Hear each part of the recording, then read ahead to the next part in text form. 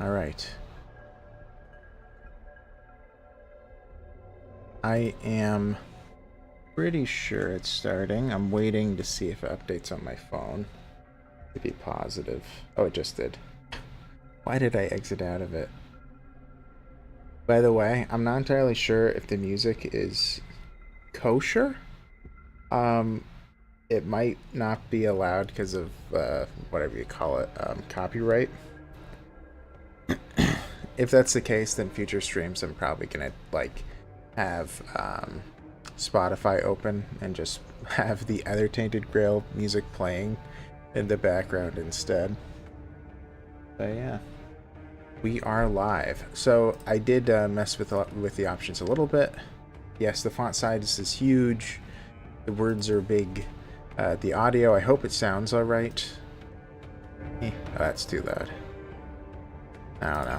We'll see. It's going to be dependent on you guys as to whether something needs to be raised or lowered. But we are restarting. I cleared out my original save slot. So we are starting from scratch, as you can see in the journal. For some reason, the only thing that shows up, by the way, is the healing mixture. So there's that. But all right. And I can hear myself in the phone, so I think that we're good to go. Hey, Mythicos. Hey, do. Howdy. Man, I haven't played this in so long. Man, I know that there's lore in here, and there's different stuff relating to that, or just different stories. By the way, for you guys, because I probably should explain it, because I know some of you are going to be watching on the VODs, Tainted Grail Conquest is set like a few years after Fall of Avalon. They did give a year, but I don't believe them. I believe that they said like 4 years later. I actually don't even believe it. But hello, Naomi. You're leaving? Oh, hello. A very quick hello. Alright, we're gonna be a dude. Because I am a dude. Oh, character name. Obviously Tomato. And I'm not gonna mess with this. Man, it almost feels like the second skin tone is lighter than the first one. I thought it was progressively getting darker, but I guess not.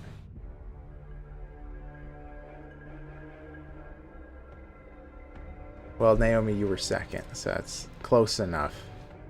But yeah, we'll just be bald. That's normal. No tattoos. A lot of these tattoos, by the way, do look very similar to the other Tainted Grail games, so they probably kept the style for it. And let's just start. You get customizations after you play the game for a while. I did also turn on the tutorial. Here we go. Yeah, it's a roguelite. This means that it's meant to be infinitely replayable. Yes, a bunch of short runs. And yeah, after winning or losing, we'll start over, but don't worry, certain aspects of progression will be saved. So in the game, there are like, I don't know, 30, 40 NPC quests that, something like that. I could look at it. But there's several NPC quests that you kind of go through. And that's kind of the stuff that I'm sort of interested in finishing. But yeah. King Arthur promised us safety on these shores. Instead, we found stormy seas, rocks like shark teeth, and treacherous mists. Those few who managed to land will be set by hunger, cold, and nightmares born of weirdness. My people settled around a gnarled old statue. Though we did not understand its origin or purpose, the enemy seemed to avoid it. That was good enough. For a time. In the end, the winds of weirdness only grew stronger, and the statue failed to protect the settlement. There was fear, despair, and then nothingness, as reality melted around us.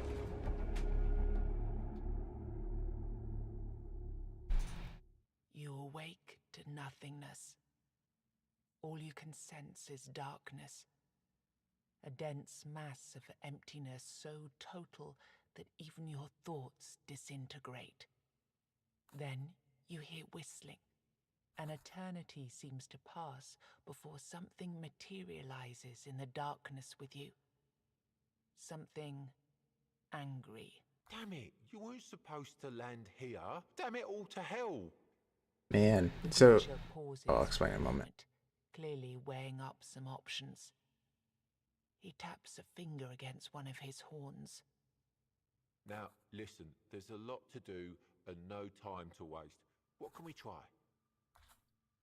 Yeah, I thought that I recognized him when we did the Dual Knights quest. So for those who didn't watch the whole playthrough, this guy shows up very randomly, and the text is very similar to this. When I first saw it, I was so confused because it looked familiar, but I couldn't remember what he was talking about. So luckily I'm playing Tainted Grail Conquest, so now I can remember. But yeah, this is kind of like the secondary narrator, is this guy. So who are you? Perfect. You can speak, and yes, these are really great questions. No easy answers, though. Sorry to disappoint.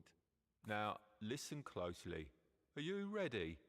Brace yourself, because what I'm going to tell you is rather important. You're gone. Your village is gone. Everything you've ever known is gone.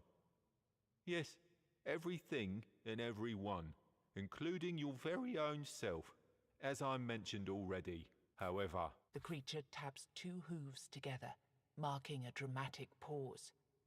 there is a small chance, an infinitesimally tiny chance, really, to bring it all back.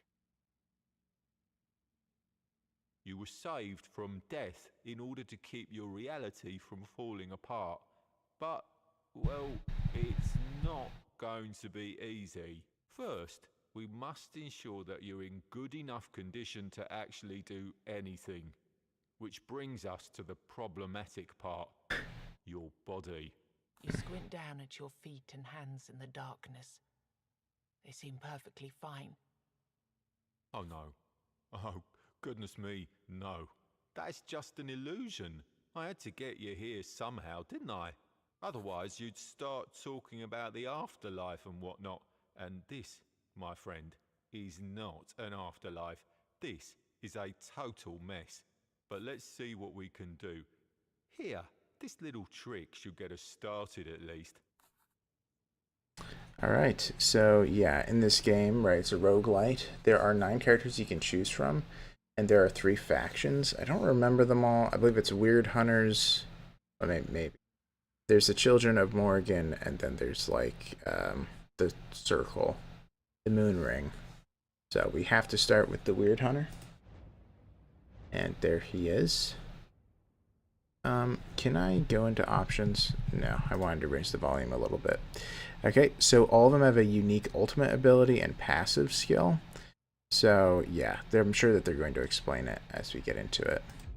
Well, it seems your soul isn't strong enough to be picky about its vessel yet. Don't worry, you'll grow. Now, we need to see whether my little trick actually worked. The goat weaves his fingers in an intricate series of gestures. With a final flourish, he conjures a terrifying creature into the emptiness. Aha, here we go. This is a powerful Avalonian warlock. But don't worry, he's not really here. Not in the truest sense. Your goal here is simple. Fight. Show me that you've got what it takes.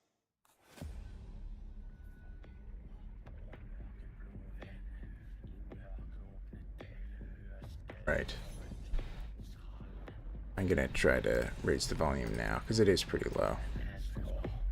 You gotta lower the music, though. I think there's a good chance that the music is copyrighted.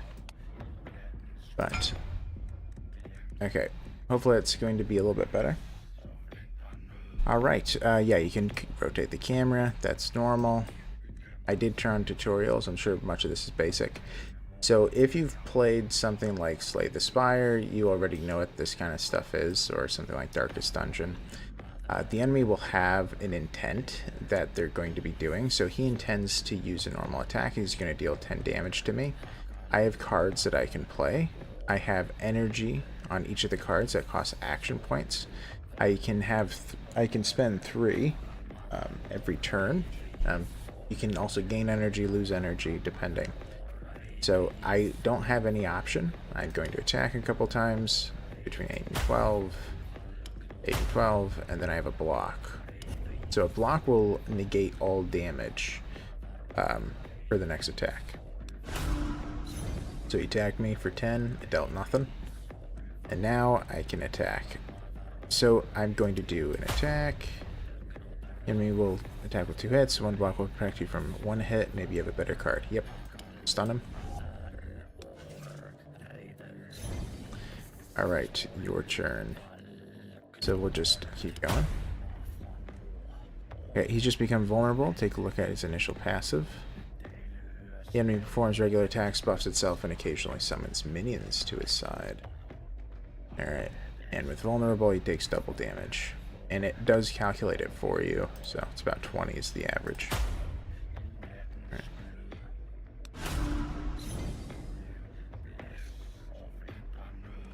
Alright, so I can do a bunch of hits. He's probably going to be summoning. He's doing a special. Alright, and then over here I also have the Weird Hunter ultimate ability. It deals a ton of damage, basically. Each class has an ultimate, right, which can be used once per turn. Important, your ability will work well together with enemies' vulnerability. Yes. Wow, he's going to deal a hefty hit. They want to make him vulnerable first. Yep.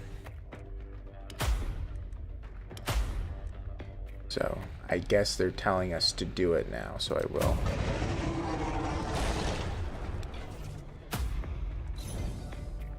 Alright, remember to stock up on combat items and use them often. Sometimes they'll make the difference between life and death. That's up here. I can heal. May as well. Alright. So he's going to attack me twice. I guess survival is more important.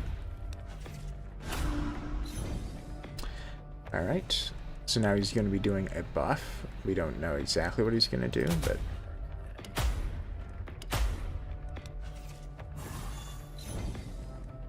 Alright, and the enemy buffed its armor by 10. This means your attacks will deal 10% less damage. Make sure to check out all icons which appear here. Important information. Yes, yes, yes. So his armor is now at 10, so he negates 10% damage. But now we have the overhead swing, which removes armor. So we're going to do some blocking in those. So now we have another stun. That's what I'm going to be doing for sure. And another overhead swing for long-term damage. Make sure to hover on your enemy to learn more about their behavior. This is crucial. Yes, yes, yes. Okay. So we shall do it. Overhead swing, small strikes, and we'll do an attack. Okay, so now he has his summons. Yeah, so they attack from left to right, which they didn't explain. They probably should have. So I want him to die pretty desperately. I might have to burn my ultimate in order to make that happen. Yeah, I will. Alright, let's just kill him. I'm gonna do a block. And we'll do an overhead swing. Alright, so now it's getting more difficult. We need a block up. Small strikes, we should probably kill this guy. Alright, doing another buff. Overhead, overhead, small strikes. Okay, so he's doing a fair bit of damage. The enemy just created a barrier. Hitting a barrier won't count as a hit. Yes, that is true. Well, that is important for my character's abilities. Yeah, so if I keep doing it, I can deal a little bit of damage, but I should probably focus on blocking. Alright, another block. Overhead swing. One of those.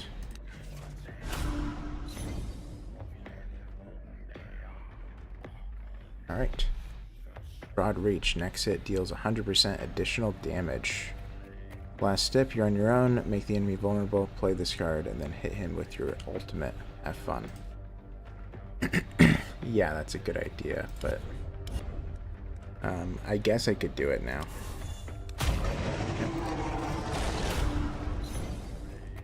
Alright, doing another buff. So now I'm on my own. Good old Four Dweller. Okay. It looks like Broad Reach is always in my hand.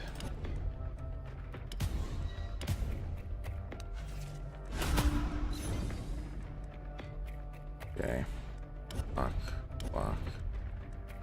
Another one.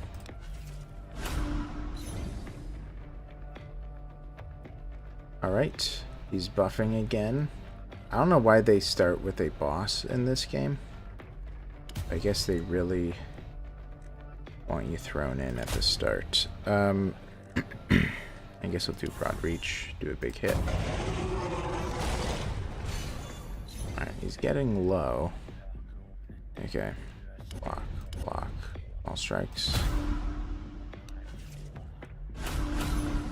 Okay. Dealing a lot of damage again, so we're gonna have to stun. Let's do an overhead. And now he's doing one attack. Overhead. Vulnerable now, we'll do a big hit. Or big-ish hit. Keep lowering his armor. Do that. That. Hit. Technically I could do that, but I should wait. We're almost through.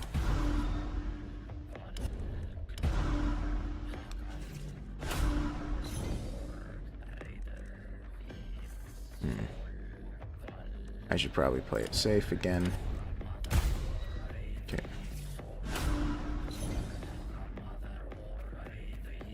I might be able to kill him here. No.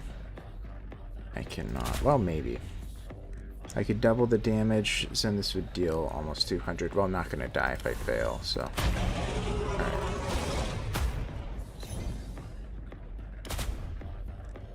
Dead. We did it. We killed the final boss. Rewards, nothing. Colour me impressed.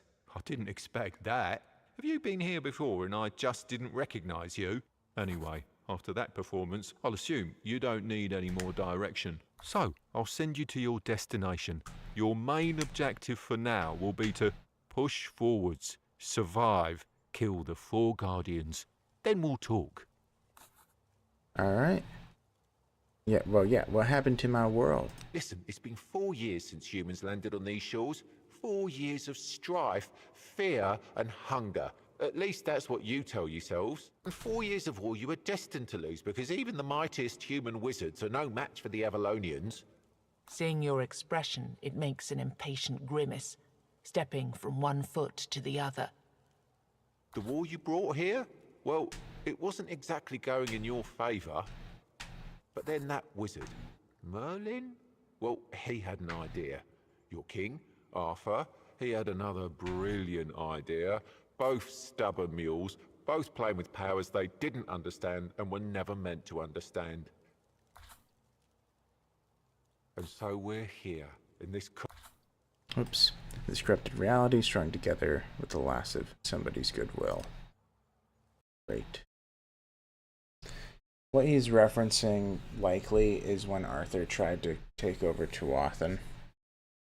Is that changed the fate of Avalon forever.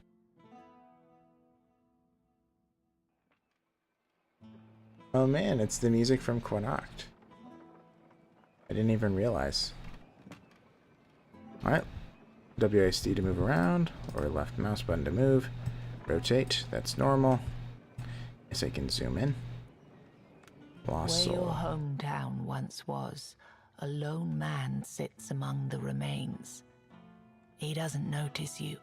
Only when you walk right up to him, he turns his blank stare toward you. It's not my farmhold, is it?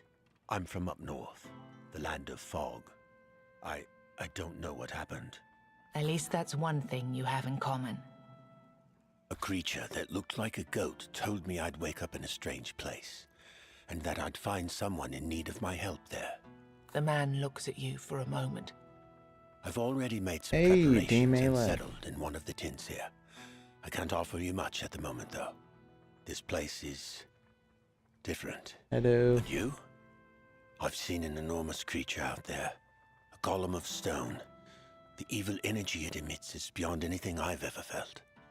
I'd say getting rid of that beast would be a good start. Alright, new quest. Slay the beast. Hello, Canada. Yeah. Alright. So we have our first journal page. Would you look at that? And also we have our first passive. Or would it be NPC? Yeah, so now we have a lost soul. So we have to discover and then save them. And then also we have the go to NPC. And now we have weird candles. And yeah. We also have 6 cards out of 96 just for the Children of Morrigan. Yeah, so these are the 3 faction Children of Morrigan. The Moon Ring and Watchers of Tuathan. So.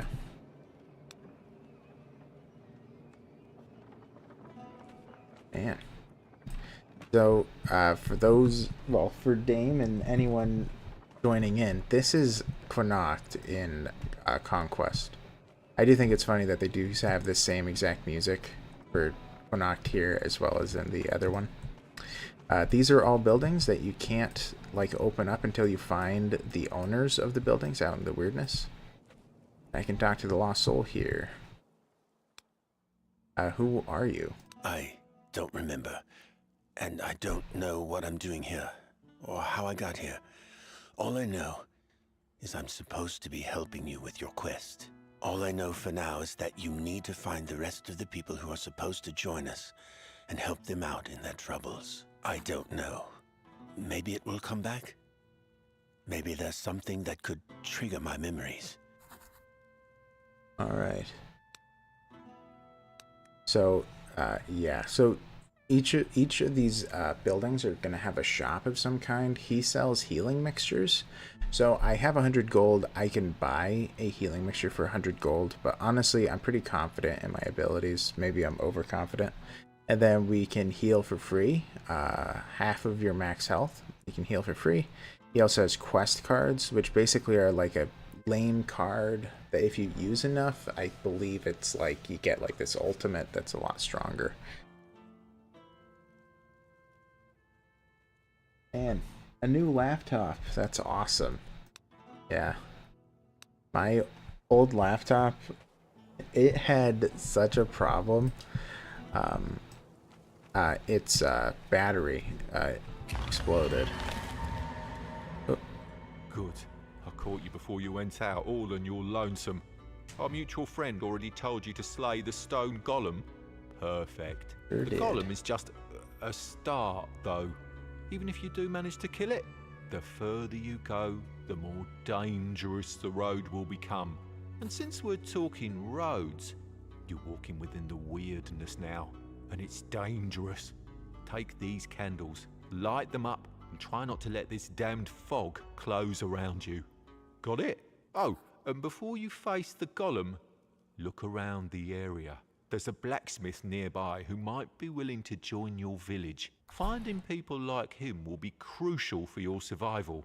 Each one will be helpful in a different way. And with that, I'm out. Good luck. Alright.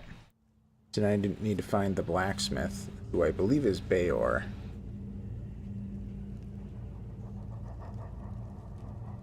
Oh wow, you were able to run it on... Yeah. Tainted Grail is a little bit... it does take a little bit out of your computer. But yeah, being able to up the graphics by even 1 notch sometimes just makes it look so much better. Okay, so this is going to be the first fight, right? You're surrounded by weirdness, better to avoid being in it for too long. You can use a weird candle. So weird candles were introduced in this. I don't believe that it was in the board game at all. And I saw somebody had mentioned that the Children of Morrigan guy, Vidar, he mentions having created it or something. So, alright, so he's going to do an attack. We'll just do a block. He has the ability, this enemy will deliver more hits each turn unless it's stunned. Right. Let's do an overhead swing, regular attack. Alright, now he's doing 2 attacks. Right, you got a weird card. Forces of weirdness insert themselves into your hand. Their effects depend on your weirdness burn level. Use it or be ready for the consequences of not playing it. So this is almost always somewhat random, where there's if I play it, I can reduce the damage of all enemies by 50%, or if I don't play it, then I reduce the cost of a random card by 1. I won't play it, it's not worth the 1 cost. Well, the bad news is I only have 1 defensive ability, so let's do a small strikes. I might honestly be able to kill him here. Yeah, I can. Don't even have to worry about it. Got some gold, we leveled up. Now we have 3 new cards. We have Double Edge, Retaliate, and receives a specific number of damage it just dealt, with 1 hit dealing 200% of the damage received. That's interesting, but I can't imagine doing that. Yeah. Then we have Last Resort, gain 3 blocks next turn, offer 1 energy, so I don't have it. Random attack, deal 1 hit for 150 damage to a random enemy, stun a random enemy, reduce random enemy's armor by 50 this turn. I don't think I like any of these. Last Resort feels like it's just gonna be muddy. I only have 3 blocks on the other hand. I guess I'll take it. And we have a new passive skill. Unused blocks last for 1 additional turn. That's pretty good actually. First hit in combat deals 200% damage, 200% additional damage. Block every second hit received. And do blocking expert. Alright, here we go. Well, it's telling me to go over here, but this must be where Bayor is. This fight is going to be like a medium. Yeah, there's going to be a pack. I'll pop a weird candle and go in.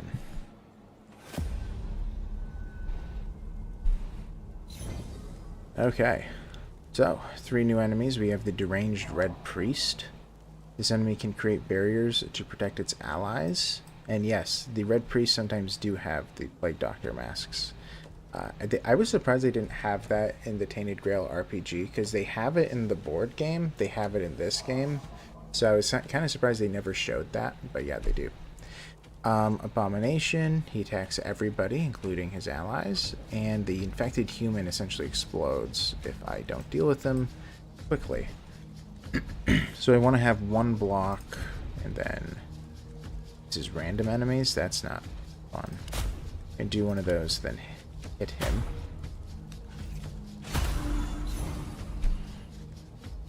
Ooh, he blocked him, didn't he? Reduce armor of all enemies by 25 until the end of combat. I'm gonna do that because it's free. We probably do need to focus him down if I want him to die. Ooh. Yeah, we're gonna have to wait around. Let's avoid 1 of the hits. Yeah.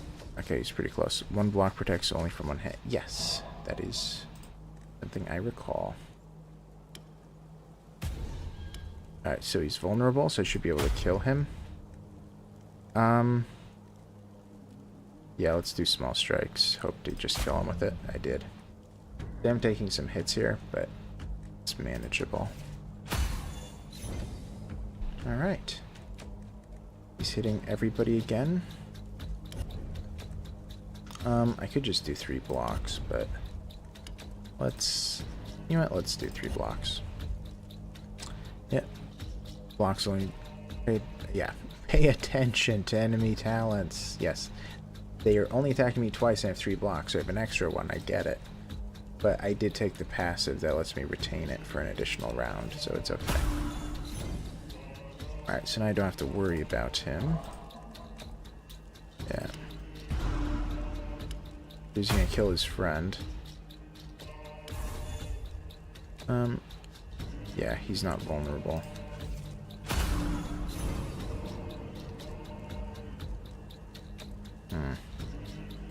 I could double it again. Let's do that. Okay. Alright. Yeah, this game honestly isn't too bad. I do enjoy it. Alright. Deal 1 hit for 550% damage and cleave, which deals 20% of the damage to all other enemies. That isn't bad. Skullcracker. Rapid attack. Attack deals 6 hits to random enemies. Each hit reduces their armor by 5 until the end of combat. That's actually not half bad. And then Small Blessing. Draw a card, it costs 0. Not doing that. Since Skullcracker costs all my energy, that's a little excessive, so I'm going to do Rapid Attack. Alright. Also, many times packed enemies have something like an event that they were kind of guarding. This time it's an armed wanderer. He holds one weapon in his hand and has one weapon on his back. This strikes you as a bit excessive, unless he's a traveling weaponsmith. The blood covering his leather jerkin is not his own. It seems he can take care of himself. Before you get any stupid ideas, I used to be a master-at-arms at Halfway. Trained many young warriors there. If you've gold to spare, I could teach you a thing or two. Alright, so I can learn a new skill, forget a skill, or leave. So this looks like it's free to learn a new one. Yep. Alright, I can also cancel, so that's nice. Alright, so we have a Devastating Attack, X energy, offer all remaining energy, and deal 1 hit for 0 damage. Damage increases by 175% per point of energy consumed. And that is pretty good. Next attack increases your damage by next turn increase your damage by 150%. That's also pretty good. Shield Breaker, deal 1 hit for 100% damage, reduce the enemy's armor by 20 until the end of combat. Both of these are pretty solid. I'll do Shield Breaker. I do like breaking armor a lot. Alright. Let's go meet Bayor. I'm assuming this is Bayor, if I had to guess. And a pack of enemies is guarding him.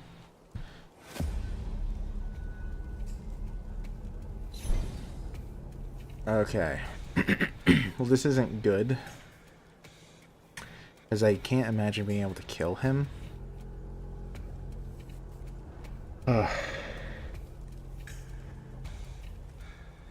This is actually a difficult one. So this increases per hit, correct?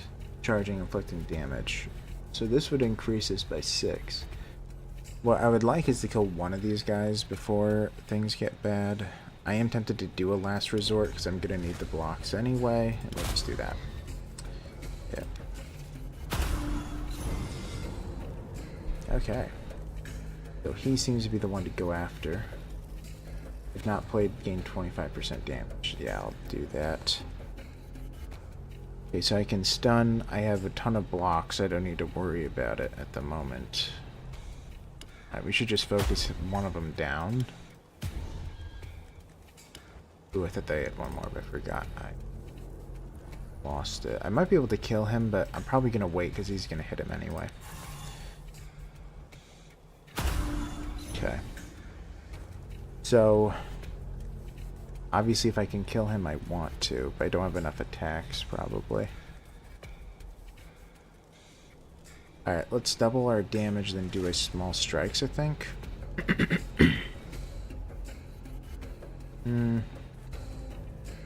Or you could just do a small... Let's do a small strikes. Alright. So he needs one more. Then we'll do a block. And we're going to save that for later, I think. Yep. Yeah, because he was going to kill him. Okay, or hurt him. So now we have these flesh-eating maggots that sprouted from that disgusting thing. Let's do another last resort. Rapid attack. And end it. We're about to have a giant hit. This is enough to kill him, probably. Almost. Do small strikes. Or no, let's do box. Killed the little one. Okay. Tainted Forge, increase random cards cost by 1, so that's bad, obviously. But I can survive with it. Alright, so let's do a block and a hit of Red Strike. Okay. Alright. Last resort. We don't really need it. Let's do rapid attack and kill him. Alright. A song breaks through the slithering of the weirdness. I have no hope, no home, no gold. Mine is but misty morn and cold. Not long afterwards, you come upon a man wearing a blacksmith's apron. Oi, traveller. Want to buy a good anvil? 'Tis all I have, I'm afraid. Me home, you see, went poof. 1 minute there, next minute gone. I found myself here, with this lump of iron for company. I swear to gods it started talking to me not long ago. Okay, what did you do? Craft weapons and armor? Oh, no. I left that life behind quite a while ago. All I'm interested in these days are runestones. Uh-huh, I already know all I need to know. Okay, runestones. Yes, containers for the magic of giants. Even though you'll usually find them broken, they're extremely powerful. You can use them to enhance your weapons or armor. They will influence your abilities in different ways. Also, when you find 3 of the same kind and rarity, you'll be able to fuse them together. This will make them even more powerful. Here, Yes. let me give you some. You can try it later. I'd say that since you know what you're looking for, you should be able to find more of them out there. By the way, Okay, could use someone like you in the village. you want me in your village? Well, you must first prove you can take care of yourself. Kill 10 bears and... just fooling, for pity's sake. What would I need 10 bears for? Show me the way. Alright, so I have a blacksmith back in Connacht. Combat counters will now drop runestones. When equipped, they can increase your abilities or stats. So, we can press I, and go into runestones, and now we have 2. So we have 1 for our weapon, that's available. We can unlock 2 others later, and 1 for our armor. He can be upgraded there. To cracked Gar, we can increase weapon damage by 2, or in the armor slot at the end of the turn, deal a hit for 4 damage to all enemies. Putting it in the armor slot is very dangerous for some enemies because sometimes they'll have like retaliate damage type thing and it can just really mess with stuff. So let's put that in the weapon. Cracked Calc, if it's a weapon in the first turn, draw an additional card with a reduced cost of 1. That's actually not bad. Armor slot, heal for 4 after every combat 1. I like that. Alright. What? I thought there was something else there. Okay, so this is the final boss. I don't want to deal with him. What I do want to do... Man, I'm going to run out of everything. What I do want to do is go to that milestone over there. The milestone will help me with my weird stone candles, my weird candles. Because I only have so many of them. It's a mystery why these stones light up and banish the weirdness when people walk by. Many believe Merlin himself invented the runes carved into them. There's also a darker rumor that they were left by the Four-Dwellers to lure humans into their domain, like moths to the flame.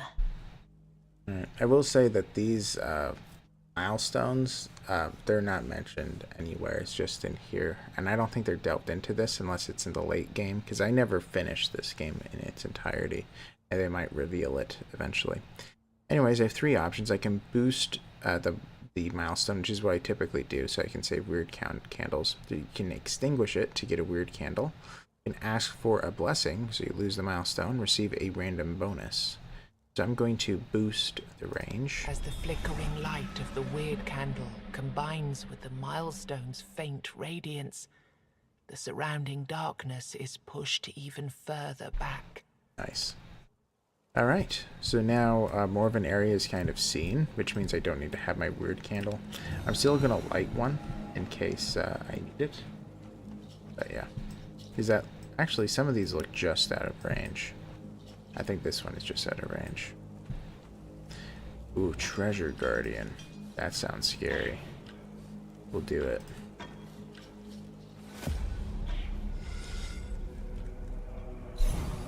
Alright, so this is like a mini boss. If you can imagine in like Slay the Spire, those like elite enemies, the bosses. That's what this is supposed to be, a soul harvester. This enemy drains health from its allies, gets stronger when they die, and replaces them with summons.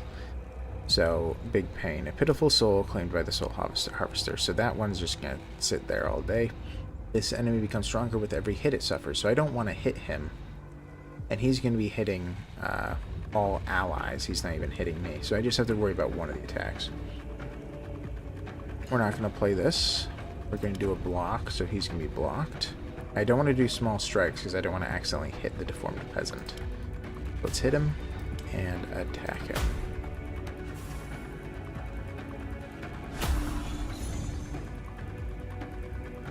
Alright. So now he's going to be attacking me, which isn't good. We probably could just do a last resort. Apparently it's free. Maybe I will. You know what? I'm going to do that and stun him. Then I'm just going to hit him once. Because I get to keep the blocks for this round. And also the next one. Do a shield breaker, trying to block or get rid of his armor, and end it there. Alright, he's going to be killing her soon.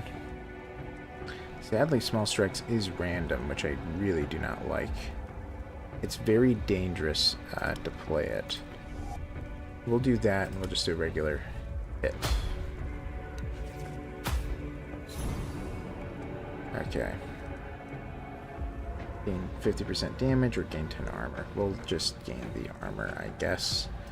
He shall block, overhead, and attack. Ah, he's vulnerable. Didn't realize that. Right, so now there's this Harvested Soul that will be attacking me every round because he killed the other one. Alright, we're probably going to have to kill this one soon, but first we're going to stun you. I don't have any more blocks, but let's shield break. You're going to be taking some damage here. Alright, so he's going to be attacking me again. Alright, let's do a last resort. Overhead. And I guess we'll do small strikes. He's stronger, but he should die soon-ish. Alright, he's going to be doing a pretty hefty hit to him. Alright, let's block. Because this is the main one. Also, let's drink one of these. We could block twice, even.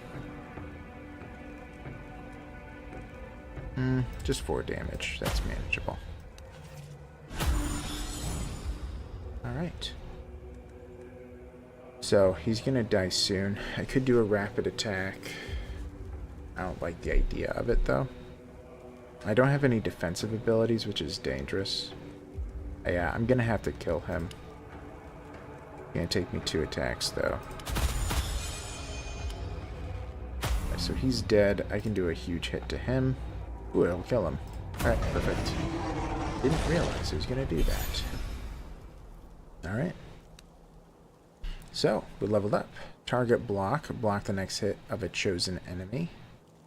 That's okay, it's just another block. This turn, increase the damage you deal by 100%. It's very similar to what I'm always guaranteed, the broad reach. Well, I guess it's for the turn. This is just for the next attack. Okay, double strike. Deal 2 hits for 100% and cleave. That's actually not half bad. Let me think about it. How many blocks do I have? I have 3 blocks, last resort. I have a stun. I have 4 or 5 defensive abilities. I like to have it at about a third. Alright, so it's either all in or target block. I guess I'll do target block, because sometimes it'll be very helpful. Alright, duplicate every 5th attack type card played. Start every combat with 10 ultimate charges. That's not bad. First attack type card played costs 0. this isn't bad either. Let's do Killing Spree, though. I would like to get the maximum on it very quick. The 20. You found what was protected by this beast. A stash of gold and jewelry. When you filled your pockets up to the brim with gold, 3 ethereal chests materialize in front of you. Bringing your hand towards one of them causes the others to shimmer and blur. Okay.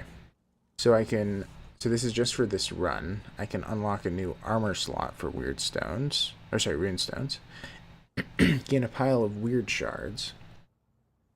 Currency earned in various places, used to buy permanent upgrades. So yeah, this isn't a bad idea. Or unlock a new combat slot for items.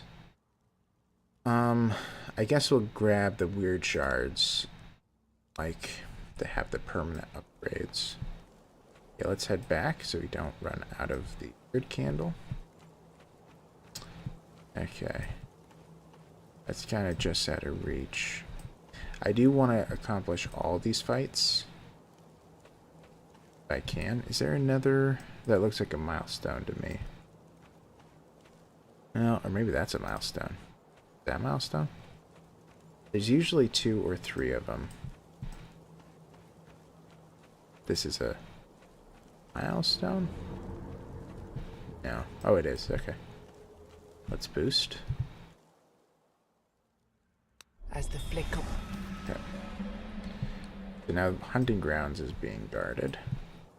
We have this guy, a pack of enemies, and a confident priestess. Another pack of enemies, yeah. And then there's also a weak guy down there.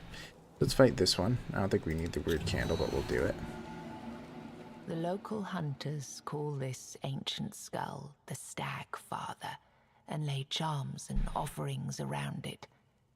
The legends say the Stag Father takes the dreamers away to join him on a great hunt. Okay, so I can either sleep here or hunt here. I don't know what will happen. I will sleep here.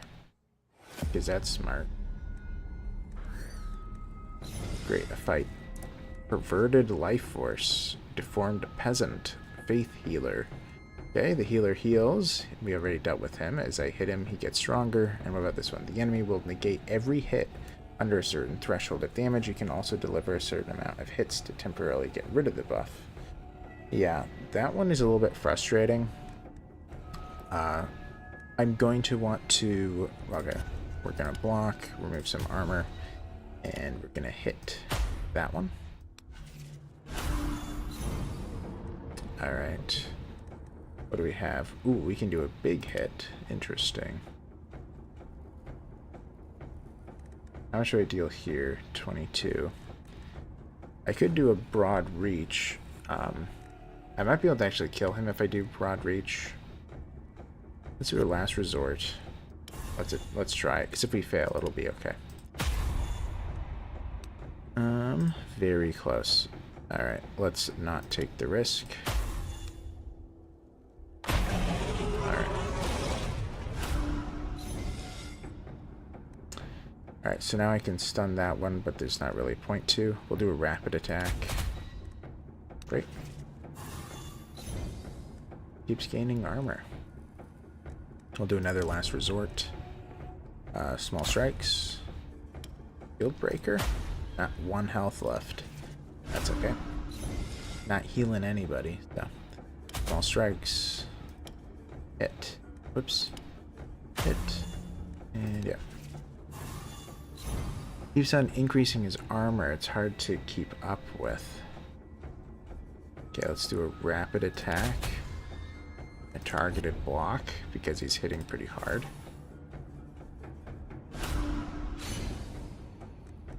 Okay. Small strikes. Overhead. Overhead. Okay. I didn't... Oh, I forgot to block in this case.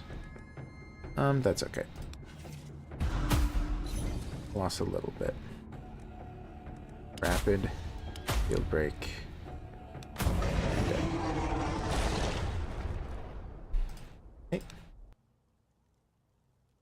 The hunt was successful and you feel the Stagfather's gratitude. Alright, so I can either Forget 2 skills or restore health. Ugh, that was it? Well, I'll restore.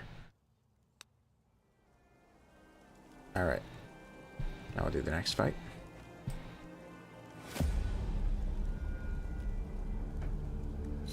Alright. Here we go. Another deformed peasant.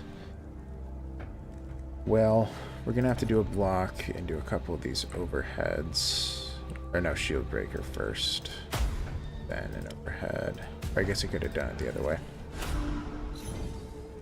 So I should be able to kill him. Let's do a last resort. Do one of these. Oh, only hit him. That's not good. Do you just die? Yes. Alright. I have 2 more blocks, so I'm fine.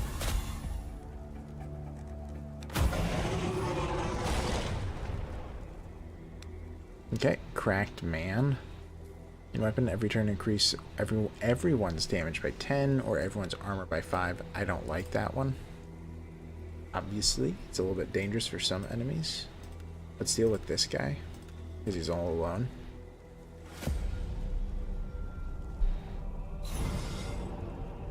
Alright, what do we have? Stun enemy, gain barrier. Okay. Get stronger with every hit. So let's stun him and shield break.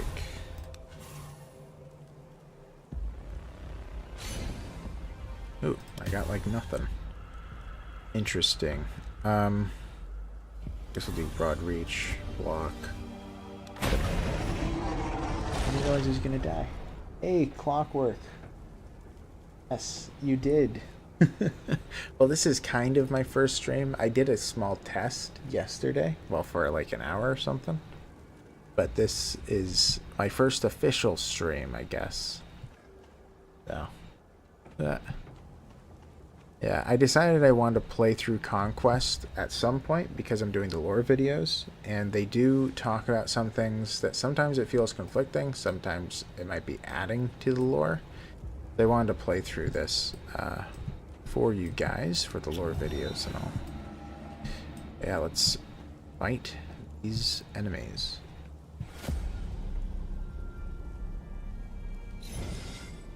Alright, we got a Faceless Hunter. This enemy will deliver more hits each turn unless stunned. We got the Healer, and then a Sick Man. Sick with Contagious Red Death. Don't touch its skin too often, or your hand will be infected with obsolete cards. Yes. It is a little bit annoying. I have a targeted block? I don't. Alright, I don't like doing Last Resort this early, but we will. I might actually be able to kill him already. Yeah, almost. Let's wait.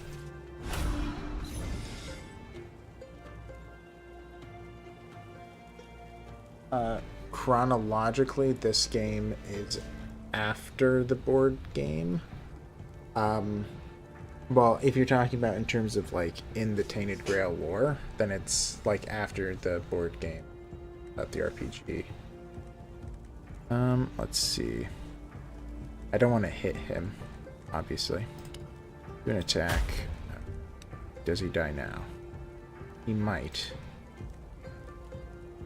Alright. Let's do this.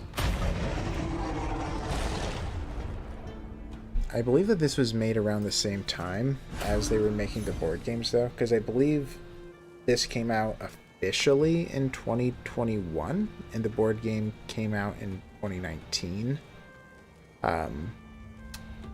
Yeah, I believe, but I think that this also hit early access, so it might have been like 6 months of each other, so it was pretty close. Okay, so he's just hitting me for 1. That's so lame. Okay, targeted block, why not? Yeah, let's go after the healer.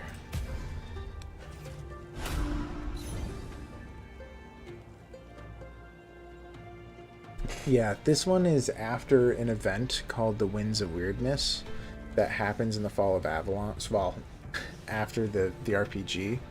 Basically what happens is the RPG happens, and then the board game, that's also called the Fall of Avalon. And in the board game, the Winds of Weirdness occurs that kind of just completely changes Avalon, and all the Menhirs are essentially dead, or they're like on life support, basically. So that's essentially what's happened. So everything is covered in weirdness now. But yeah.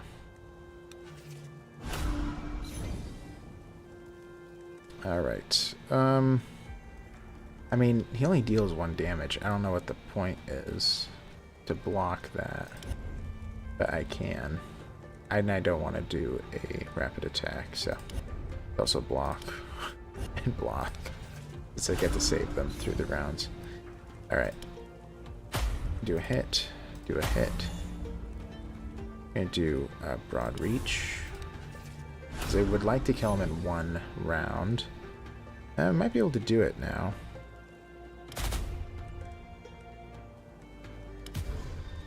Yep.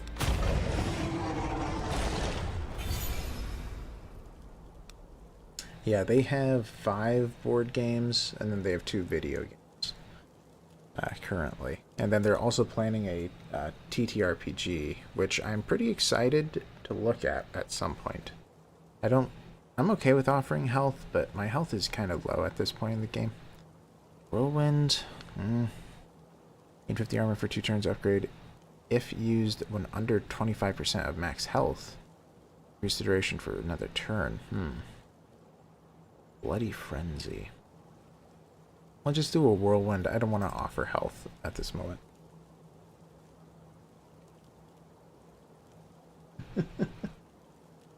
Yeah, the people of Avalon have gone through everything. It's pretty rough. I mean, what happens is that in the board games, like humanity, well, so there's the Fall of Avalon board game, which is set, whatever, like I always forget if it's 400 or 600 years. I got to double check again, but I believe it's 400 years after Arthur landed on Avalon, right? That's the Fall of Avalon. And then 600 years later is the last night. And instead of Avalon having a eternal autumn, it's undergoing an eternal winter. So everything is frozen. It's kind of crazy, but yeah. There are old customs that protect the traveling priests of the All-Mother. The one you see before you, walking through the weirdness at a brisk, confident pace, doesn't seem to realize or care that this protection is unlikely to extend here. Alright, well, I don't need to be healed. I'll just leave. Also looks like I can return to her if I'm wounded. Okay. There's another bigger fight over here, which we'll deal with. In a marketplace. Nice.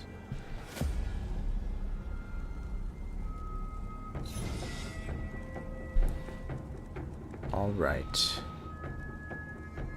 So we have a forest sentinel. Kind of looks like a boar. This enemy redirects damage from all of its allies to itself. We have the deranged red priest again.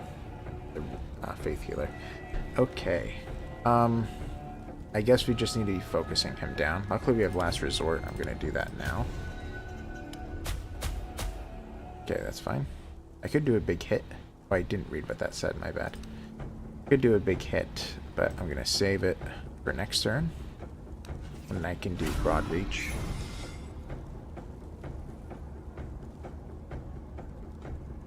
Yes, yeah, that is what it's like. But yeah, it is interesting. I don't know what... I mean, the Age of Legends is my favorite of all the board games because you get to command your own army. Now, I will say that the mechanics they decided to use for commanding your army was kind of lame. But it was cool. Will the whirlwind hit him? No. Or, sorry, yes, I mean. I meant to say, like, will he redirect them? And he does. Alright. This is not going to kill him. Even if we do broad reach, I don't think it will anymore. Okay. It'll be close. Alright, well, let's see. No. Alright, do I want to play this or keep it? I guess I'll play it. Okay. Rapid attacks won't be enough, but it does lower his armor. Let's just do a couple blocks and overhead.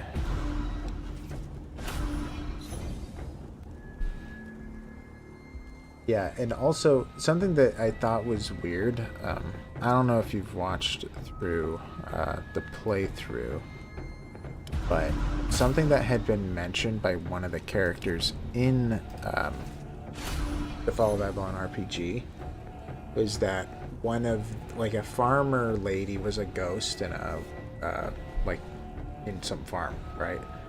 And you talk to her, and she mentions remembering the changing of seasons. And when she said that, it was like, wait a second.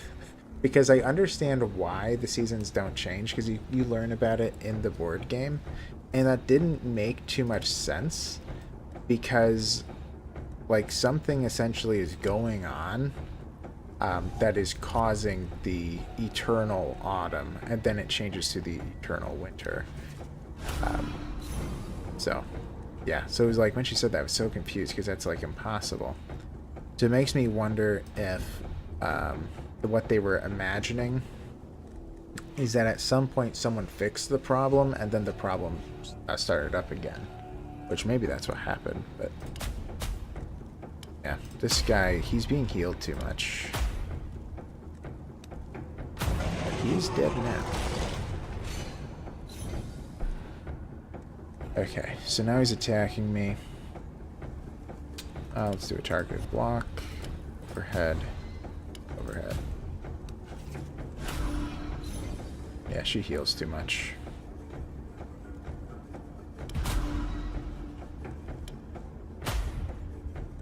I'll just kill him. Now she'll have to attack me. Let's do a block. Breaker. Small strikes. Okay. You can do a rapid attack. May as well. And kill her. Alright. Kill her. We're getting such little wealth per attack, but hey, marketplace. You see a ruined market cart by the side of the road.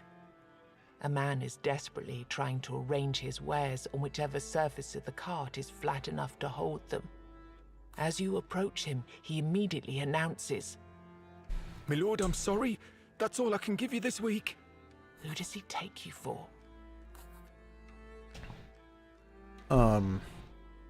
What? Return the money. Let's be nice, because he might be one of the guys I can have him camp. The man looks confused, but who would argue with such a turn of events? He pockets the coins quickly. Oh, I must have mistaken you for somebody else, kind sir. He looks at you intently for a while. But since you refused to take such a hefty sum, perhaps you'd be interested in helping me out. You see, I think I might have an idea on how to double, triple, or even quadruple my earnings. All I'd need is a tiny investment. How much? I think I'd need around 5,000 coins to expand. Before you have a chance to react, he waves his hand and continues. No, don't worry. Doesn't have to be paid all at once. It can be an ongoing investment, but it's going to be worth it. I promise. Man. Current invested 100. How much would you like to invest? I don't. Okay, fine, 250. It's gonna be a long time before I hit 5,000.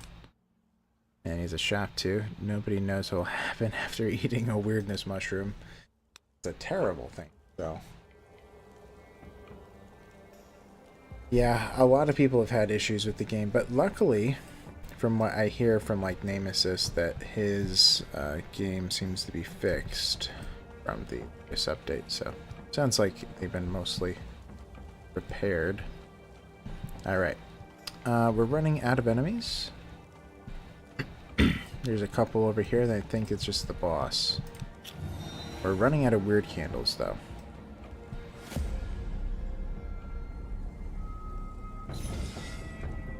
Alright. Does a debuff. Great. He adds useless cards, so I want to kill him fast. Mindbender. This enemy will spawn illusions. I want them both to die, then. Alright. How much damage do I deal? 24. Yeah, so I could deal like 60 with a big hit. I guess I'll just block. Okay. Let's stun them all for 2 turns. Not a bad idea. We got disturbance. Small strikes, shield breaker. So if I do this, yes, it will kill him. So we'll do that. Broad reach. Kill him. And yeah, let's burn a last resort. Then we'll gain 40 barrier. Why not? Okay. So we'll just be attacking him. Rapid attack. Alright, he hasn't even summoned... Well, he's about to summon an illusion. Took him a while. 1, 2, broad reach, kill. Yeah, I hope that they do some major updates soon-ish. I'm going to be playing Dragon Age Origins until I complete it. But once I'm done with Dragon Age, I'm intending to return to follow You hear that along. someone screaming nearby. Godless healing! Godless healing! Intrigued, you approach the source of the sound. It turns out to be a joyful man advertising his merchandise to the nearest trees. Who said you need an all-mother or a stag father to have a blessing of health? Let's not dwell on them anymore. It's all about potions and elixirs and other trinkets infused with proper... His monologue goes on. You can see tiny horns growing from his skull. His mind clearly isn't quite right either. Maybe disrespecting the gods wasn't such a great idea after all. I assume he's a Pict then with horns. What does he have? Healing mixture, smoke bomb, stagfather charm. Maybe the stagfather will help, or maybe he'll just die. Alright, now I'm good. I'm doing pretty good in the first run. Okay.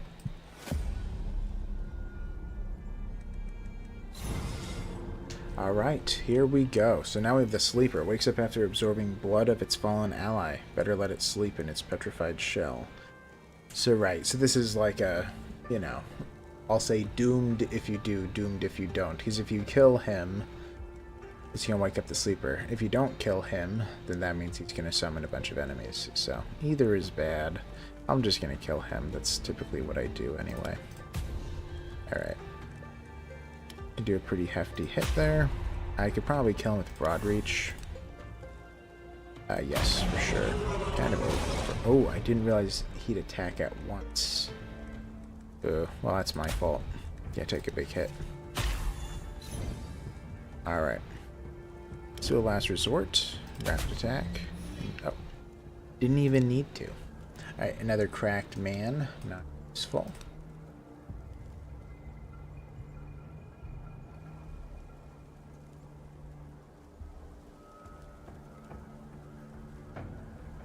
Well, I'm glad to be a distraction for your shift. Early explorers of Avalon found many springs with supernatural properties, including ones that could heal. Not many of these miraculous creeks are left these days, since most were drained dry to provide water supplies for Arthur's soldiers. Okay. So you can drink the water at 15, may as well. You immediately feel refreshed. However, you feel a strange chill running down your spine like an icy finger. It might not be safe to stay here any longer. Yeah, let's go. Alright, another journal page. I'm getting tons of journal pages. I'm probably going to read through them after. There's a forest over there.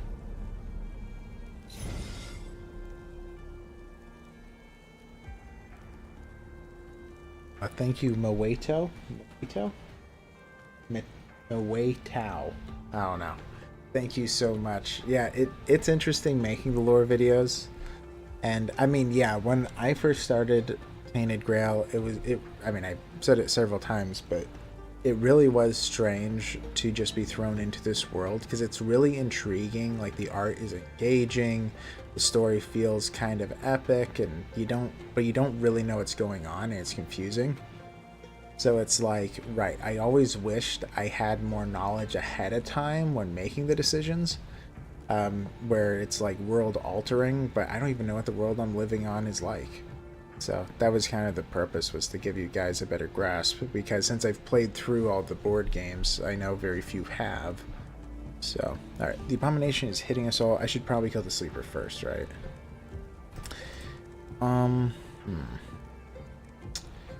Let's do a single block.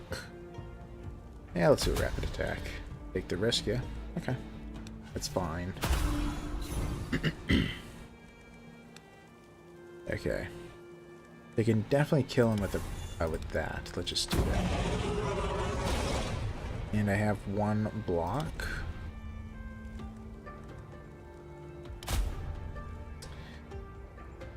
Yeah, I've also been working on the script. I have almost completed the one that will be released this Sunday. But yeah, sometimes it's really hard to tell how much to delve into. Well, yeah, because it just kind of is. Because it's like, okay, how much of a tangent is this? Alright, so he's gonna die now. Let's do last resort.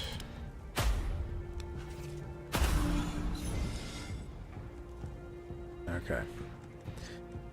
Now I get the whirlwind. We'll do a... Oh, I already have plenty of blocks. Did not need to do that. Let's do one of those.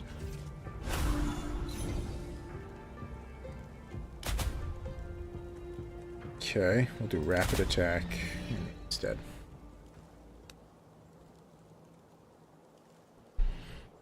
But in this next one, right, I'm kind of going over the, fall of Camland. And that's what it's going to kind of be going over. But yeah. Find an elderly archer sitting near a small fire. He tends the flames with care and tenderness. Oh, a visitor? I haven't seen a friendly human face for a long time. It's getting lonely out here. With a gesture, he invites you to sit with him. Beautiful, isn't it? Yeah, who are you? The question shouldn't be who I am, my friend. The question should be who I was. Because right now, I'd say I'm pretty much nobody. Rough. What do you do here? Not much. I tend to the fire and watch over this place.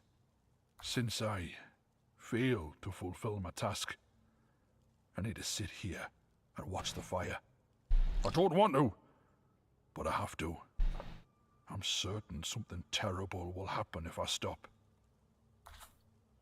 Failed to fulfill your task? Well, that's definitely a story for another time. But I do appreciate you asking. Alright, I'll sit with you. As you sit by the archer, you notice that this fire doesn't behave like a regular fire. It has the power to push weirdness away, just like a menhir or a weird candle. Moreover, you suddenly notice that the man's legs are rooted into the ground with blue veins. The veins stretch from his feet into the fire pit. You form a question in your mind, but when you look into the man's eyes, you realize there's no point in asking it. His gaze is absent, and his movements are barely noticeable. You decide to leave it for another time and turn your eyes towards the fire. The flames flicker with a weird, magical rhythm. Wish to forget, wish for experience, wish for a new skill. I mean, wishing for experience is always nice, so I have to lose 10 health to get something. I could get a legendary card, but I don't get to pick it. That's what I don't like, because some of them are actually bad. So let's wish for some experience. Okay. I'm assuming I gotta level up. Yep. Chain. Multiplies the card's effect by the number of cards of the same type played in a row during this turn. Right. Yeah, first slash, which is nice. It's a free attack. Raging Blade. Discard your hand and deal 0 hits. 75% damage, 1 hit for each card discarded. Huh. So, I forget. We draw 6 cards? I think it's 6 cards that you draw, so... Play 1. Play Rage Blade. Yeah, so that'd be 4 hits, if I'm mistaken. I mean, that's not bad, but probably a first slash is useful. I like free abilities. Alright, Eternal Return. Start of each turn, gain 2 ultimate charges each turn. Wow. That's very nice. Desire to Fight. Start every combat with 2 additional energy. That's nice. While maintain body, heal 25% of your missing HP after each victorious combat. Wow. Those are all. While maintain body is nice. But the concern is not the ordinary fight, it's the boss fights. Eternal Return would help with that.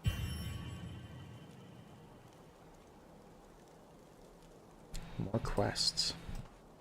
So this is the last fight before the boss fight. We're really running out of weird candles. I think I'm going to... I don't think I'm going to pop one. I'm just going to fight without the weird candle. Alright. Well, not without it, but... for the help of it. Okay. So, he's going to be redirecting attacks, which is fine. We're going to do a last resort. Small strikes. Do it. Back. Should I save it? Yeah, we're going to oddly do a block. Because he needs one more to become vulnerable, and then I want to use the Weird Hunter ability. So, if I do... let's do an overhead swing. So now he's vulnerable. We'll do broad reach, and then we'll see if we can kill him. Oh yeah. A little bit of overkill.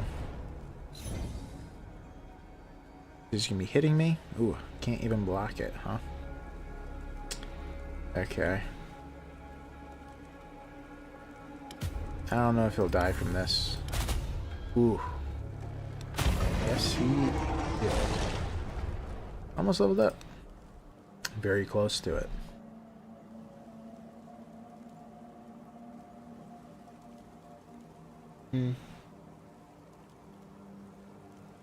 Yeah, there was...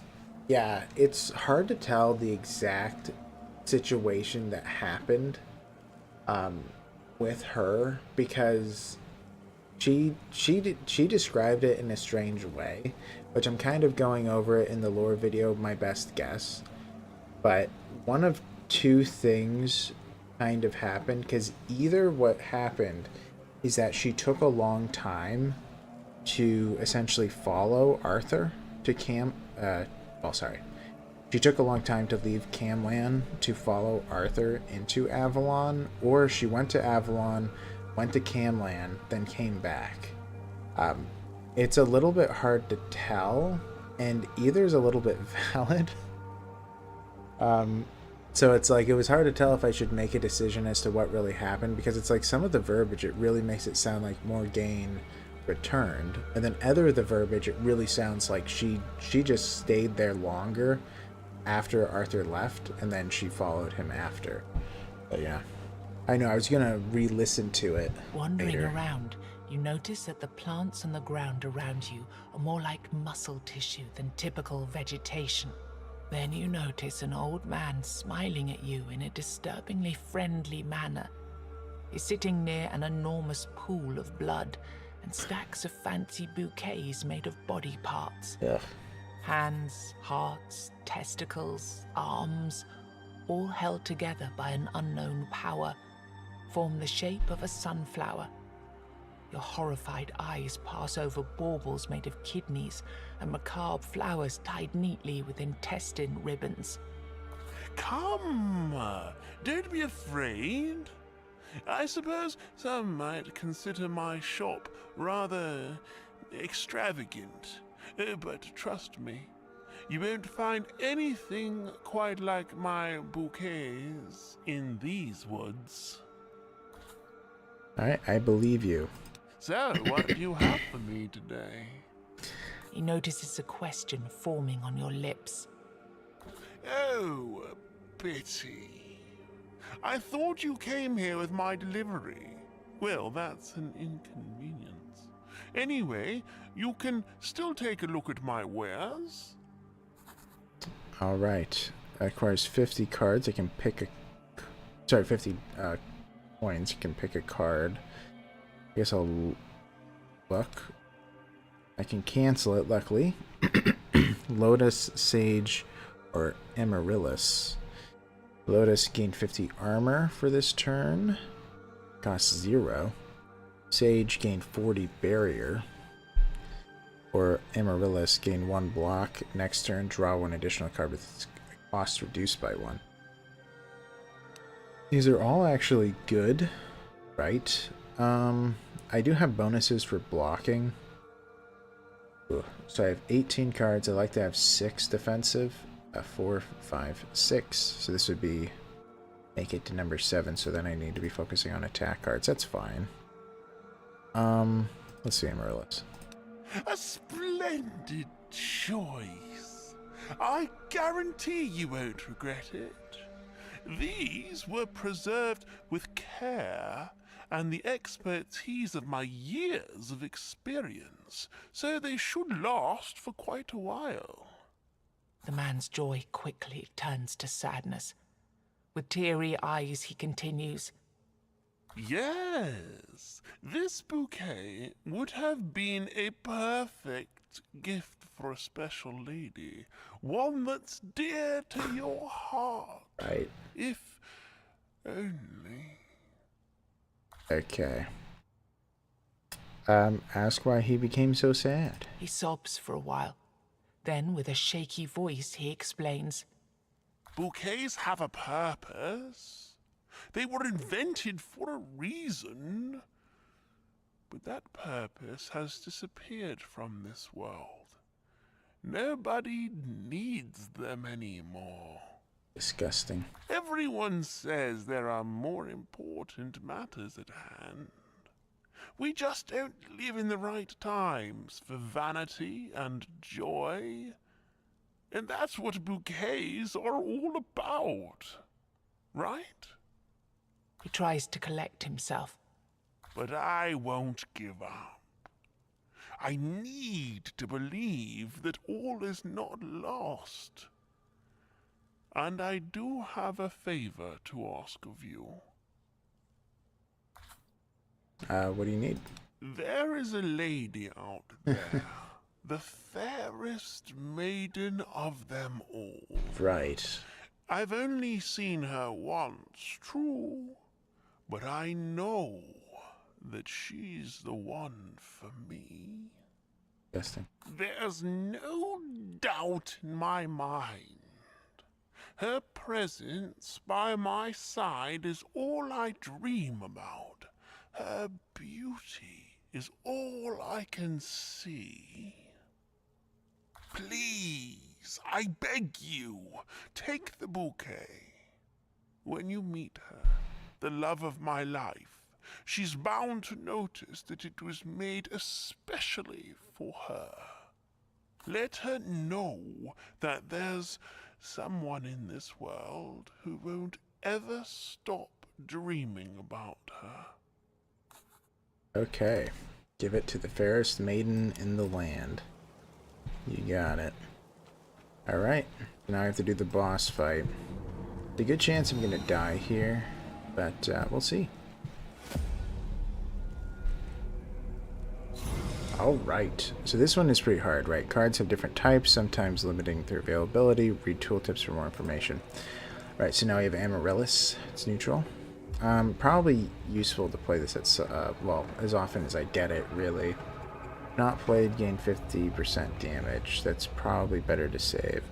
He has a ton of armor, and he has a possible spawn a new enemy after being stunned or after suffering several hits. Stun will permanently reduce his armor. It will also lose some armor in turns. Okay. Every turn increases its damage and occasionally insert special cards into your deck, which are, I believe that they're actually useful though. So I kind of do want to stun him because it permanently reduces his armor, sounds like. Whoa. Lowered it by 50. That's a lot. Alright, so he's stunned, so I just have to deal with the moving stone. Let's do Amaryllis. Which gives me a block. What is that? That's actually a pretty strong hit. I might even be able to kill him, actually. But should I burn it this early? No, I can't kill him. Yeah, I'll save it then. By the way, Clockwork, do you remember the quote that it was, or like what exactly she was saying? Because it's like I do remember it sounding that way, but I don't have it offhand, of course. Alright. Good. I can't stun him again. Okay, those are some pretty hefty hits. Attack all enemies and buff, which would be... Okay, so we want to block. We probably want to just block twice. Yeah, I don't like burning that on him, but I will. And do an attack on him. Alright, so we can attack everybody. We can do a regular attack. Alright, we're going to do a targeted block. Whirlwind. One of these. I'm going to save... Oh, right. CC opportunity. Alright. I'm going to save this for when he's vulnerable.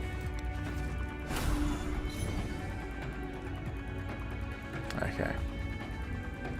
So it would be nice if I stun, I think. Gamble, gain a block and energy, draw a card, offer 10 armor until the end of combat. That seems a little bit dangerous.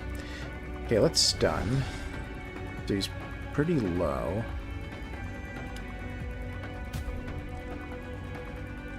He is vulnerable, isn't he? No, he's not. What would this deal? I guess I could just do it on the little one. Didn't kill him though. Thought that it would.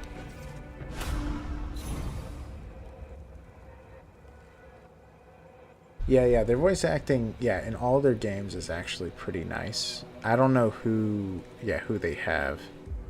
I have heard that before. There was one of the complaints back when, like, because I was really interested in them with their board games when they were coming out with the new ones, you know, like their expansions.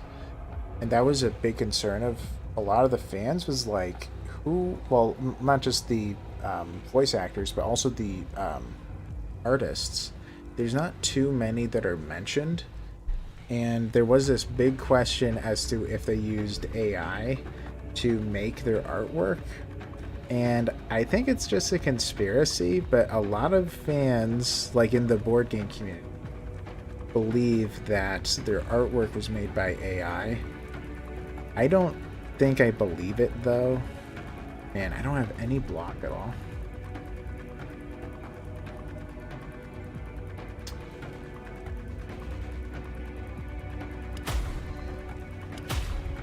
Okay. But yeah, it is like, it does feel like so much of their stuff is just exceptional. Like the writing is exceptional. The music is great, by the way. Danheim does fantastic with it. So it's like they have great music, great art, great writing. They just have they have an extraordinary team. And also they don't just make Tainted Grail, right? They make a variety of games. They do really good with it all. Alright, so if I could stun him. I do have a block though, so maybe I won't.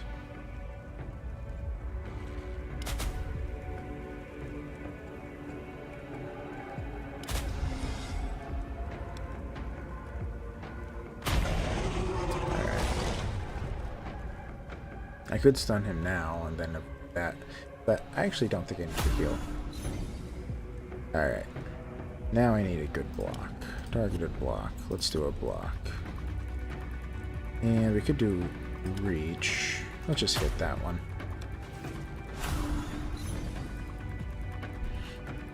Alright, we have all these risks. It's kind of muddying my deck now. Might have to do a gamble. Alright, let's stun him. Alright, so he loses even more armor. Let's do a block. Need to start trying to kill the little guys. Might be able to kill him with this. Nope. Gain block, energy, draw a card. I'll do it. Ooh, another block. That actually helps. I don't need to kill him then. Alright. Oof. This is gonna be close. I should do a last resort. I can likely kill him. They don't have to worry about it. Yeah. Does this kill him? Yeah, it does. Alright, then we can hit him. Okay.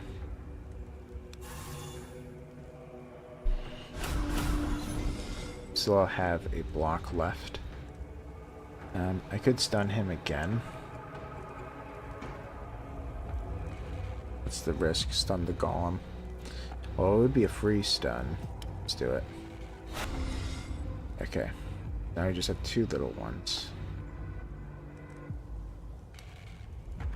How much damage do we deal? That is a lot.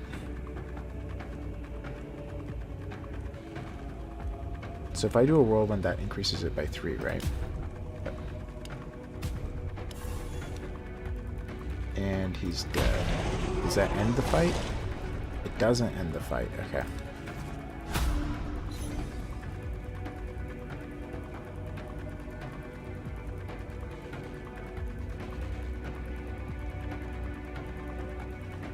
Yeah, I don't believe it's AI either. And also, like, we have stuff that... Like, we have programs... like computer programs to try to determine whether something is AI. I mean, I haven't tried to do it with their stuff, but I don't think it is. But yeah, I remember that there's this one guy I like who reviews board games and stuff, and he was saying that he feels like it goes against his morality to support Awakened Realms because they use AI, but I don't think it is. I think it's just a conspiracy, but who knows? I mean, and also I do know some of the stuff is, like, the stuff I use in my lore videos, like, all of that, or almost all of it, is Tainted Grail art, right? So it's like, they have the names of some of those artists available, but for some reason they just didn't name them all, and that's, like, the concern, I think. So it's like, who are these people? I think that's what they're worried about. Alright, quick attack, deal a hit, draw a card. Reduce the enemy's armor, so I could do another shield break.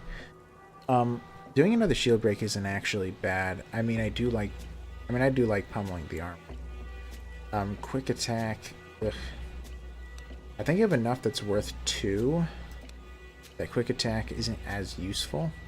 If I had more free abilities, I might say yes to that. The golem collapses and shatters into thousands of pieces at your feet. You feel a strange surge of power in the air.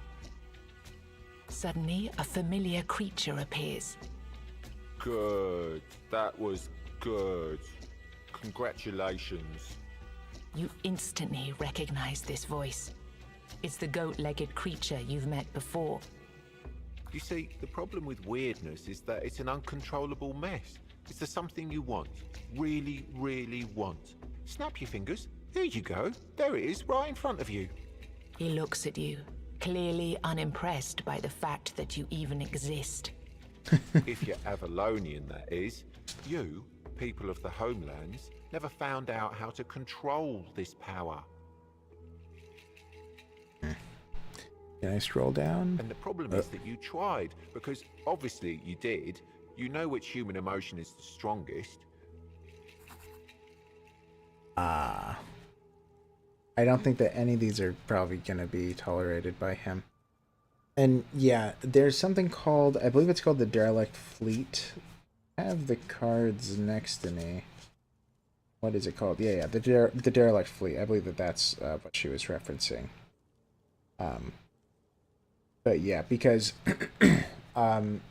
Arthur kind of well, by the way, there are 2 tales, or 3 tales really, of where Arthur landed in Avalon. So it's like, it's really hard for me to say definitively where he went. But one of them is where the Derelict Fleet were. One of them was the Horns of the South because of the RPG. And also there's also evidence that he first landed on the Isle of the Dead, which is the Island Asylum. I'm not entirely sure which one is technically true. There is a description of when he lands, and there are beaches.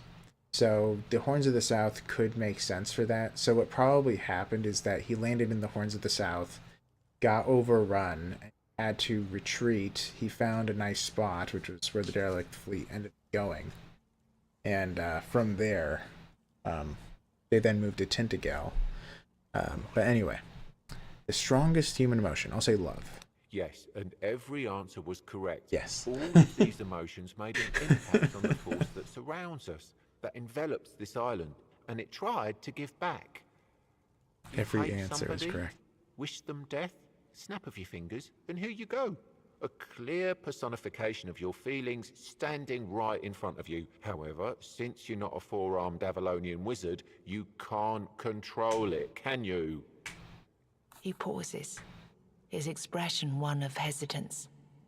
Maybe he said too much. Anyway, as I've said before, good job. There are 3 more of those for you to get rid of, and then we can call it a day. This day, this time, in this timeline. Also, another path opened for you, with another surprise at the end. Oh, and before you go, I have even more good news for you. Yes, you guessed right, you deserve a reward. Great. Remove a card or take a spell. I'll take a passive skill. Alright, so new ones again rewarded restraint. If you played 2 or less cards in a turn, next turn gain 100% damage. This actually kind of pairs well with, what's it called, Last Resort, because I have less energy. At the start of every turn, gain 25% damage for the next hit. The start of every turn. So that means the first... Is this saying that the first hit every turn gains 25% additional damage? I think that's it. As killing an enemy, heal by 2. That's not actually too bad. I might do rewarded restraint, though. Because that happens semi-regularly. Alright, return to village. Yeah, and here it is. By the way, I gotta say, this menhir looks very different than the others. Sometimes I feel. Also, by the way, in the back, this is in the board game as well, they have like a knight that seems to be ingrained in there. I'm assuming that's the original menhir that melded into the stone. Or sorry, the original board dweller that molded into the stone, but it was never explicitly explained. As you approach the blacksmith, you hear him angrily mumbling to his anvil. I swear on my name. One day he'll pay. Who are you talking about? Oh, it doesn't matter. Not at this point. Now I'm here, and happy. It's just an old habit of mine. His eyes say otherwise. Something is clearly on his mind. It really doesn't matter. What matters is that you've invited me to your village, and I can now hammer away in peace and safety. Alright. So I can talk to him. I'll start by that way. Okay, who will pay, and what were you angry about? You're not giving up, are you? Fine, fine. I'll tell you. I really loved me village and me people. When the army marched through our lands, I thought the All-Mother herself had blessed me. I got a contract to forge soldiers' weapons. But something went wrong. The weapons weakened instead of getting harder. So the army blacksmith accused me of treason. They didn't hang me because my people demanded a fair trial. But there was no time for one, so the army burned down me workshop and told me to leave. I had no choice. It was that or the noose. This anvil is the one thing that survived the fire. Alright, so you want to find out who set you up. No, I don't care about that. It was so long ago. It's just a habit of mine. Whenever I work on weapons, I like to get angry. And then I force myself to care. And you get the gist. My only regret from those days is that I didn't get the chance to say goodbye to me beloved Silence. He Silent. quickly realizes that a question is forming in your mind. Silence.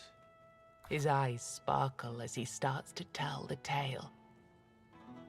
She was the most beautiful person I have ever met. We would only meet at night, near the water. She didn't speak, true, but we understood each other very well. I miss her every day. So please, Forget what I told you considering the other blacksmith and all that treason. It really doesn't bother me anymore. But Silence, if you ever meet her, please tell her I'm here. If she wants to join us, I promise I'll take care of her. I'd be glad to have someone to talk to besides me anvil. Alright, so I gotta find Silence. Okay, so I can do a couple things here. So I don't think I can talk to him again because I just did, but I can exchange runestones, transmute runestones, buy them, or the abilities. I believe you can just switch between it, so it doesn't really matter what you even pick. It's just like open shop type thing. So in upgrades, I need something called runestone dust. Every time you merge runestones, you earn runestone dust. That's rare. You know, you only get to do it a few times in a run. So it's actually really slow going to upgrade him and his stuff. But yeah, so you can upgrade him, increase the chance of getting runestones, more rare runestones. You can buy runestones. I can transmute runestones. I don't have the ability to at the moment. I can also buy a few of them if I wanted to, but I don't really need to because I am full up with the slots, and I can exchange them, but I don't have anything to exchange, so I don't have it upgraded yet. So that's the blacksmith, and I believe that's the only thing open, and a lost soul. You did it, didn't you? You've slain the beast.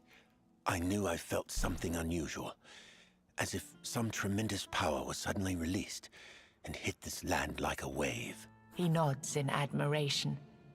I have to be honest with you, though. I had to make sure you'd be able to survive here. I had to be sure that you're the one I've dreamt of, in the strangest of dreams.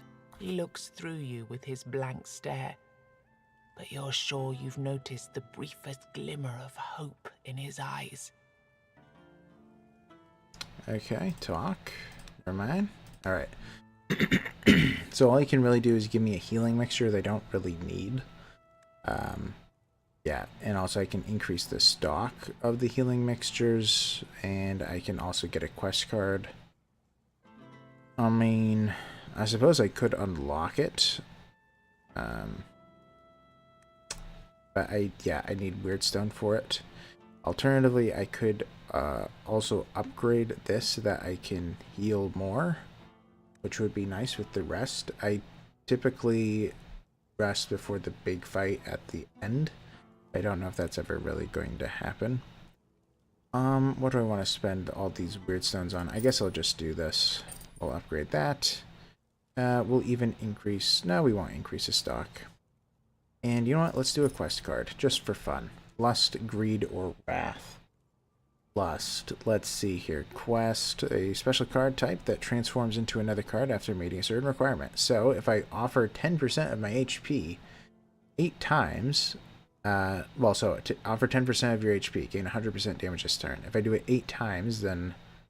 I believe... Oh, no, sorry, 10 times. Then it'll upgrade to Deadly Lust. Increase the damage you deal by 200%, and then gain 50% lifesteal this turn, which is pretty good. We get Greed here. Deal 1 hit for 100% damage. Increase target's armor by 25, which is rough. Use this card 6 times to gain Greedy Strike, which does 100% damage.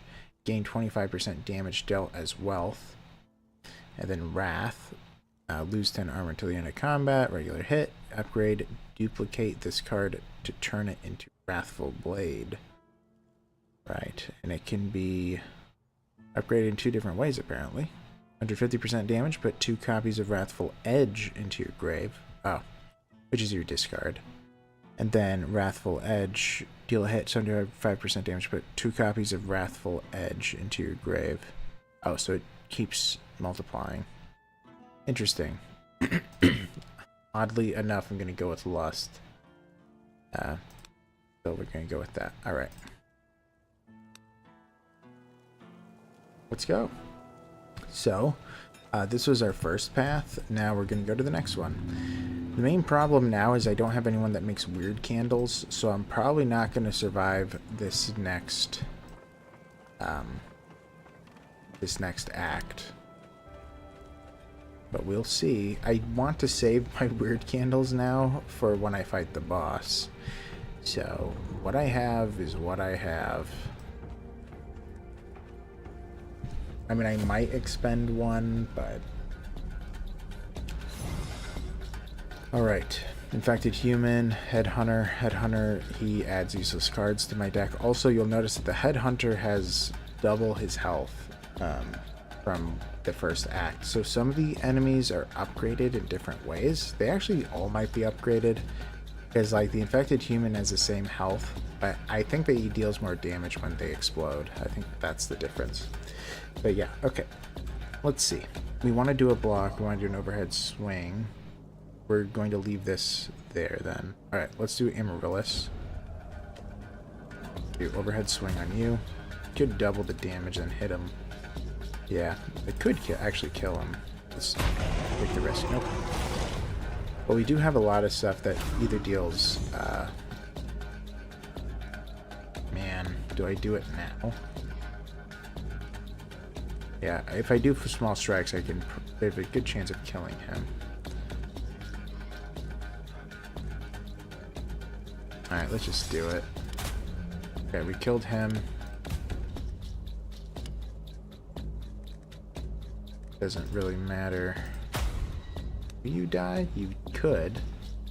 I'm probably going to save this, because he's not going to explode yet. Alright, here we go. Small strikes have a chance to... no, well, it would have to take 2 to kill him. Let's take the risk. Got him. Last resort, do overhead swing. And we're going to save this for when I can do broad reach. Did this activate? It did. So that means I'm dealing a ton of damage now.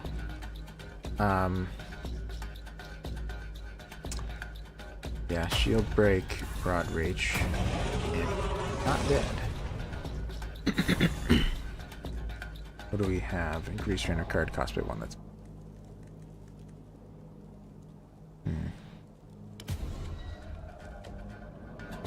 okay. I can do broad reach and kill him. Ooh, he's not dead. Now you're dead. There we go. Yeah, some experience, got some money. Man, we're getting all these journal pages. I probably should take a peek at these.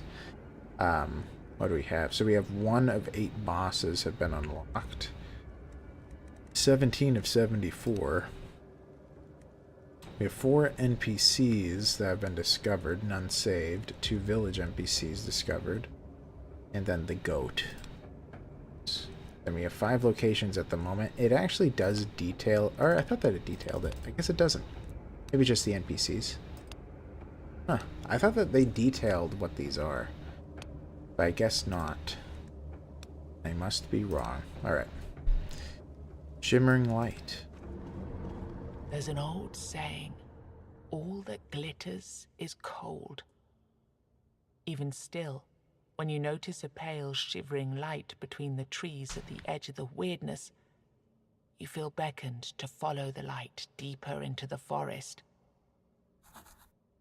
Follow the light. Your steps become slow and labored as weakness spreads throughout your body. Logic tells you there's nothing to be found in these woods, but you continue out of, what, greed? Curiosity? Was that old saying about curiosity and a cat? I guess I'll keep going. Did the 4 runners, the 4 dwellers, ever deal with the Fae? Honestly, I'm not entirely... It appears that... I mean, honestly, I just do not know. I don't think that the Fae were ever a whole faction on Avalon. I think that it was mostly individuals that came through or came out of the weirdness. I don't really know. They haven't really talked about it too much. I don't think that they're really gone over at all in the board game. I like the goat is obviously some sort of a Fae demon creature. I know that there's something in Eastern European lore, I forget the name of it, that I'm assuming the creature is. Also, the other thing that I have thought about is that I don't know if you ever played The Awakening. I believe it's what it's called, The Awakening, but it has a very similar feel as that. I like the lore specifically in this game. I'm assuming that there's a lot of similarities with the creatures. Step closer. Leaves rustle, Okay. twigs snap, and suddenly a mysterious creature emerges. Your heart skips. A dazzling light, the very same glow you've been following, shines from a cavity in the creature's chest. The creature raises its hand and extends a wicked claw in your direction.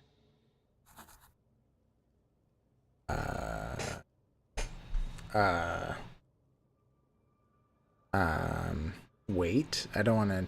You hear a whisper mixed with faint, mocking laughter. Coward. The creature disappears into the weirdness. They just killed him. Good to know. Next time, you're dead. But yeah, I'd assume that when the four dwellers were running Avalon, they were in charge. My presumption is that the Fae were probably as bizarre to them as they are in to humanity. Like there are, like, for example, like the Fetch is a creature that kind of like mimics a person and will like take their likeness and shape and, you know, adapt their voice, whatever's like a mimic. I can only assume that they existed when Four Dwellers controlled Avalon. Like, I don't think that there was any specific event that made them start coming unless it was something similar to, like, the Pale Lady or her son, the Prince, may have done something wrong. Wouldn't be too shocked. But, because I don't know exactly where they even come from. Hello, host of evil. But I will say that there was, like, after talking to O'Quinn and Cinnamon Sage, and some of the Fae or the demons or whatever, because sometimes it's hard to tell between the two, it does make it sound as if they choose to enter, almost. And if it is a choice, or if it is something where it's almost like a rite of passage, it's like, right, where is the Fae realm exactly? And it does make me wonder if there's some sort of a connection between, like, the Fae realm and the homelands and also Avalon. They haven't really delved into it much. I do have a feeling that in the TTRPG they will, because, yeah, that's something that I think a lot of people are kind of comfortable with in TTRPGs, like with, you know, Dungeons and Dragons and Pathfinder and stuff. So I would assume that they're probably going to delve into it. Anyway, let's do this Amaryllis. And also we have a Tainted Corpse. After you kill it, this creature will come back as another different enemy. Soulblade. Each hit received by this enemy will make it deal one more hit in its next attack. Okay. Alright, so let's block. It doesn't matter. I can just do a Soul Strike. Oh, I read that wrong. I thought that was each time he hits me. Oh well. I should probably drink this. Alright. Lose 10% of your health. Create 10 barrier on all enemies. Yeah, it's gonna be a little bit hard to get through this. Ooh, I thought he was gonna die. I didn't realize he had all that armor. Okay. And I don't want to... Also, I would take 10 damage. Well, I can't kill him with 2 attacks, can I? Or no, I could do 3. Let's see where we're at with this. Oh, he is dead. Okay, so then yeah,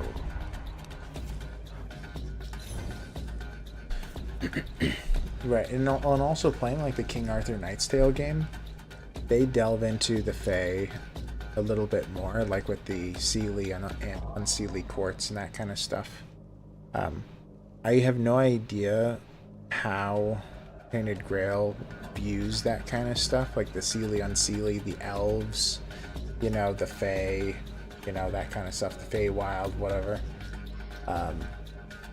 I honestly have no idea their view. I'm sure that they have a thought, but yeah. Alright, let's stun him. He's being too deadly. Again, 100% damage this turn, not helpful. Let's block him. Yeah, this isn't looking all too good. This is just for the next ability, right? Yeah. I don't want to hit him. He's going to become a bear. I could do broad reach, but I might want to save that for that ability. Do one of these. Yeah, I can't risk whirlwind. Because, well, I guess I could. How close are we? If I double it, he will die. Alright, let's double it. Oh, it doesn't matter which one I hit him with. Okay.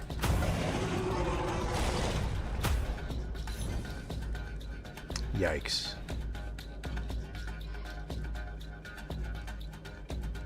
Lust is interesting here, dealing double damage. I mean, I need him to die at this point. He's a little bit too deadly.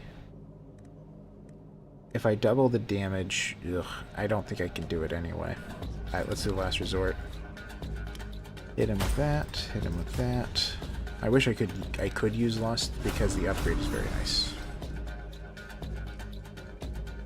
Alright. Gain 10% damage this turn, well that's a positive. Or lose 50 armor. That's obviously a negative. Ugh. This isn't gonna kill you. But it might combine with this. Yep. Now let's just block. I lose 50 armor though. Alright, so I need to keep on blocking every turn. I was going to be in a lot of trouble, but he's going to attack me for every attack I deal to him, so I want to be very careful here. Yeah, I want to waste the energy. Don't worry, game. I'm also dealing an additional 100% damage this turn, because I did that. Ugh. So if I do Lust, I do tons of damage. Also, he is buffing. Okay. I could try it, but it's only for a turn to end of combat. Alright, I'll save it for when he's vulnerable. Alright. So I need to do 2 hits. So what deals the most? It looks like Whirlwind, right? Well, or First Slash. So he's vulnerable. He should die here now. Get him. Oof, there we go. I don't think I'm going to be making it past Act 2. I don't think you're supposed to on your first run, but we'll see. Alright, deal 1 hit for 75% damage. If the enemy intends to attack, stun it. That's not bad. Stun all enemies with no or negative armor. I don't know. Counts as an attack, which is interesting. This turn, gain 50 armor and stun every enemy that hits you. So that would mean that the following turn they'd be stunned, huh? It's only for a turn. I don't think I like any of these that much. I mean, crippling attack is interesting. I'll do crippling attack. Alright. Whenever you hit an enemy, increase your armor by 7.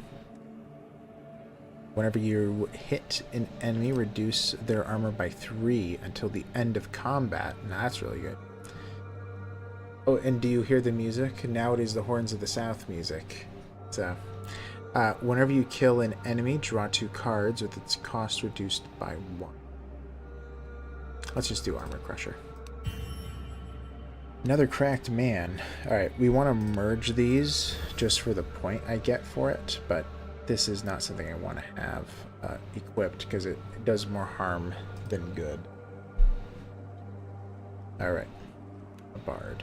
Ooh, this is a good one. Hear music. A helpful one. Joyful melodies at that.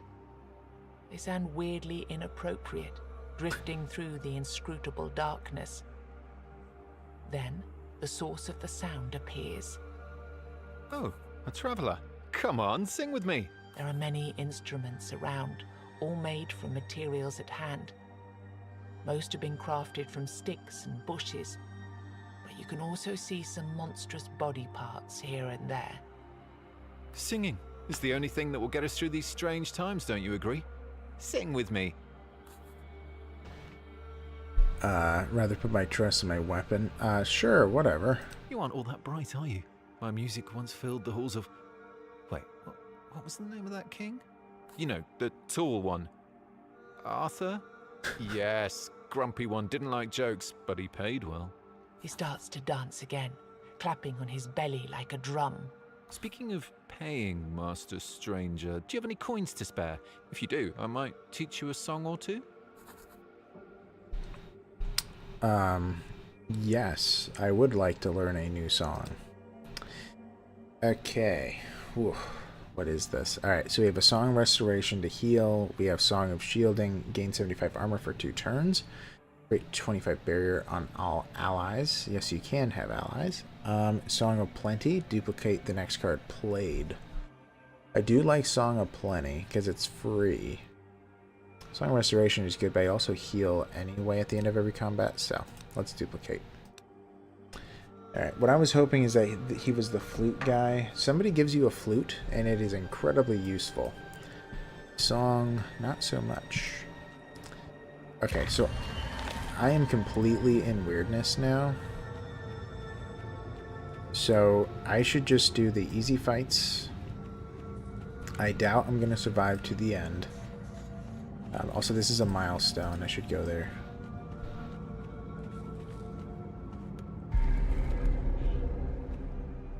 Boost. As the flicker.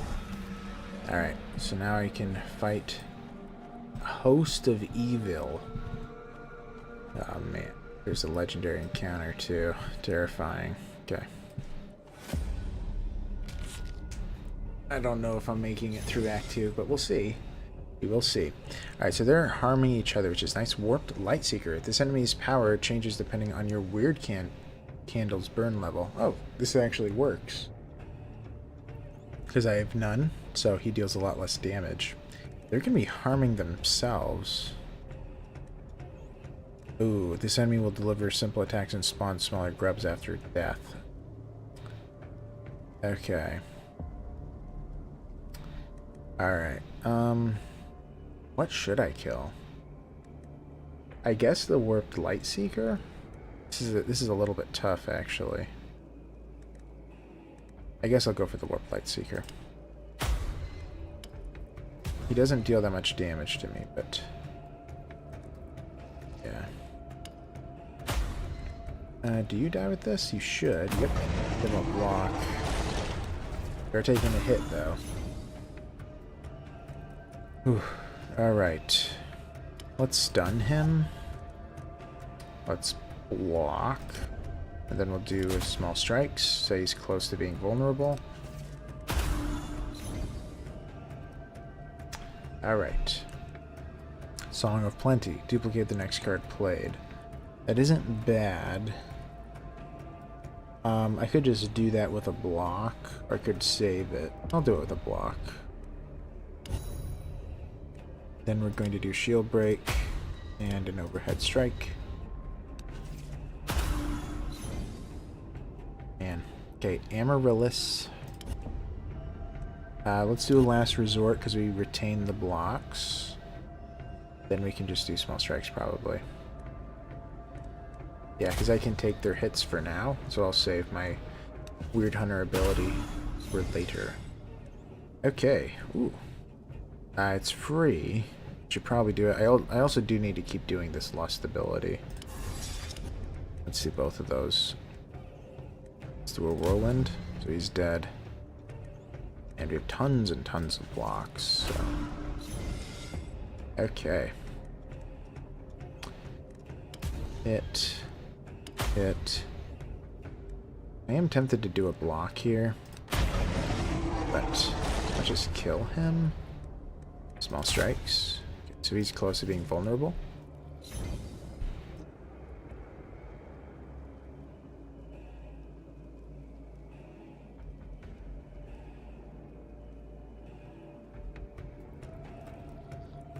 Yeah, the Fae said there were... yeah. So in yeah, something that I have noticed that is a running theme is that, for example, the what do you call it? The Fomorians say that humans they get confused between human and Fordweller, which I thought was interesting, because there was also another race that had similar reaction where they made it seem as if humans existed in another realm or that they existed in other places. So my assumption is that the spirits may linger in the Fae, or that, yeah, or maybe just exist there to some extent. I mean, if the Fordwellers do, well, one thing I have wondered is where the Fordwellers went after the Asians, because it's not like they all died. They all kind of just poofed, like they all kind of just left, and we don't know exactly where they went. That has also been a question of mine, because it does make me wonder if the Fordwellers, after leaving, became what would be kind of like the elves. If they entered another realm, that would be intriguing, but it's like all you see after that are just like a couple of wanderers. But yeah, I don't know about the humans and Fae, their relation in the world yet. Okay.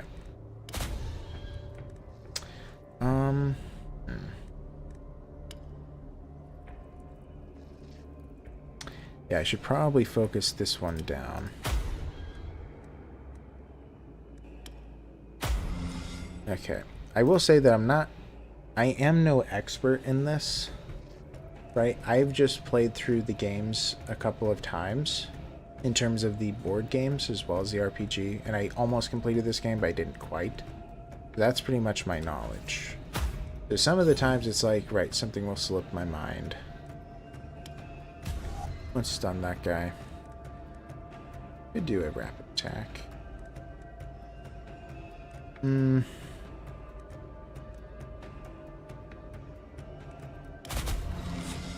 Ooh, I killed him.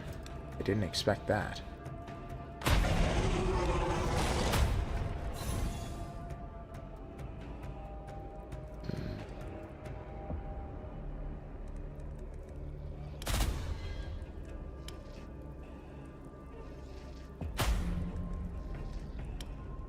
Okay. That just leaves one. I am getting quite hurt, though.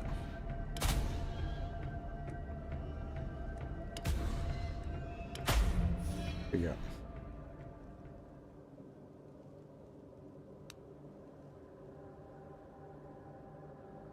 Also, it does seem like many times in the RPG there's like these pocket dimensions. These crystals were already here when the first men landed on the island, but they don't look like something made by the Fordwellers either. Their origin doesn't matter much, as most of them had been damaged by bandits looking for valuables, or simply smashed by vandals who enjoyed the way they crumble into pieces. However, you can still sense a glimpse of faint power in this place. A power that calls for your blood. Yeah. Also, right, they many times do have lines like this that make it appear as if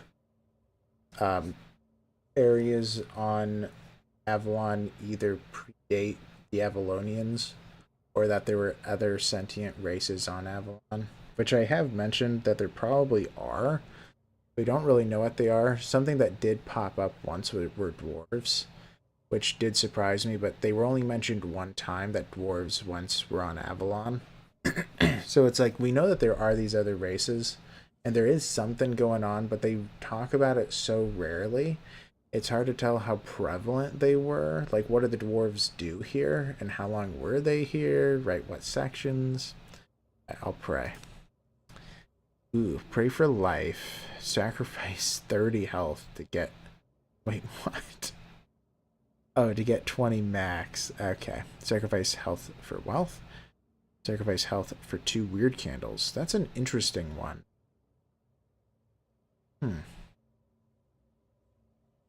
These are interesting ones. I mean, wealth isn't... If I survive, wealth would be nice. Weird candles could help me get through Act 2. Yeah, maybe I should get him. No, I'll just get some money. Because after I lose the game, depending on how much wealth I have, I get a bonus. So, just in case I die, I'll get something anyway. Alright, we're not doing that fight, I'll tell you that. Okay. We need to find the other milestone. I think this is a milestone. As the flip. Okay. Who's that? Thought there was someone behind him. Yeah. Famished prisoner. Rune carrier. Host of evil. I don't want to... I think the host of evil... Ugh. Honestly, with what's left, I don't know if I'm going to be surviving much longer. But these two I need to do because they're within the milestones range.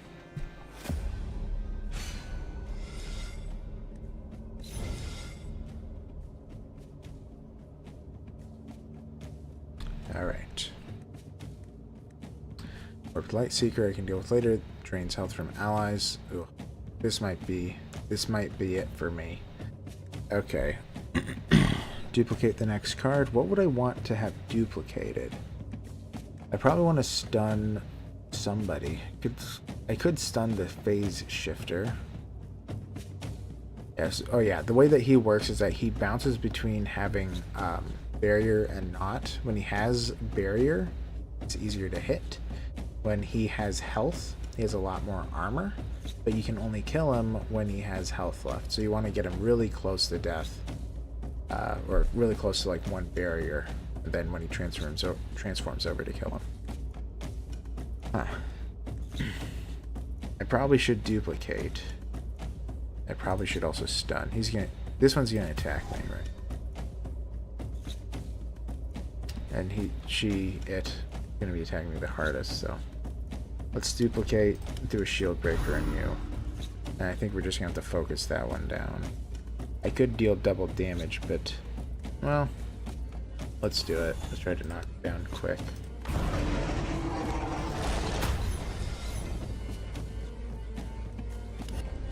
Alright, got a block. Attacking allies. Attacking me, probably, so I can avoid it. Ooh, I might be able to kill the phase shifter. Look like I got rid of his armor.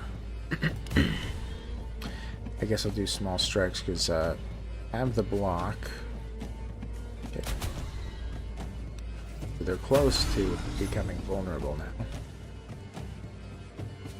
We should definitely do a last resort.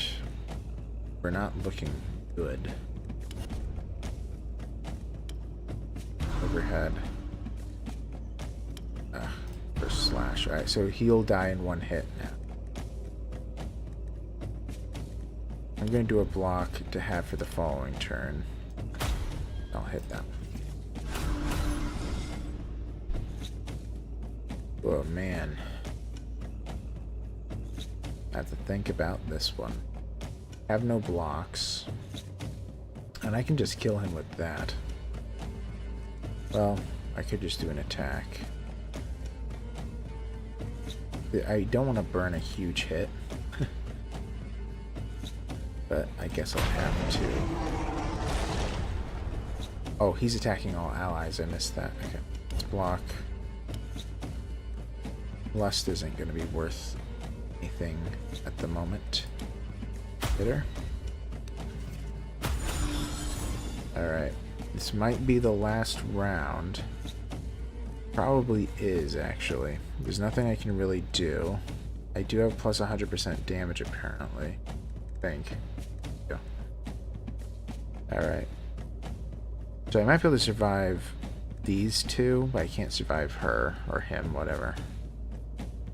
Small, so I just have to focus him down, right?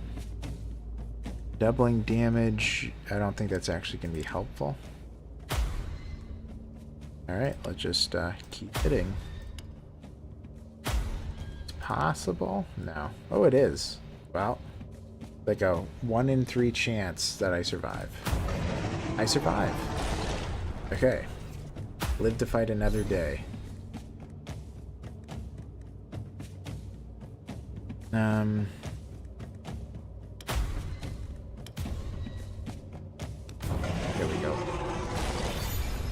Leveled up again. Alright, so I can draw 4 cards, deal 1 hit for 100% damage to a random enemy and chain. So I do it as many times as I've used attack cards. That turn, protection from evil, reduce damage dealt by all enemies for 30% for 3 turns. Alright, I don't like that. Yeah, Blade Fury is the only one that I think is valid.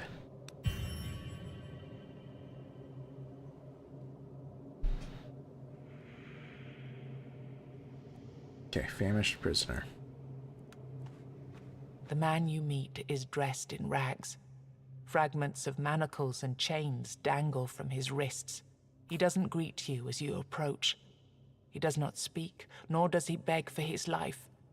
He just looks at you with a blank stare. Suddenly, he grabs a sword, but you feel no threat in his movements. He makes a gesture, inviting you to train with him. Train. Nice, so I get another passive. Fighting Spirit, 5% damage each turn.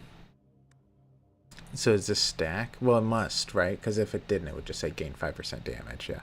Every 10th hit in combat is doubled. Okay. Like the pen nib in Slay the Spire. Explosive Strength, increase the maximum damage you deal by 3. Yeah, Fighting Spirit for sure. Alright. So, what do I do from here? And I should probably fight this one. Host of Evil. Within the milestone. It's the next easiest fight probably to deal with.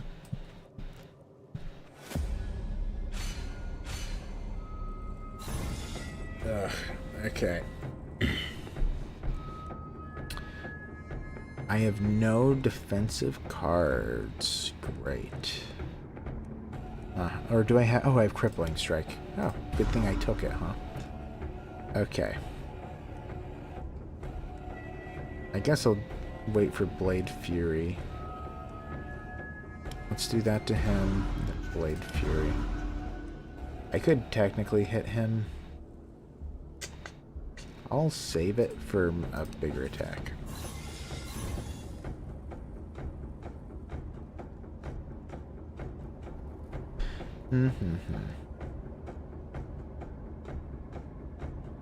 Okay. They're doing... I think I'm dead here. Because there's no way I can survive this, right? Because that's 21 minimum, and he is a 12 minimum. Meaning I have to kill them both. Or I have to kill him and then do a block. Which is also impossible, so... I mean, I'll block... Shield Breaker. Let's double our damage. This is the best I can do. Alright. Do 2 weird candles because it gives me tallow. We're gone. Alright, our first loss. Within the darkness, you hear a familiar voice. Finally. Now we can start the cycle of proper rebirth. A different voice appears out of nowhere, and its owner is nowhere to be seen. Be gone. It is calm. Inhumanly calm. Can I invite you to the table? You see a hooded figure waiting for you by the table. A chessboard sits upon it, the game in progress. As you take the free chair, you realize the creature has no face. A white skull leers from the shadows of the hood, a human skeleton draped with robes. I admit, I'm not used to showing up in person whenever people die. That's too much hassle, with adjusting my presence to your current imaginations and whatnot. But let's say that your case is special. Your death? Yes. And yes to that other question, too. You're technically dead, but there are certain things that prevent you from, let's say, being properly gone. Recent events had consequences going beyond the intentions that sparked them. And now we're stuck in this unfortunate predicament because time, as you know it, is irreversibly corrupted.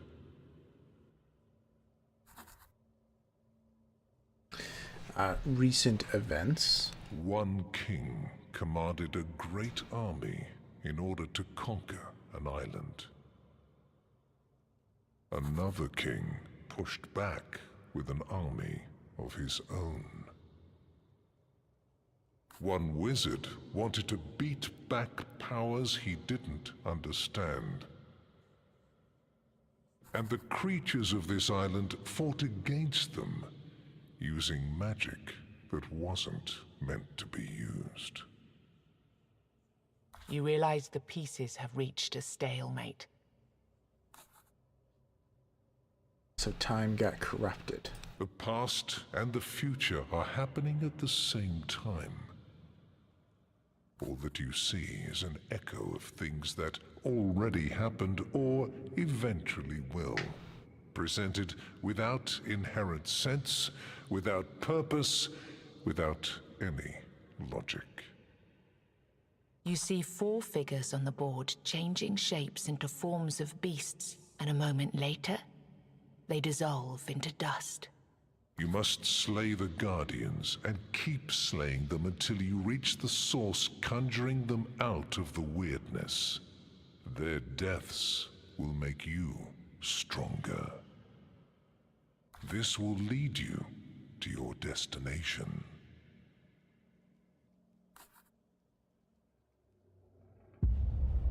All right.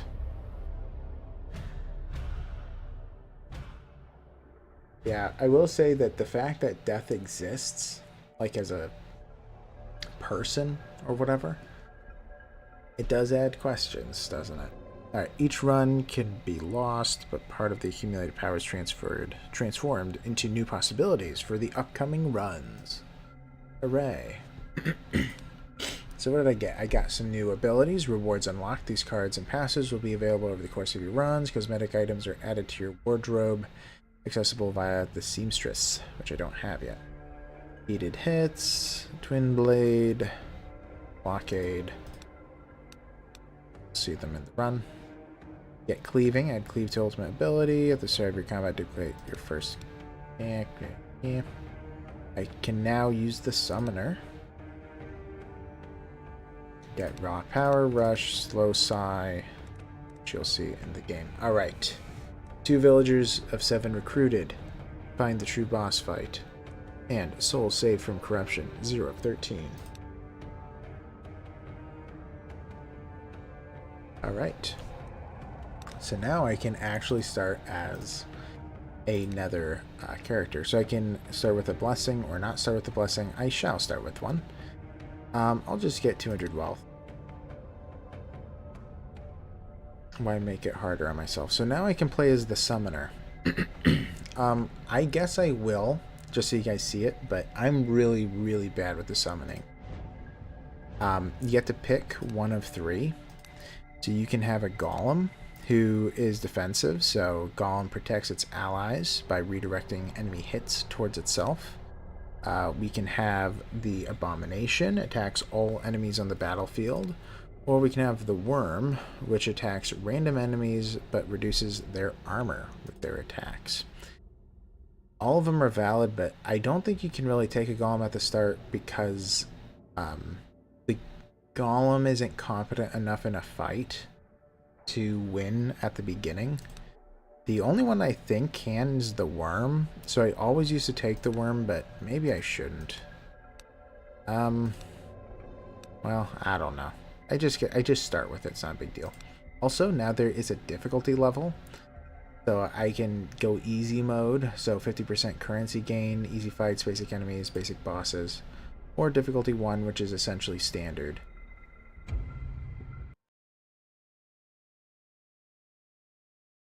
All right.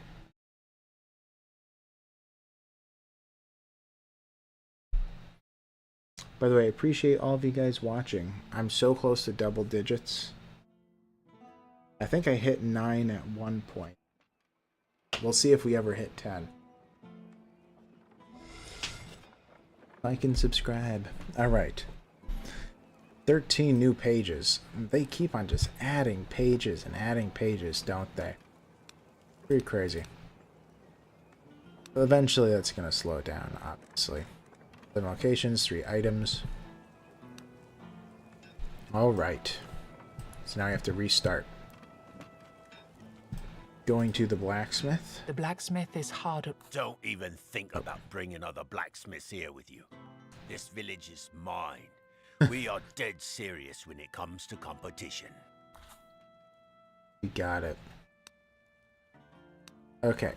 So I can buy runestones from him, which I think that there is a valid reason to do so. I don't like Cracked Man, Cracked Stan. Reduces armor of enemies or increases health. First turn of combat, draw an additional card. No.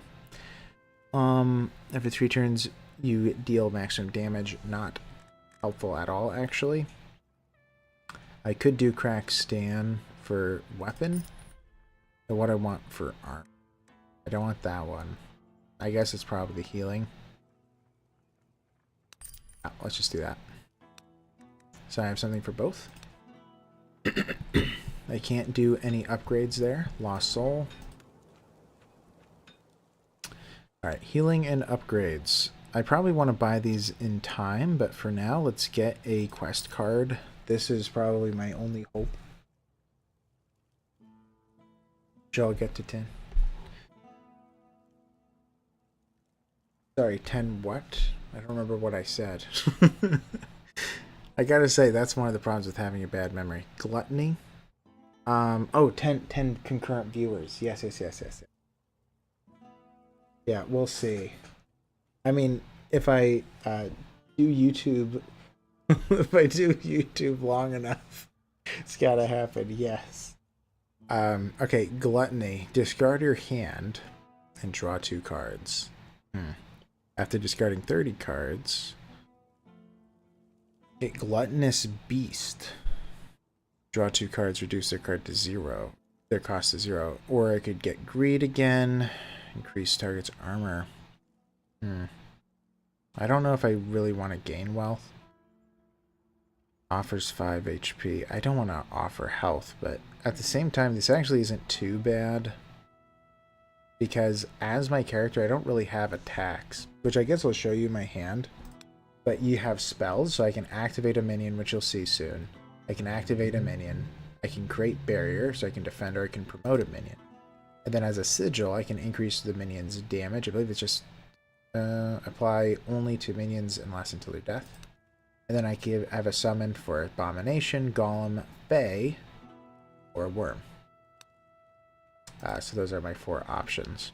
So I have nothing that actually deals damage. So it's not bad to have something like that. So maybe I will do and kill 6 or more enemies with this. Or to get the Sword of Envy. Ooh, lose health if target wasn't killed though. Maybe it's not a good call. I'll do it anyway. Why not? Let's buy one and get out of here. So I really need a weird candle maker. Desperately. Alright, what I'm going to do is I'm going to do my first fight without weird candles. I think, unless I see a close milestone. Is that the milestone? It might be. It's hard to see. I think that could be one. Is that a person? Alright, let's do this fight. Oh, that's a milestone for sure. Let's do this one. Alright. Because I need to save my weird candles, so since this is the first fight, you'll see. Alright, minions are the extension of all Moonring classes. Each one does something different, so be sure to read their descriptions. Right, so this is the worm, so he reduces the armor of the enemies that he hits. Passive, each hit reduces enemy armor by 2, leaves a hunter's mark. After 6, then they become vulnerable. That's essentially what he does. I believe that the enemies, it's a 50% chance he attacks me and a 50% chance he attacks a minion. So, I can bring in an abomination. Yeah, and I need to be able to stun him, but I have nothing that stuns. Alright, and I have a bad... weird card. If I don't play it, I lose 2 energy. If I play it, increase damage of all enemies by 50%. Ugh. I'm probably going to have to lose the 2 energy. Let's give myself a barrier. I don't care what happens to my buddy, sadly. I could bring in an abomination, probably the thing to do. So he'll be dealing a hit, and we'll activate him. Okay. Also, thanks for staying, Dame Aelin. I do appreciate it. And you were here for the first test, and the second test. And here. You have been to 100% of my streams. Let's see. I should probably... I mean, if I just keep activating, it might just end it. Oop. Slow it down a little bit there. Let's power him up. Do an activation. I thought I had one more. Oh yeah, I don't have energy. I forgot. Oh yeah, and I also forgot to look at this. Ultimate ability, promote a minion. Charging is by activating. Promote, raise the level. Oh, that's okay. Yeah, so I can promote minions. It'll make them stronger, as it was kind of described. Well, I appreciate it a lot, Dame Aelin. I really do. Okay. If I bring in the golem... Okay, so I want to kill him. If I do this, he won't die? No. Perfect. We did it. Alright, 1 down, 6 to go. Alright, got 6 Weirdstone, got 13 wealth. We leveled up. So, now we have 3 things we can do. So we have Sacrifice. I can sacrifice a minion to deal a 250% damage hit to all enemies. This is obviously good for sacrificing a Fae, because they're not all that strong, you know? We have Need for Worm. Sacrifice a minion, summon a worm instead. I don't know if I like that much, but it's okay. You can only have 4 minions out at once, by the way. Self-awareness. At the start of each turn, promote the minion. Huh. I might do sacrifice, because that's perfect for a Fae, because Faes are very cheap. Also, there are abilities that kind of keep popping out Faes, so... Alright, increase the damage of all minions by 10%. Every time a minion is promoted, increase your damage by 3%. I don't want that. Your minions automatically promote after 3 turns in combat. That's good. I should probably do that one, because that benefits all my minions. Let me have a cracked stand. Oh, I forgot to put this on. Cracked stand. Yeah, I completely forgot to put this on. Yeah, we're going to put that in the weapon slot. And put this in the armor slot. And yeah.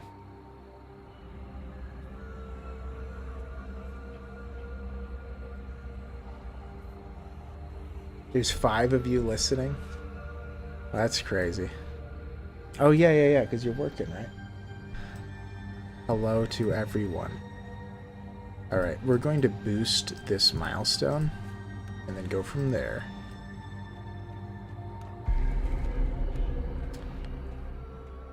Boost. Alright, so now these fights are a little bit easier, but I should probably deal with that one first. Also, my phone... Okay, I'm going to go over here. My phone is about to die. I'm going to charge it. I'll be right back in like 20 seconds, probably.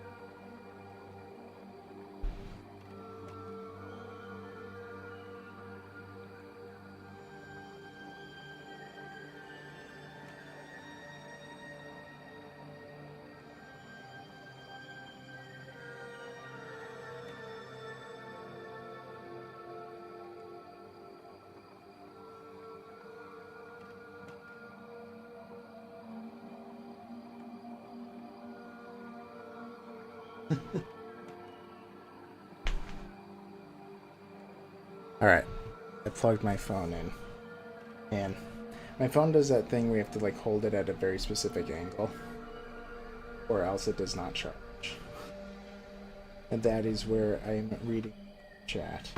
I just have to set it up.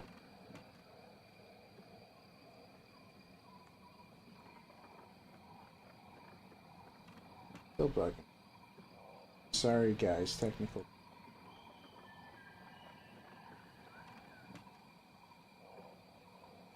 Well, it's charging.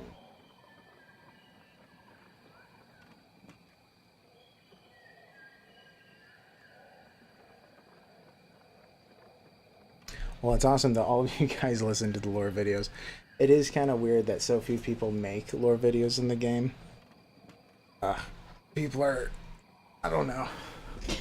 I mean, I guess it's like the niches do not overlap much between board game and RPG.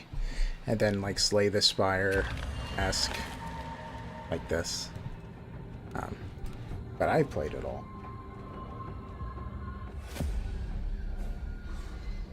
Alright. Here we go. So now we have a worm. Can summon another worm. I can't imagine killing him in time. I don't mind... Ooh. Losing 75% damage. I think that that's actually fine, because that's just going to affect me. Okay. Let's summon a worm. Activate a minion. And activate a... Alright. He might die. Maybe not. Increases damage. He's not dealing much. Could summon a Fae. I probably will, because I have energy for it. That. Do that. Yeah, he's not gonna die.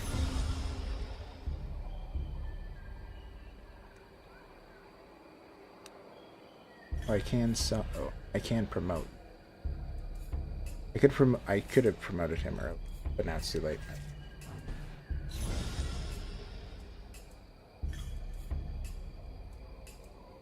Alright.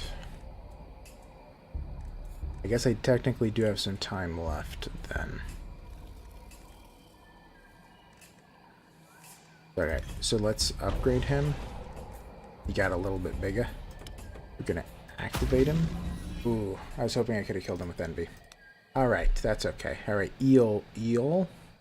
Every 3 turns you always deal maximum. Every 3 turns the enemy always deals a minimum. I don't need that. Alright. We have one more easy fight. I want to accomplish this before I start burning weird candles, because I don't need them to win these fights. And it just wastes what I have. Alright, increase damage by all enemies by 50% for 2 turns, or lose 2 energy. I guess I'm losing the energy. Okay, so I can summon a worm. I don't know if he's going to even attack me. Let's just activate him a couple times. I really hope he's not going to attack me, because he got a big hit. Does he? Alright, I took 1 damage. That's okay. Let's increase... By the way, I'm pretty sure whenever you promote a minion, they heal the full. Just so you know. Alright, we're not gonna be able to kill him. Well, I guess we could have if we maxed out damage. Alright, you hit me, that's fine. Sacrifice you. And activate. Okay. Oh, I'm at double digits. Hooray! 11. Or sorry, 12. Oh, did that. Ooh, top 3 games of all time? My goodness. There are so many games I really love. Is that a boost? That's a boost. Man, so when I was a kid, my favorite game ever was Knights of the Old Republic, you know, the Star Wars game. the RPG. Really love that. At this point, I don't really play. The only games I play is when I play for YouTube. I've mentioned it on the Discord, I think, but before YouTube, I didn't play. Where do I go? I don't want to do this, but I think I will. Barely in the woods. Yeah. I didn't play too many games for the last about 10 years of my life.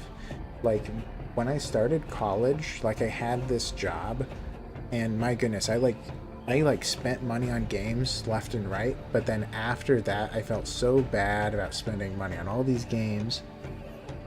That's okay if I don't play it. And I eventually decided to kind of, like, take a break from playing games. I didn't play it that much. But something I really loved was King Arthur Knight's Tale, which I played on this channel. That's one of my favorite games of all time. Another board game, another video game. A game that I really loved, and just because I probably love Lord of the Rings, is Shadow of War. I had a ton of fun playing as Talion, the whole story. It was a lot of fun. Then the next favorite game, I mean, maybe I'll just say Tainted Grail, just because I was there through it all. So it's you know, I have a kinship with it. It was a lot of fun, like, being there with the creators and, like, seeing all the changes, because they made tons of changes. It was a lot of fun. Alright. The bounty hunter is really annoying. Let's summon the golem so I don't have to worry about taking damage. I will activate this guy twice. I actually do have a list on my Steam of what I call my favorite games, quote unquote.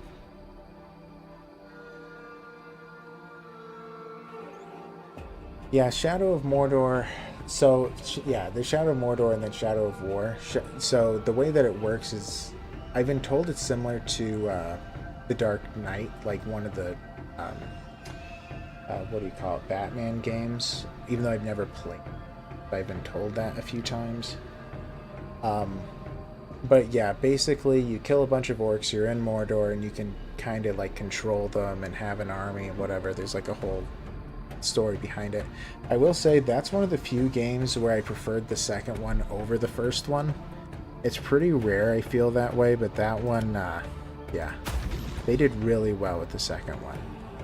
I feel like they learned. And yeah, can't quite kill them all, but that's a pretty big hit. Let's make him get upgraded. Okay.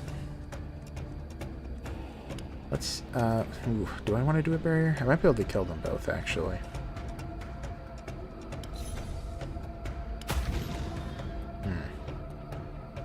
No, there's no way I can kill them both. Let's get a barrier and a fae.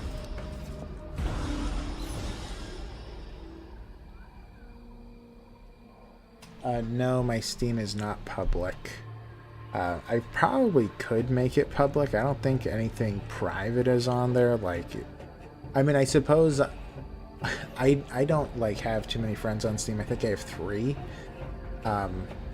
So it's like, and all of them I know in real life. So it's like, that's my only concern. So it's like, well, I don't know how much I care about people knowing who I am, but I don't know, it's hard to tell. Okay, so I can conjure a golem. Ooh, at level 3, that's interesting. I could get another one. Golems are so useful. I mean, that is such a good defensive ability. Increases summon's max health by 50 and heal it for 15. Stun a chosen enemy, reducing the armor by 25 until the end of combat. Now, that's really nice, but I think I have to go with this golem. Yeah, the other one that I really like is Mountain Blade, you know, Warband, or I think that's what it's called. Mountain Blade was a lot of fun. I liked having all the different mods on it that you have on Steam. I enjoyed it. Always good to see you, stranger, but maybe we shouldn't be strangers anymore. I'm braggy. But anyway, you know what? I'm sick of this place. I'm stuck here, forced to eat my instruments. Can you believe that? Getting really annoyed. It's high time I went out and earned some coin somewhere. You sense that he places a heavy emphasis on earning some coin. Anyway, let's sing. What else can we do these days, stranger? Want me to teach you a song or two? I don't have the money. I can't return to him either. It's off by $3. I mean, I know that I can make my friends private on Steam, so I might do it at some point. If there is a call for it, I probably will. Alright, let's do this fight.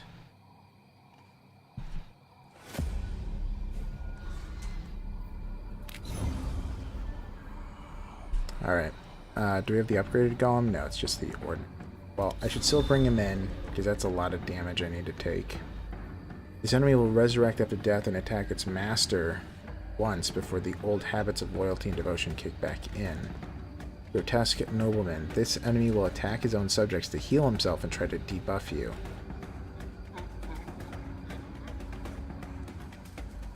Huh. Well, I can't really aim my attacks much. Let's just activate him. Oh, I should have promoted him first. That was my bad. Well, you know what? No, let's activate him twice.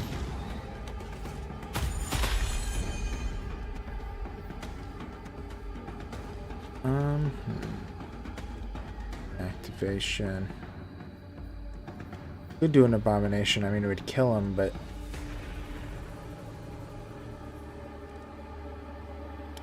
let's do that.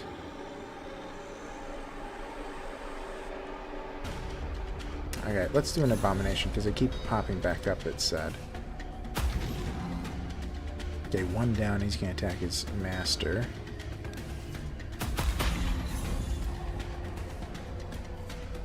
Alright, and I can't use this on the two little guys, I don't think. Alright, let's do a barrier. Attacking his master. Let's see here. We have. I don't need more than one barrier. Okay.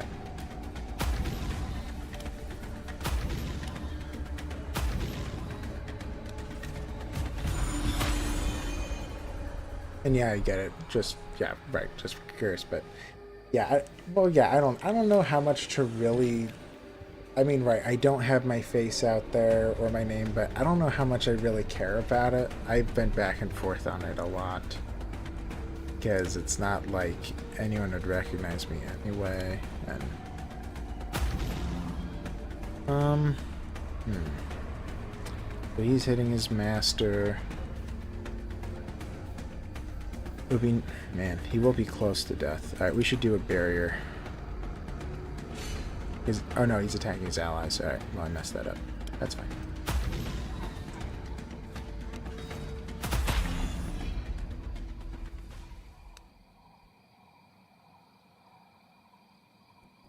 Okay, treasure pile. You found what was protected by this beast. A stash of gold and jewelry. When you filled your pockets up to the brim with gold, 3 ethereal chests materialize in front of you. Bringing your hand towards one of them causes the others to shimmer and blur. All right.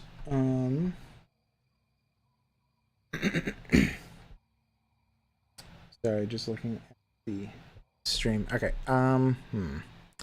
So you could get 30 max health. I could get 100 more weird stone, should be nice, or a runestone armor slot, but that's just for this run. So let's just grab more weird stone. Okay. Sorry, I'm checking. Yeah. Oh yeah. The other game that I really like that I forgot to mention. Oh. I thought they said treasure, but it's just tomato. The other game they forgot to mention is I really love Kenshi. I love that game. That is another game that I was tempted to, if I feel like I've completely exhausted Tainted Grail's lore, I feel like I might do Kenshi because I'm fascinated by Kenshi. I mean, I don't know if you've played it. It is a ton of fun. Great game. But anyway, Let's see here. This enemy will spawn illusions. I mean, it doesn't really matter because I have to do the same thing every time, right? Reduce damage of all enemies. Ugh, that's useless. Ugh, none of this is all too helpful. Okay, let's just activate. And may as well just do a barrier on myself.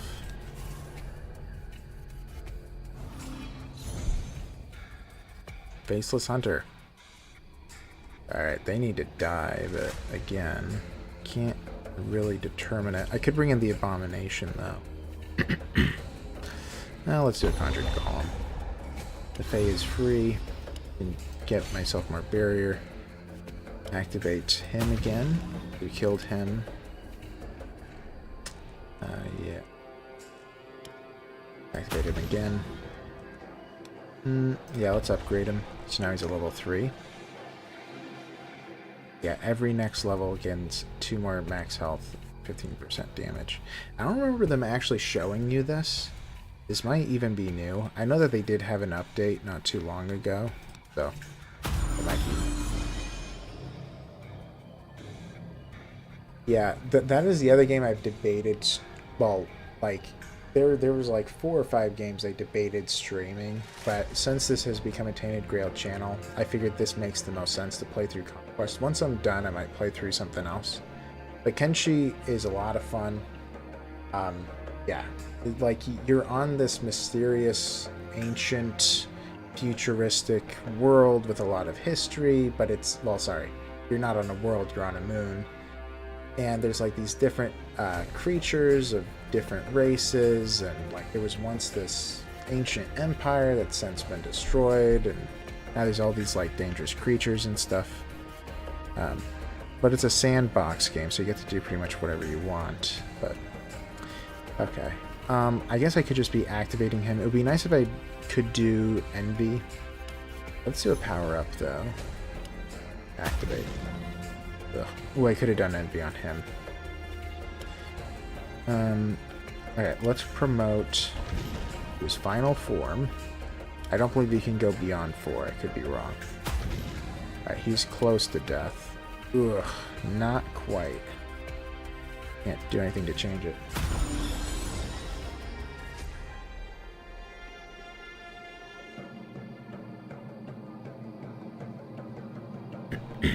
Alright. So, oh no, he did level up to 5. I thought that there was a maximum. Alright. I could bring in a worm. Just activate that guy. And activate him again. Let's upgrade him. Because he's going to be taking some damage in a moment here. Give myself some barrier just in case something weird happens. Now he's at level 6.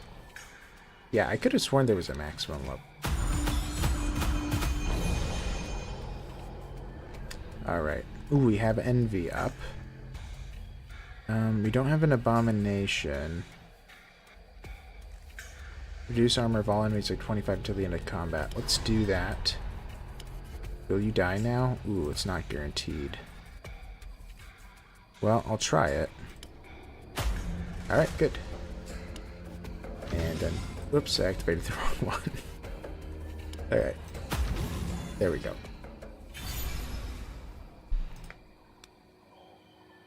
Alright, so I can stun all enemies with Immobilize, which is interesting. Activate a minion and draw a card, not bad. Heal a minion to full, and the minion gains 25 barrier.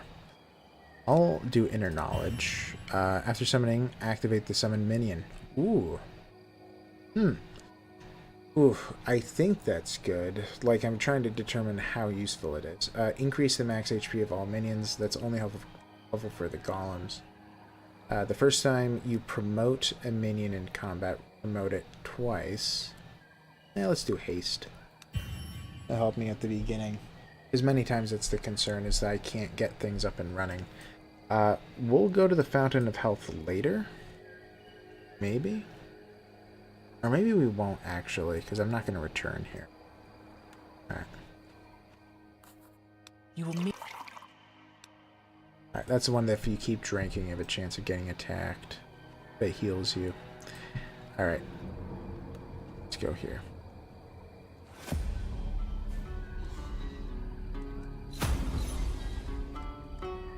Alright, well I want to kill the sleeper, but I don't have any say. Man, and with the sick man, it's gonna be a pain. Alright, we're gonna give that to him. Gonna activate him for free. Man, I'm gonna be getting all these red death cards. Okay, on sick man death, lose 2% of max HP. Ascend. Every time you play it, raise the cost by 1. 1% for each red death card in your hand. Okay. So I can get rid of them. Ugh, do I want to activate him again? He's gonna hit him, isn't he? Yeah, twice. Oh no, just once. Never mind. Alright. Reduce damage of all enemies by 50%. Reduce the cost of one random card by 1. I'll do that. Yeah, we probably should just keep activating. Let's bring in a golem because she's going to be attacking soon. He just hits the one I don't want him to hit. Okay. We'll end it.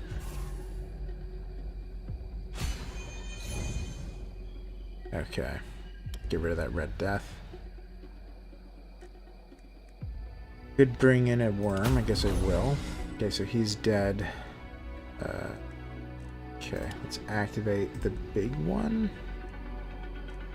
Yeah. Or no, let's first upgrade him twice. Then activate him. Then activate him. Okay.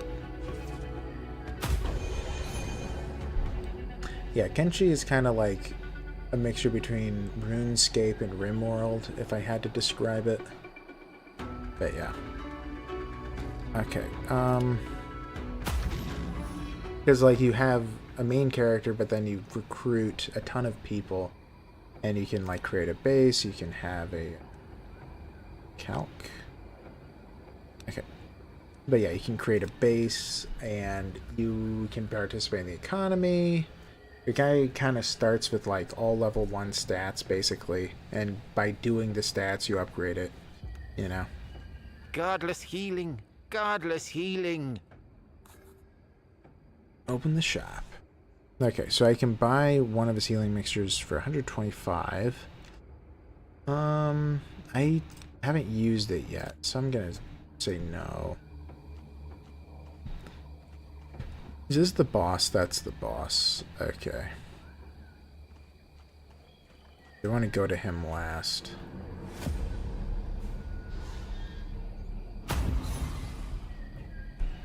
Okay. Warp Light Seeker, Faith Healer. We want to save that. Reduce armor of all enemies by 25 this turn. It's not bad. Draw 1 card, increase its value by 1. That's perfectly fine to me. Let's get a barrier. I'm not going to sacrifice. Let's just activate him a bunch.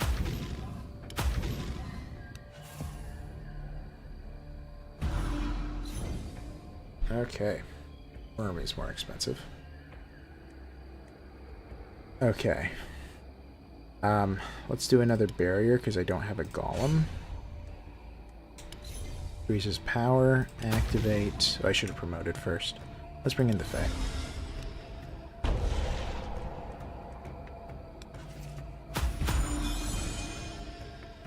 Promote automatically. Right, and also by the way, his buff just increases the ultimate. That's what the Faes do. It doesn't actually say it on him. It just says buffs, but it doesn't say what he's doing. But yeah, he just increases the ultimate charge.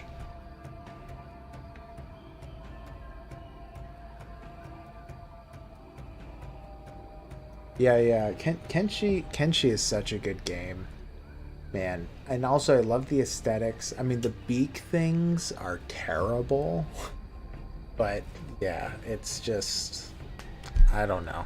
It's just a very good game. I like it a lot. But yeah. All right, let's hit and hit. All right, we killed him. I'm fine. He can do whatever he wants, he'll die. There we go. I will say I've never completed the game in its entirety, Kenshi, because it's like, it's so long. You know, you could, I mean, you really could play it for like 100, 200 hours, and it's still like, oh, well, I haven't, like, completely gone over this area. Alright. The choking stench of tallow permeates the air. The candlemaker's house stands alone within the weirdness, the inquisitive tendrils held at bay by dozens of flickering weird candles. There are many grisly tales about candlemakers who secretly made their candles out of people they were supposed to protect. Inside, the candlemaker leans heavily on his cast iron mold, barely managing to stay awake. So fast! Oh, why do they burn out so fast? Oh, perhaps if I... No, I may need both later. It takes a while for him to notice you. The candles aren't snuffed out, are they? You're not one of the weird spawn. Doesn't matter. I can't sell you any anyway. I barely make enough to keep myself alive out here. Ask him to join you in the village. It doesn't take much to convince him. Good. Lead the way. I'd like to be in a place where I don't have to use all my goods myself. And where the ingredients to make them are easier to obtain. His last words almost make you regret your decision. Yeah. Okay. So weird candles have an interesting story then. Okay. I'm very glad that I got him to join though. Like I found him. That's pretty necessary for me to be able to continue like having longer runs.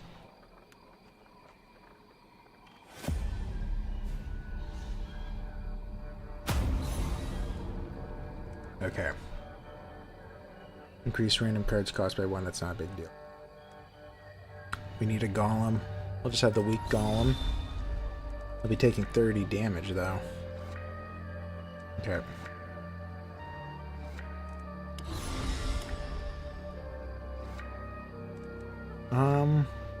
Should I promote him once?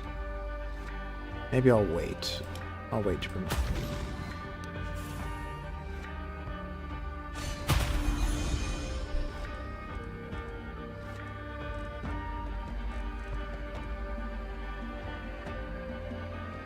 That's a lot of damage to do a sacrifice.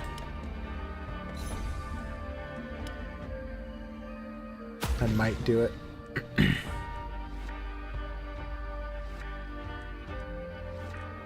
Maybe.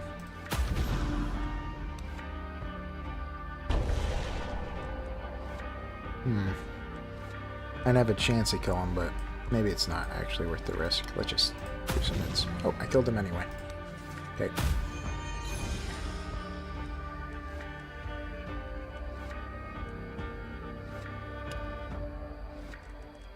Oops.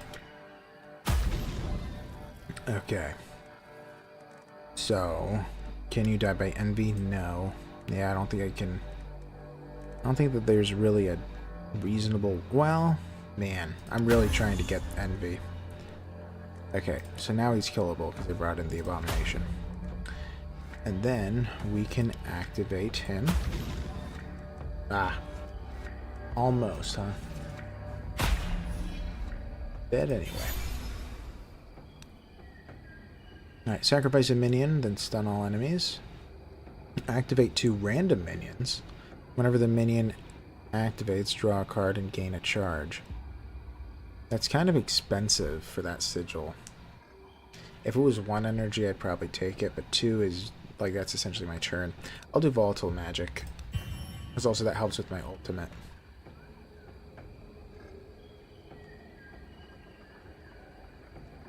Armed 1. It's good to meet you, traveler. Oh, yeah. There's something I'd like to ask you, if you have the time. Yeah, what do you need? There's a Brock somewhere out there. It's a prison in which they're keeping my innocent friend. A man who trained me and taught me everything I know about combat. Whenever I get close, there's some force which prevents me from entering it, so I'm unable to break my friend out. Maybe you'll have more luck. Could I ask you to help him out, so he doesn't rot away in a cell? Yeah, that's fine. Alright, well, I guess we'll learn a new skill. It's free. You get an advanced one as well. Alright, after this minion dies, it's a free sigil, gain 20 barrier. I don't like that much. I do sacrifice them occasionally, but sacrifice a minion, deal a 250% damage hit to all enemies. I believe I already have that, right? Consider a spell. Yeah, I already have a sacrifice. That doesn't mean I can't take it, but summon a level 3 Fae? I don't think Fae are that useful as a thing. I could do a sacrifice. I guess I'll do a second sacrifice. Yeah. Okay. Let's see. Ruined home.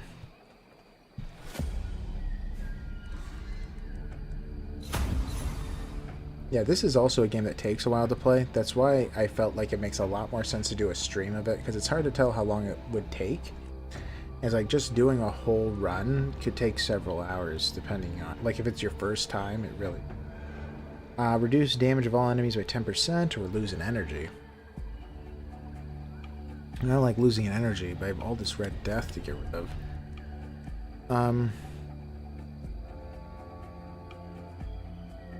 Alright, let's do it. Let's create some barrier. Okay. Activate, so we'll power up. We'll promote. Activate. Get rid of red death. And barrier.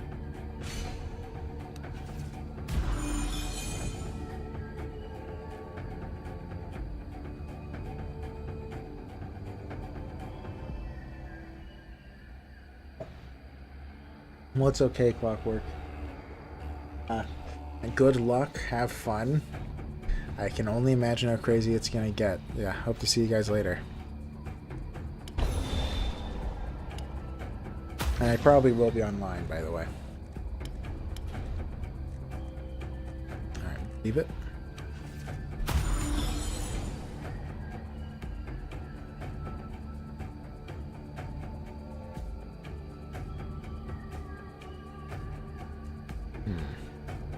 I guess I'll get rid of the red death again. I mean, just not taking as much damage.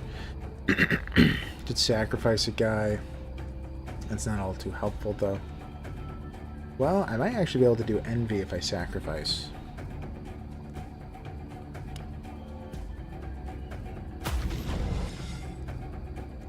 That was a mistake, probably. I could still sacrifice, but yeah, I don't think it'll work out. Alright, let's just hold. Well, let's do a barrier. Okay. Red death. Losing armor is not a big deal at the moment. This is health at 48. Okay, let's activate. And activate for free. We could probably sacrifice you. And yeah, it's over. Alright. Ruined home. You noticed the ruins of a home that was burned down.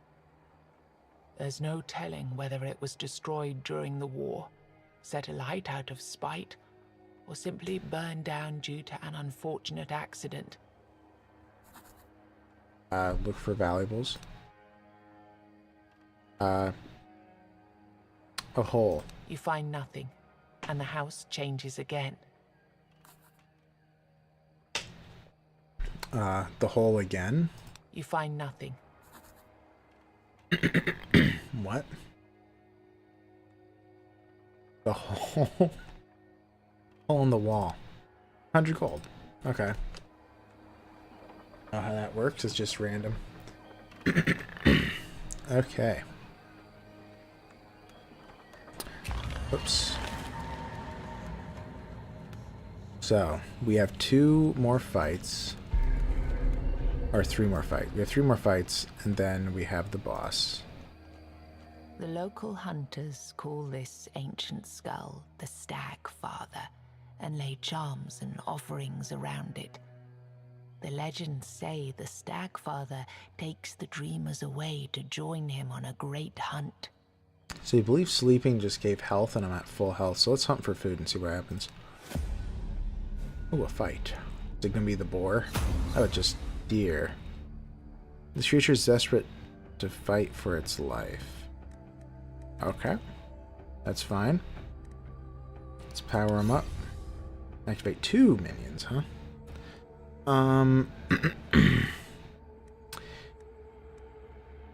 Let's activate and draw. Activate. Whoop. Slowing down. Alright, we can activate again, but let's do a barrier. Okay. Activate. Alright, perfect. I can kill him with NB. Doesn't seem like he's running.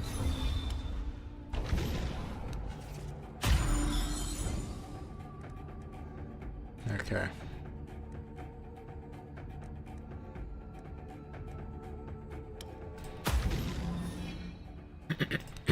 So we don't even get anything, it's just 100 experience, huh? Oh, and 10 meat. Okay. Must be useful for something.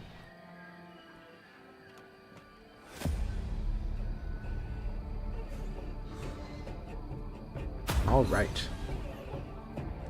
Abomination and the Mindbender. Abomination isn't a big deal, just attacks everybody.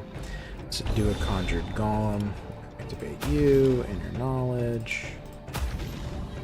Let's promote you now.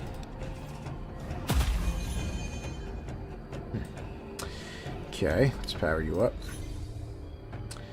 Let's do an activation.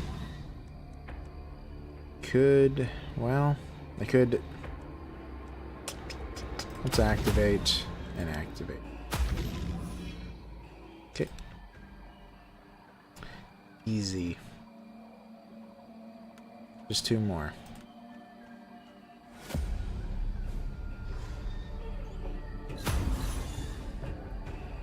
Alright, here we go. Got a deformed present. So I don't want to hit him if I can help it, but I can't decide anyway. And a Mindbender. Alright, so we're just going to be doing the same stuff as per usual. Let's do a promotion this time to start it off. And we'll activate Ritual and do a barrier. Okay. Could bring in a Fae. That isn't a terrible idea. Maybe I'll do it, because then I can promote him.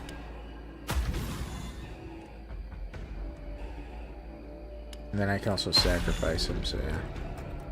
Perfect. I don't need to get more barrier. Let's just promote the minion again.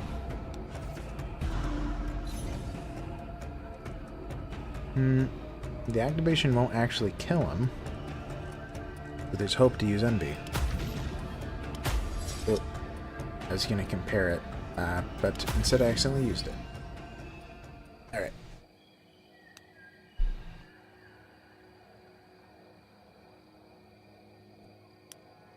There, a boy. Futhark. The sound of clattering rocks disturbs the ubiquitous silence.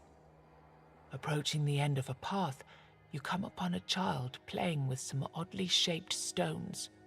I'm Futhark. I'm waiting here for my mother. She's been gone for a while now. Or maybe she's going to leave soon? I have a lot of these stones, and while I wait, I play. Do you want some stones so you can play while you wait too? Ooh. Take 3 random common, take a specific common, take a random rare. I'll take a bunch of common ones. Because if I can combine them, then I get bonuses. I can.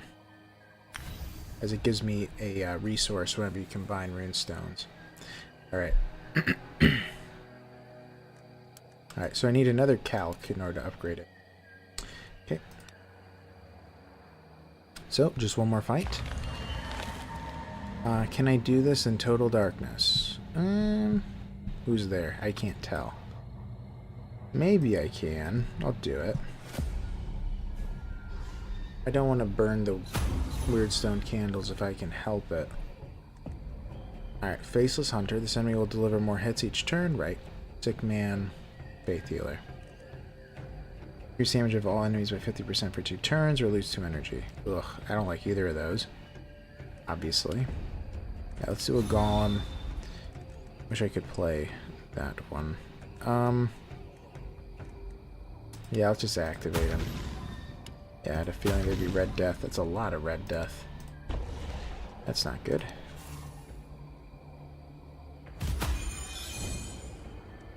Rid of 1. Summon him and draw a card. And activate him again. Hopefully we're okay. Alright. I would like some barrier, but I don't have any. Power up. Okay, so he's dead at least. At least he's taking the hit. Yeah, let's promote him. Alright. I guess we may as well get rid of the scabs. Is he taking it all? I think he is. Alright. Okay.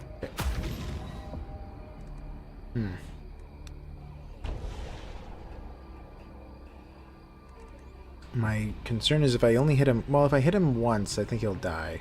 I think the worm kills them both. Yep. There we go. Cracked Ethel. That's fine. I don't have one of those. Card played increases your damage by 5%. Increase your armor by 10. That's not bad, but I'll take the healing. Alright.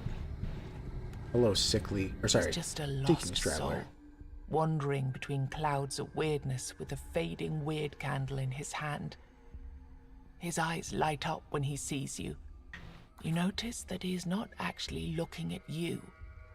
He's looking at your candle. Thank gods. Mine's almost out. Do you have more? Please. If you don't help me, I'm done for.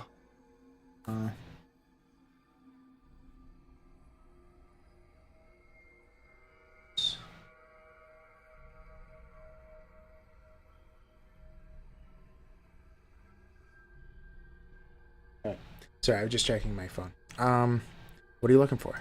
I have to find them. They're somewhere. I know it. I can feel it. And I need to be there. To be by their side. Now.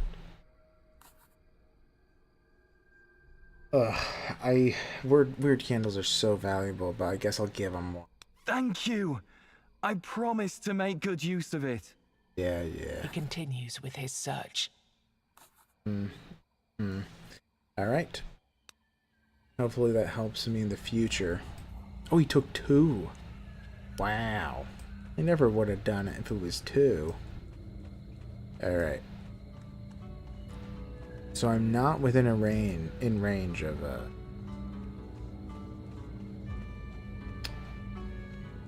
milestone. Let's talk to the Cursed Healer.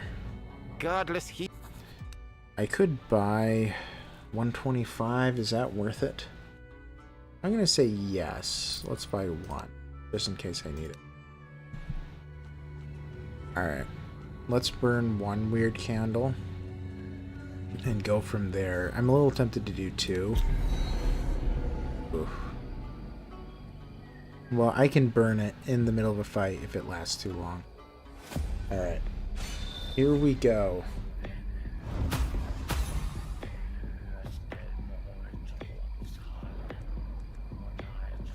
So, We have a renegade cutthroat. This enemy is the main damage dealer in the group. Thank you for telling me.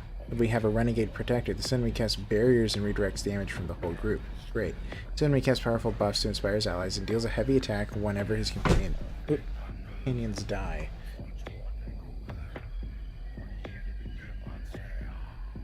Phone just fell for a second there.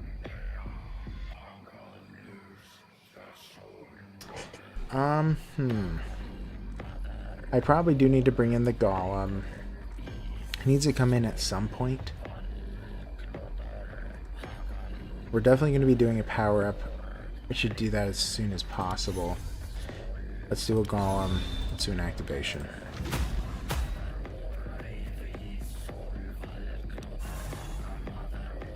Okay. Okay. 100 golem. I already have a golem. Could bring in a worm. I don't want to sacrifice. I don't need a barrier. Alright, so I guess I'll do a worm. Guess I'll do a ritual. Then I'll do an activation. Man, this isn't looking good.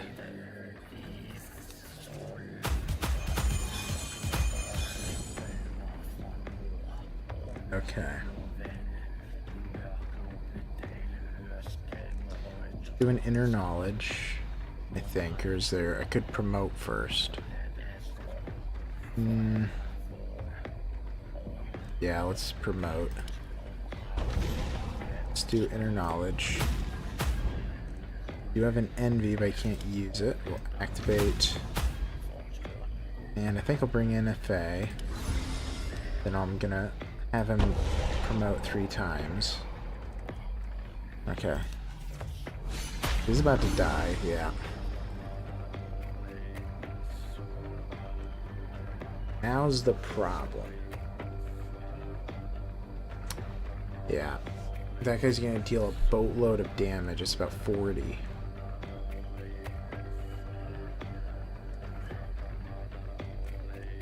Well, let's see if... Well, I should draw, and I'm gonna have to hope that it gets me what I need, which is the golem. Nope.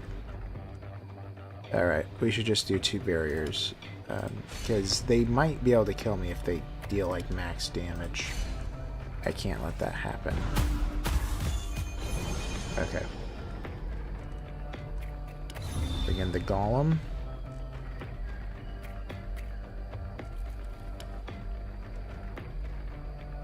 Okay. We could sacrifice the Fae. The Fae isn't all too helpful. 25 damage isn't huge, though. Yeah, I don't need him in at the moment, so forget that. Alright. Let's just have the big guy keep going.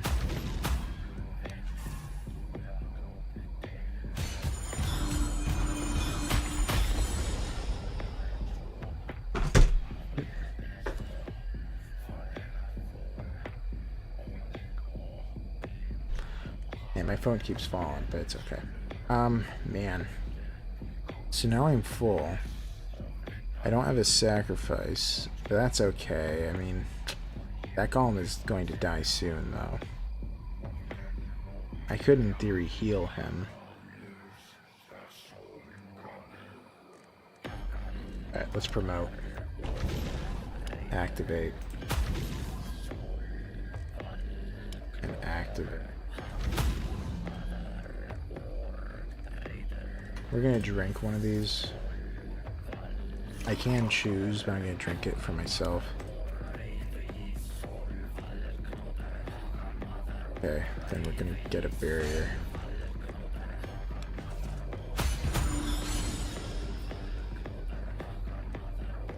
Oh my goodness, 7 times 9? What should I do? Alright, let's just keep on attacking. We need to... Let's activate 2 random minions. Alright.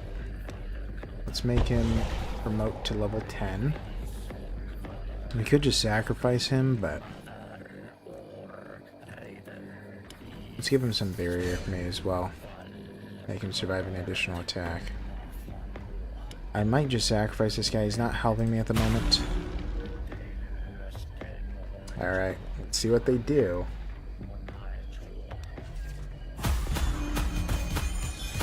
Ugh.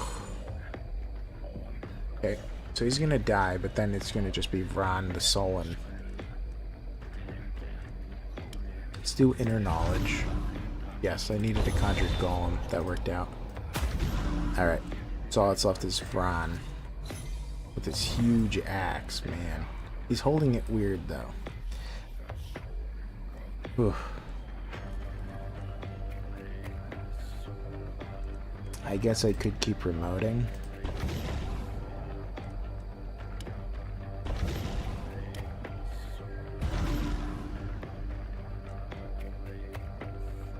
Yeah, I mean, I may as well do Tainted Forge. Oh, okay. Doing a buff. He keeps on buffing. It seems unhelpful.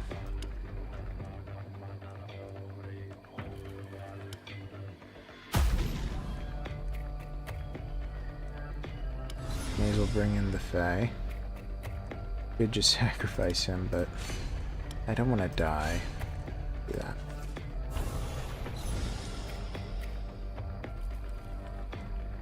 Okay. Let's do one of these. Have him level up. Oh, what? I did the wrong one. That's not good. Alright, activate you. You could sacrifice the minion now. I just keep attacking. I deal a ton at the moment. Yeah, it looks like we're gonna be okay.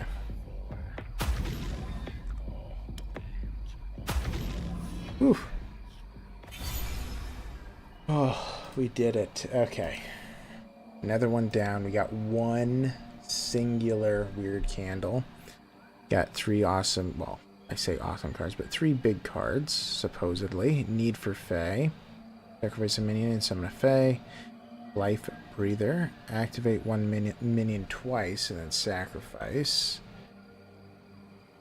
I don't like that. Activate a minion, then heal it by 50% of its HP. That's good. It's an activate ability. It does stuff on top of it. Every combat, the energy cost of the first sigil is reduced to 0. The sigil I like only costs 1, so each turn gain an ultimate.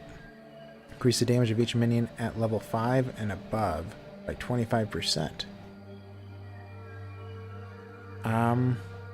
Return ultimate charge.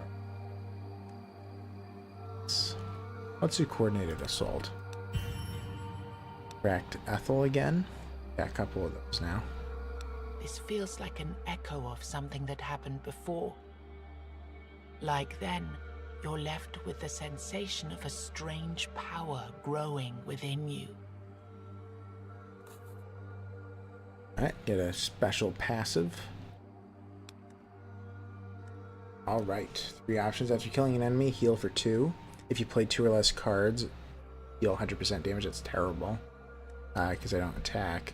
Every 10th card played in one combat increases your damage over 10% till the end of combat. Whoa, these are all bad. I hope Blood Transfusion counts for when my minions get a kill, because that's the only way I'm going to be getting value from that. Alright. Alright. Candle maker. Bud? Ah, good to see you. There's one more thing I forgot to tell you. This place right here is where I fill the molds.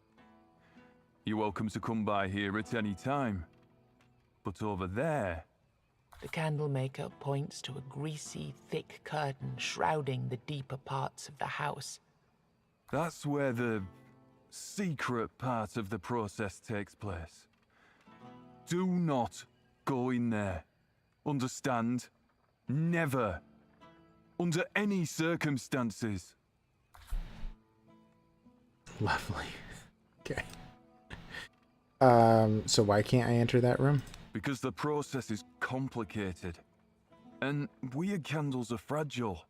A whole batch can be ruined in the blink of an eye. I don't want anyone, and I mean anyone, wandering around in that room. Okay. How do you make them? I know where you're going with this question. You think I use human remains to make my candles? Bollocks.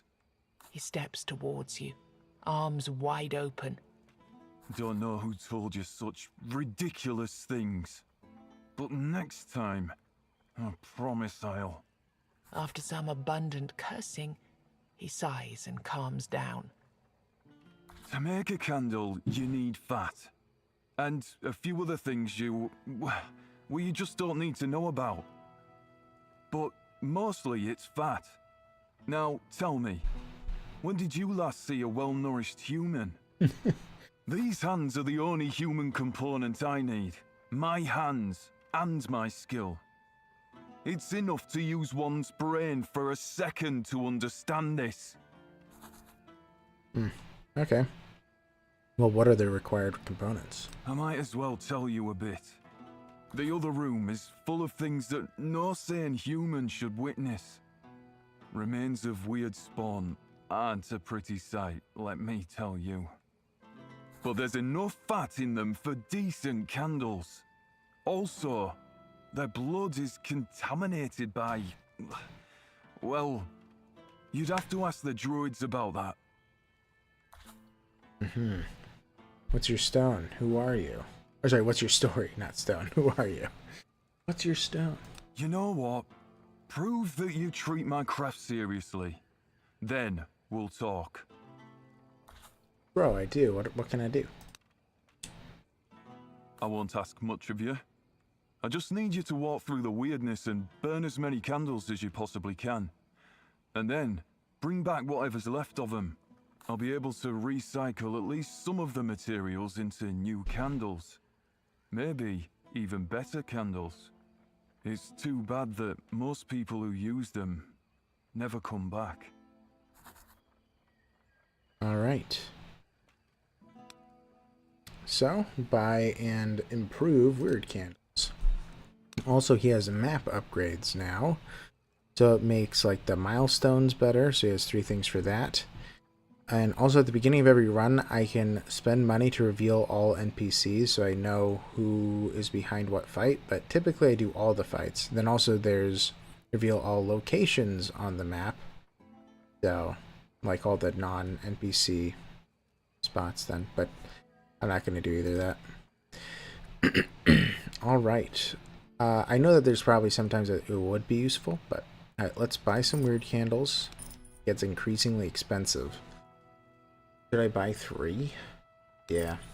And I'll buy the last one when I return later. Okay. One shy of 200. I don't know if I need exactly 200 though. Candle maker. Where is he? Oh, there's the blacksmith. And then the lost soul.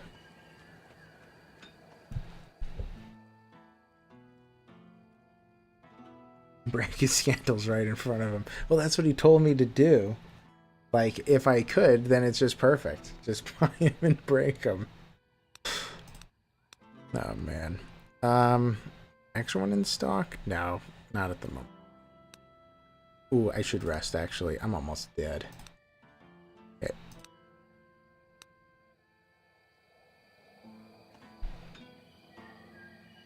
Alright. Blacksmith. The blacksmith is hard at work when you approach him. Okay. I don't want to buy rune stones. How much does this stuff cost? So now I do have 2. Oh yeah, let's increase the chance of a rune stone drop. Perfect. Let's go. Act 2.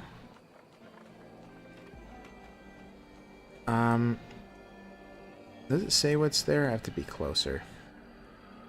There's a milestone. I want to get there immediately.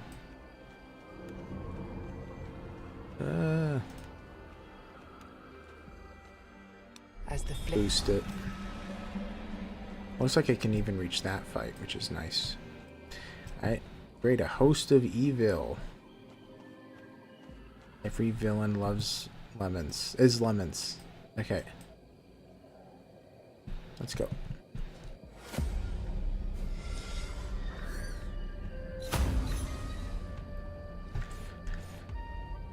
Okay. So, same stuff as always. We're going to be doing a power up. We should probably start activating. There's not much I can really do about this. We should do a barrier before we get too into it. And yeah, just activate twice. We need that golem immediately. And inner knowledge, I guess. And then just activate. Very close to death over there. Okay. Alright, he's totally gonna die, right? He better. I could bring in the Fae. Then I could sacrifice, guarantee his death. No,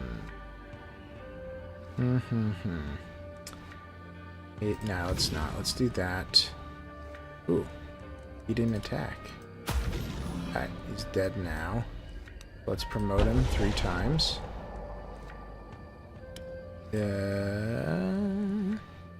Yeah, ritual. And let's just do a barrier.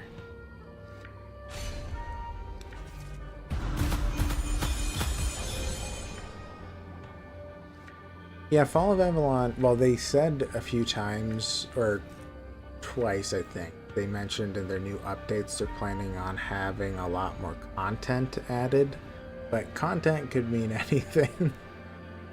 I hope that when they say, like, what I really want to see is Camelot. That is the thing I'm waiting for.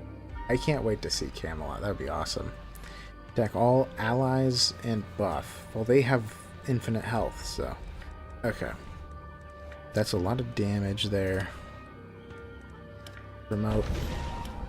Back. Wait, what's the point of attacking these guys? I don't even know. Not going to sacrifice. They're both too useful.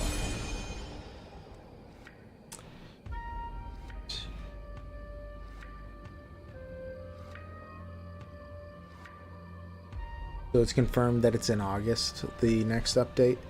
I didn't hear that. I knew that they were planning on doing a 1.1. I just didn't know the timeline.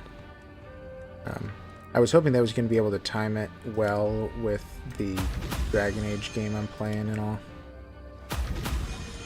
Man, this worm is being frustrating because he's not attacking the guy he needs to attack. He's just hitting this thing that can't be killed. Ugh. The worst. So that's a lot of damage. They probably could kill him. Let's do a ritual. Come on. Yeah, they will barrier him. Ooh. He dealt a lot of damage to me. Alright. Well, if he hits him once, he's dead. Alright, there we go. Oh, Reddit was saying it? Okay.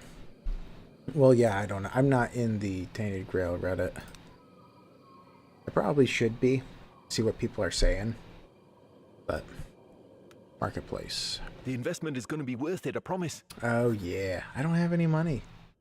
No money, bud. You sell meat, but I don't need it. I have 10.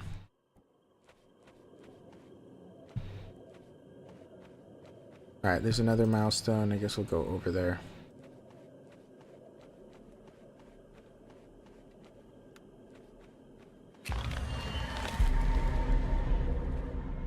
As the Man, I don't know if it's wise to do another host. The Treasure Guardian could be really bad. I probably want to level up one more time. How close am I to leveling? Is this it? 58 of 80. Is that the boss? It might be. Legendary encounter. Yep. Alright, let's see if we can't level.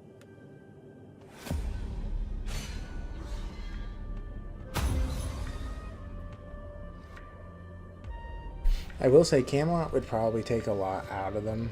Like in terms of they'd have to do a lot. But maybe they wouldn't. I don't know how they would do that, honestly, because would they include the burrow that's outside? They might. And also, I mean, the other thing is that the distance between Connacht, which is the closest place you get to, like in the RPG, and Camelot is quite a distance. So I don't know. I mean, they might add another location, but yeah, I think that everybody wants to see Camelot. That's the place. And I am one of those people. Okay. Survival's not gonna be helpful. Alright, let's do a barrier. We don't have anyone defensive, which is scary.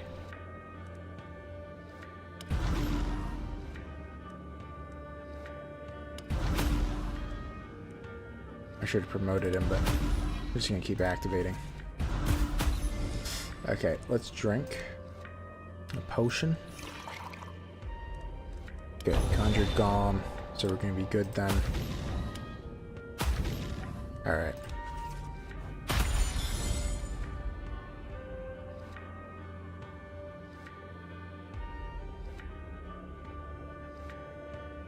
Yeah, it's it's a very small portion.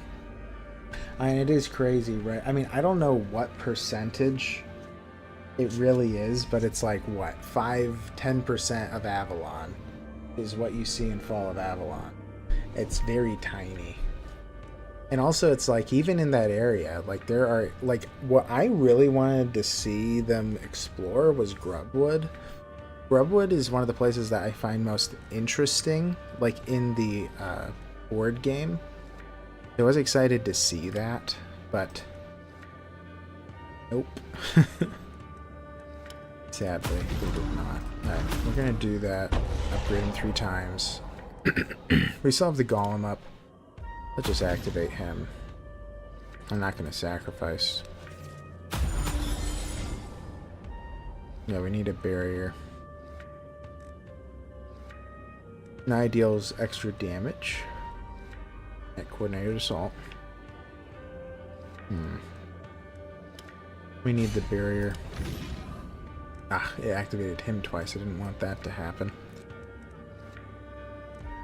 Okay, I'm gonna do more barrier. I'm getting hurt too much. Alright.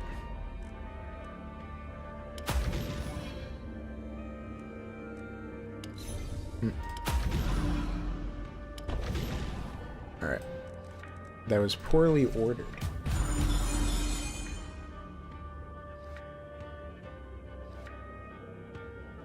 Yeah, and something I will say is that Awakened Realms has a lot of ambition. Like with what they've done. They definitely have a lot of ambition, so I wouldn't be shocked if they have a ton planned, but they kind of have to be like pulled back, trying to figure out what's actually feasible. Because that is kind of who they are. And it's like when they first made the board game, right? I mean, it was intended that they were going to make the board game, and if everybody loved it, then they were going to make 1 expansion, and then they ended up making 4 expansions, and they're all huge.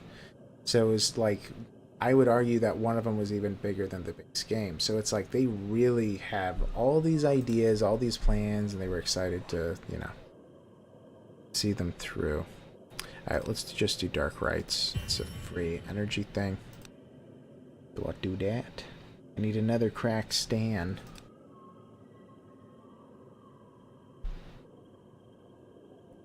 Also with the new TTRPG, I'm interested in that. I don't know if I'll ever play it. But I'm interested in what they talk about with the lore. The Very weirdness is interested. coming. Brace yourselves before you turn into one of them. You hear a shout before you see the shouter. Soon enough, you see something that must have been a human being once, but isn't anymore. Or maybe it never was. It's a market stall.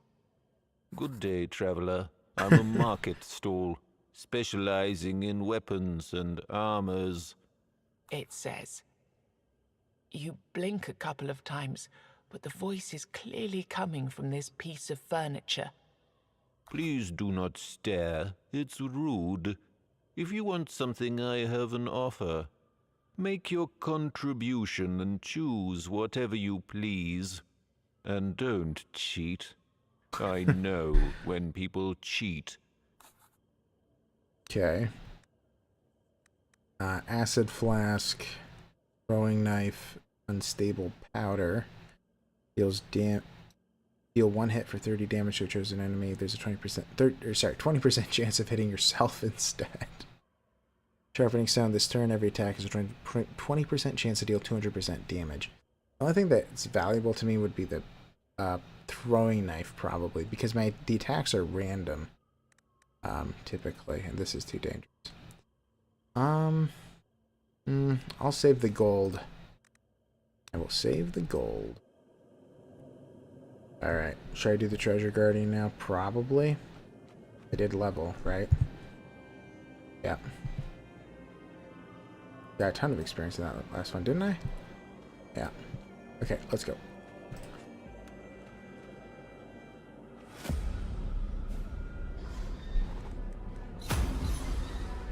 Alright, oh good.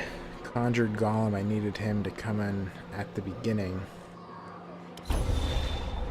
Man, that's a lot of damage they deal. Activate. Activate. I could just upgrade him already, but maybe I'll wait. Man. My worm against their worms. Ow, ow, ow, ow, ow, ow, ow. Okay, let's heal. Honestly, an abomination might not be bad here. Man, I'd rather use these 3 abilities instead of summoning, actually. Alright. Myself that. Bring in a Fae. Activate. Do I do this now? No, I won't. Activate again.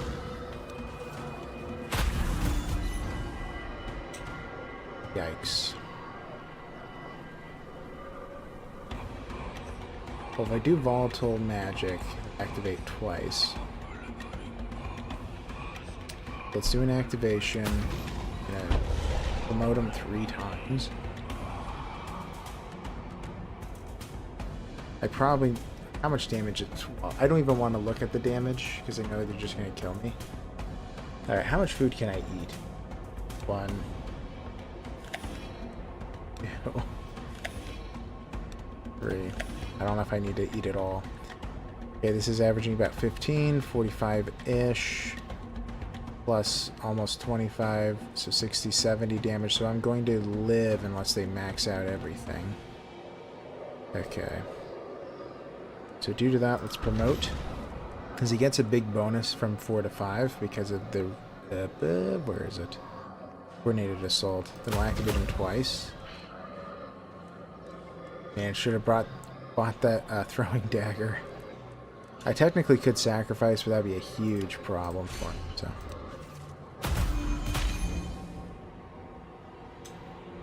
What?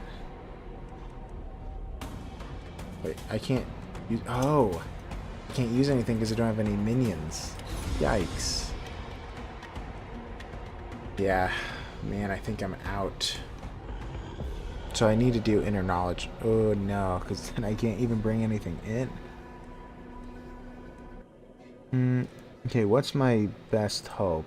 Well, first of all, let's chow down. Get to max health.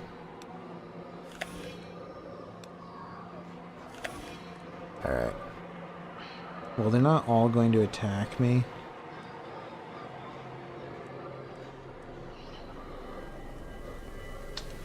Activating him isn't all too helpful.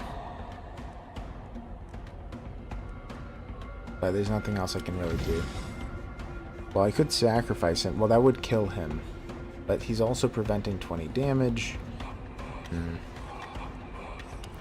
I'll just do these free activations. I guess I will sacrifice him. But then I have to take it all. Was this 15? Yeah. 45, I can take it.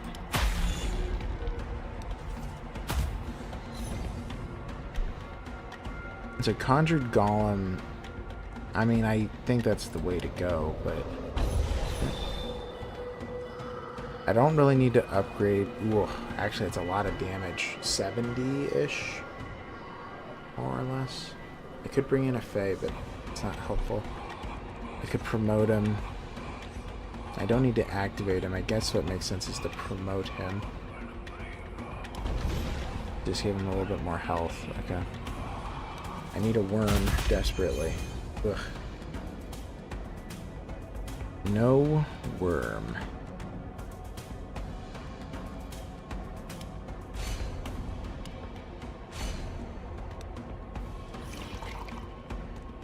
Okay, we're just gonna be activating him. I guess I could level him up all these times, but I should save it for a worm. Okay. Well, we got a worm.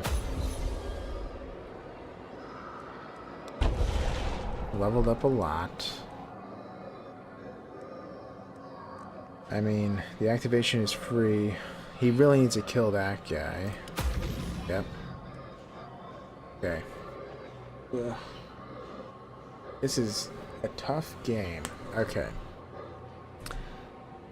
What's in my draw pile? I have one card that costs 0, so I could draw. There's a chance that that would be useful. Or I could activate twice. Let's activate twice.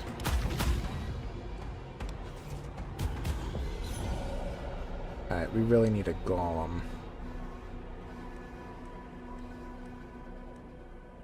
I mean, I'm not gonna die here. He needs to be level 5. He just hit it. Let's just keep activating.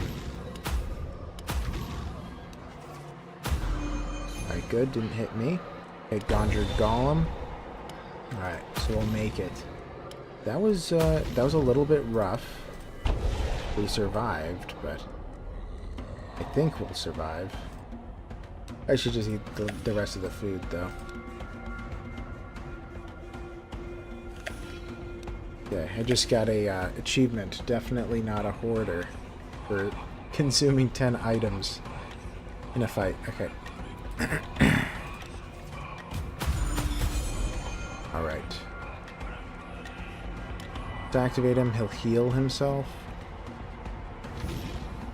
We need barrier. Finally got power up.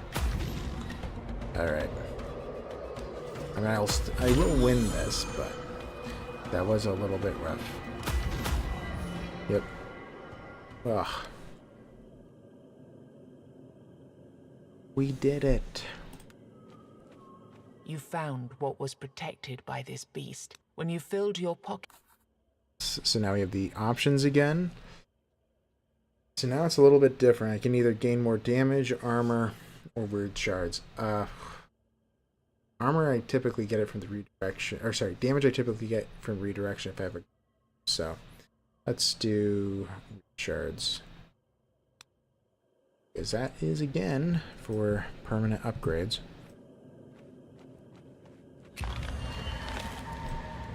Alright. So 5 weird candles left.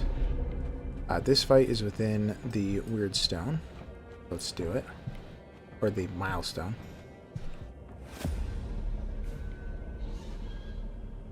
By the way, I'm probably going to play until I die at this point. I don't know how late it'll be, though. Alright. Let's do a power-up. These rats are rough. The summoning will attack only when there are bloodstones on the battlefield.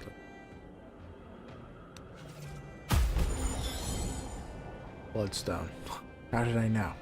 Alright, so we need a golem. Keep me alive. Let's do that. Let's activate you. Okay, good. Got a kill. They deal so much damage. I might bring in a second Conjured Golem. It probably makes sense, actually. Maybe I should sacrifice first. Conjured Golem. Then we'll activate you.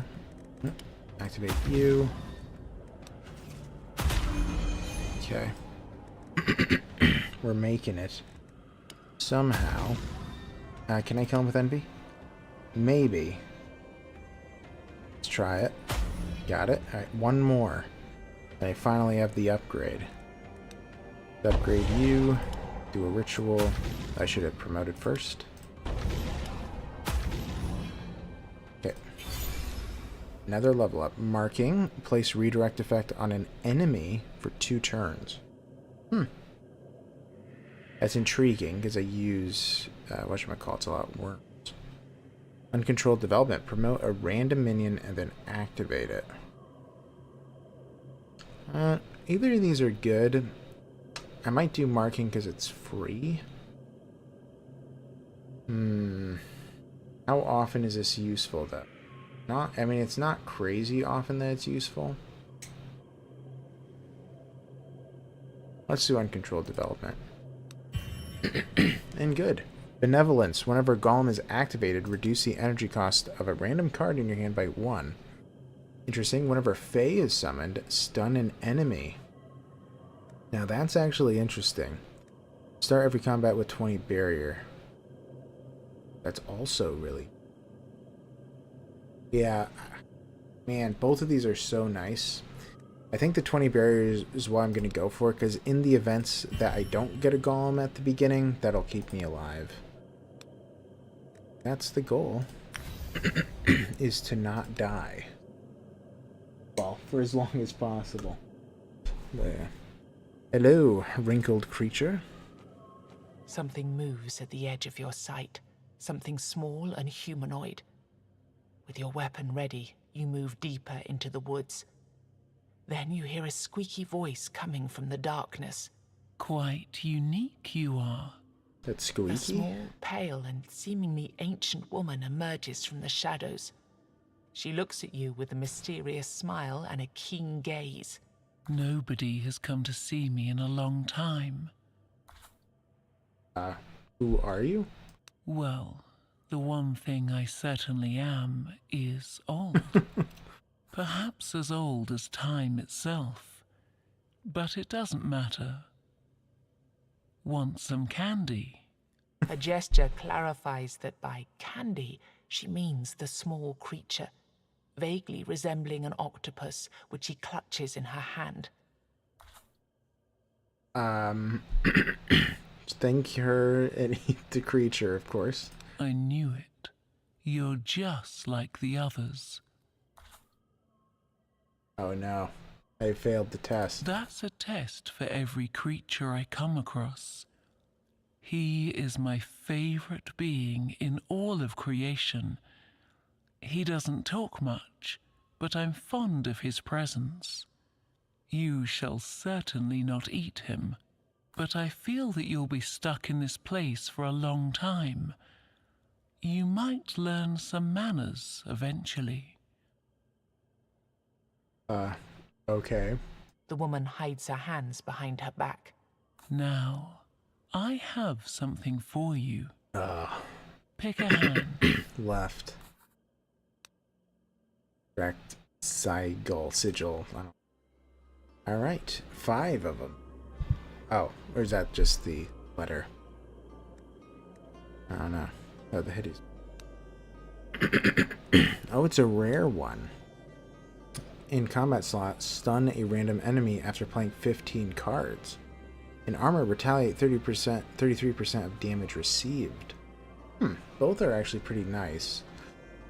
But what would be better? For enemies to take 17% more damage for the entire combat, or for a enemy to be stunned approximately every 4 rounds? Probably them taking 17% more damage, right? Retaliate, I have a golem, so I'll just have it in my pocket.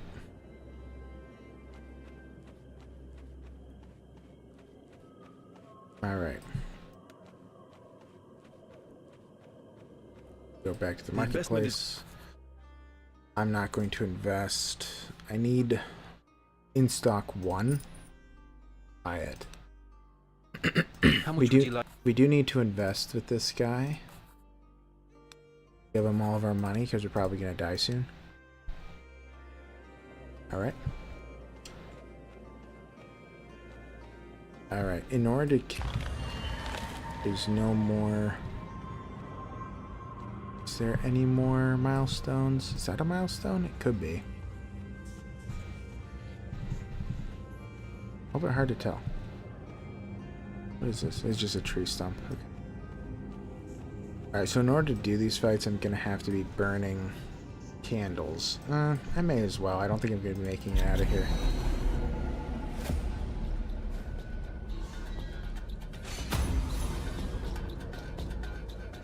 Okay. Soul Blade. Each hit received by this enemy will make it deal one more attack. After it's killed, this creature will come back. Right. And do a big hit or gain 100% damage. The big hit is better. Let's hit him. Alright. We can promote, sacrifice, bring in a Fae. Probably what I'm going to be doing. I have promote. Oh wait, no, I'm not going to sorry. I meant to say bring in a Fae. Sacrifice. There we go. He is going to be hitting hard though. Okay. 100 Golem, that's important. I need more barrier. And activate. Okay.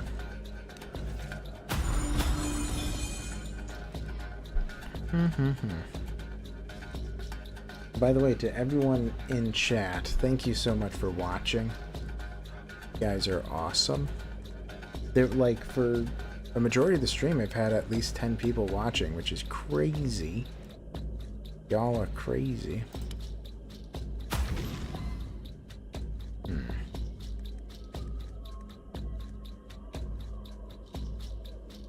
Well, at first I was thinking about bringing in a second mini. I shouldn't. Or second golem.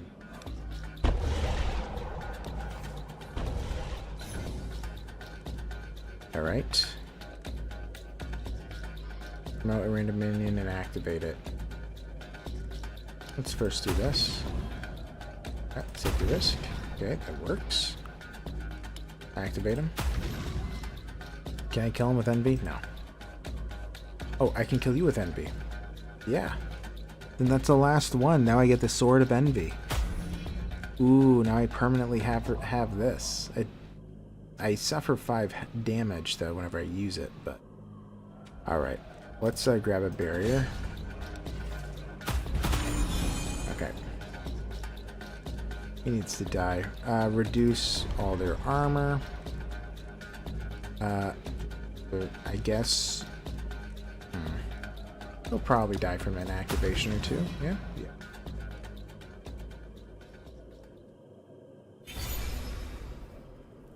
Thank you so much, Dame Aelin. Yeah.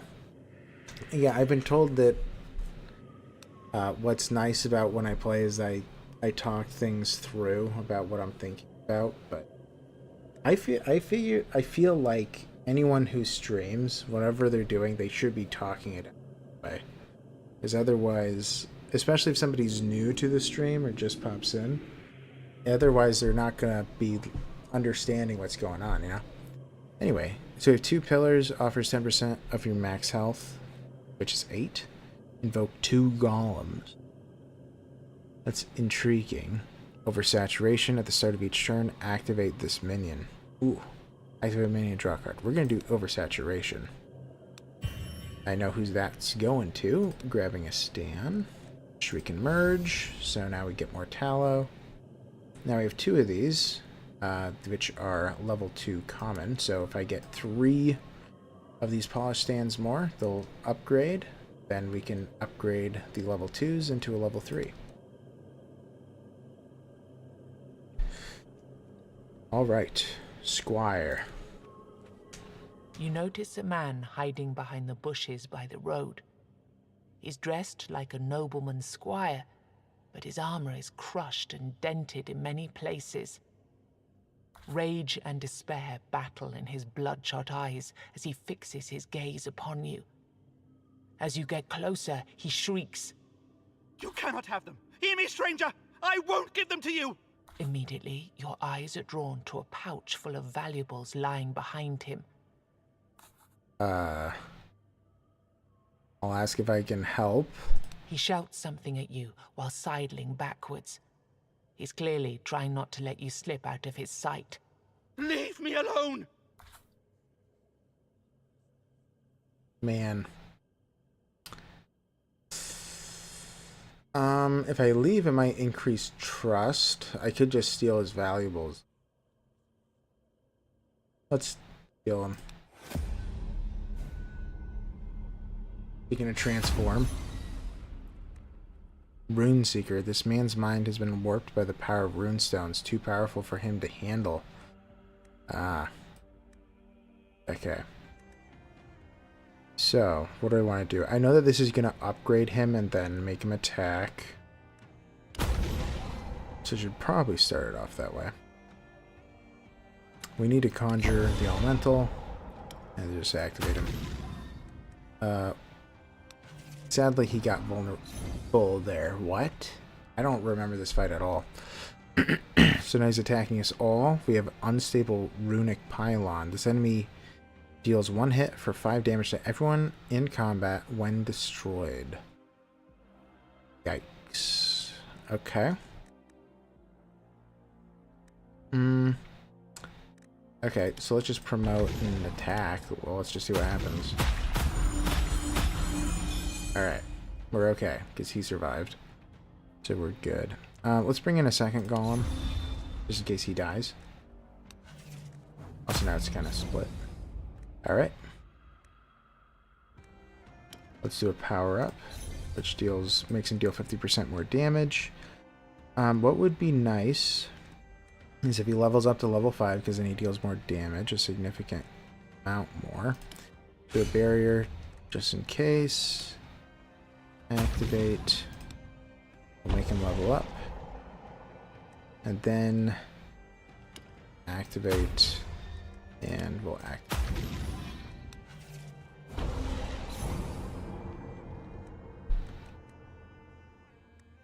I don't want to offer health. Where's... Yeah, but that is my sword. Alright, so... Well, actually, maybe I should... Well, no, I don't need to. The reason why I'm thinking it through is because if I have him go, and if he hits one of these unstable runic pylons, everybody takes 20 damage, but that's okay, because he's going to die anyway.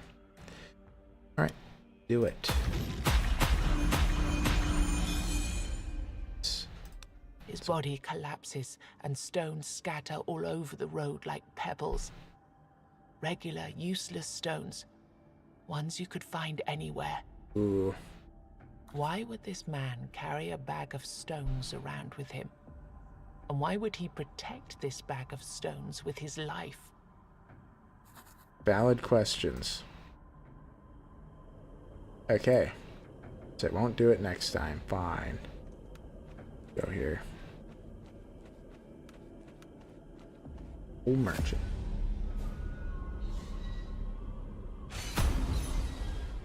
Okay. Alright. We should probably do an inner knowledge hunting for a golem. Didn't get it. Alright.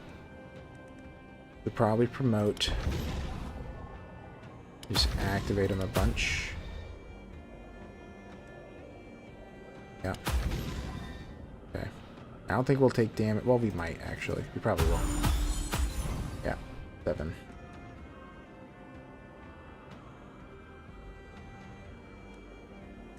I could make him activate twice.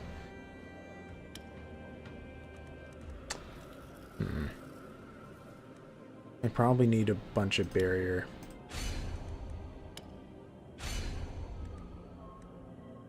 I can hit somebody. Well, we'll activate once. Alright. Let's do volatile magic. He'll activate a bunch. Alright.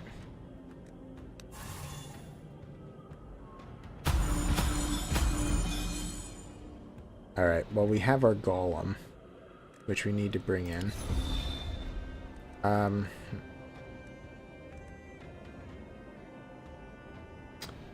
Well, now we need a worm, but we don't have a worm. I could use my Sword of Envy, but I'm not going to be taking damage anytime soon, so... There's no reason to upgrade him by will anyway. Well, I guess there is a reason, which is increasing his max health, but he doesn't need it. What we need now is a worm. Bring in the Fae. We'll sacrifice the Fae.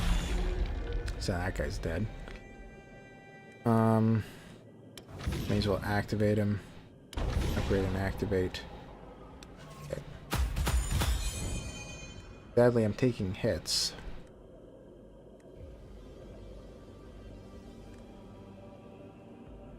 Maybe I should just do this to kill him. I could do Inner Knowledge. Maybe we'll get lucky. Nope. Yeah, the sword deals damage to me. That's why I don't like using it that much. 700 experience. Hello, old merchant. An old man strolls among the trees, observing the ground with interest. Strangely, he holds no weird candle in his hand, only a wooden walking stick. He lights up with joy as he sees you. Oh, hello, Wanderer. I see you enjoy these strolls through the forest also. Yeah. The man seems weirdly oblivious to the surrounding weirdness. Walking is healthy. And while I walk, I find things from all over. Want to see my collection? Yeah, totally. Burnt out weird candle. Not useful anymore. Unidentified flower. Its sweet scent causes unnatural dizziness. Weird tainted meat. Weirdness makes it taste like chicken. And a severed foot. No longer useful to its previous owner, and there are 2 of them. Okay. I don't know. I don't know what value it would be to grab this stuff. I might find someone who needs his feet back or something. Identified flower. I'll buy those. Alright, next fight. We have 2 left.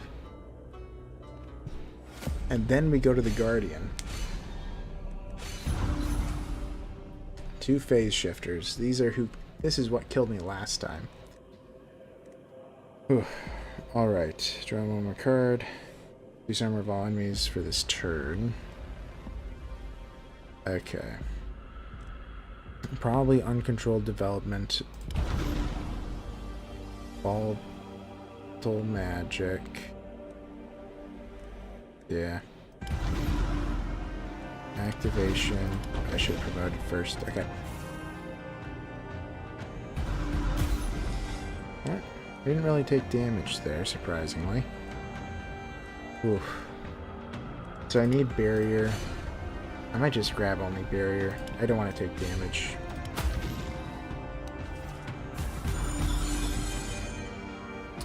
Alright, conjure golem. Here we go. Activate. Yeah. Well, let's do this first. Okay, now we'll activate. Then we'll have him get to level 6, so he's gonna be pretty competent now. Okay.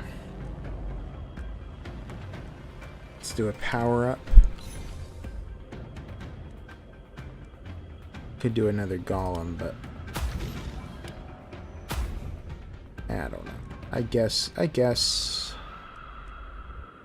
we will. He's about dead.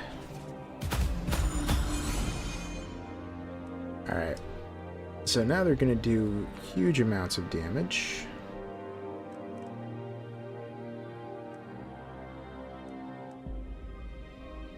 Well, I need something defensive that I don't really have. Let's activate twice. So he healed, which I think is... Well, obviously it is good, but vulnerable. So he is going to have 1 health left soon. Okay. Just hit him. I don't want to sacrifice.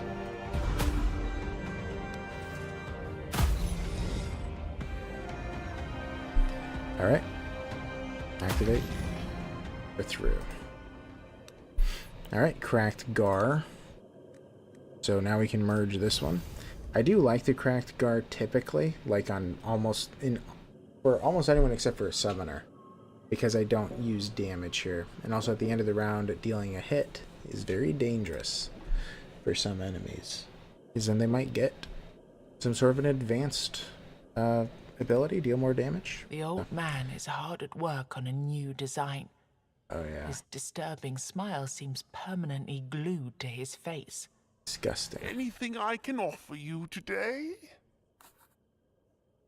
I could buy another bouquet. Sure. I took the Amaryllis last time. I liked it. 1 block is nice, but 40 barrier kind of makes more sense, because... Yeah, let's do a Sage. Thank you. Alright. So one more fight. And then... the Legendary.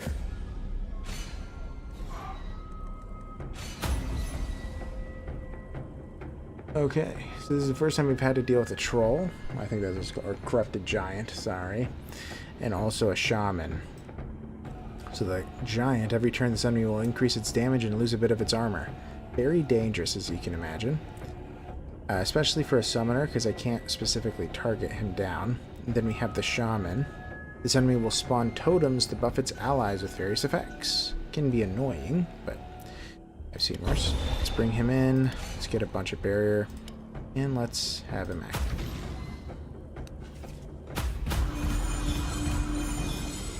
Alright. Give him more damage. Volatile magic probably makes sense to have 2 people activate randomly, I think.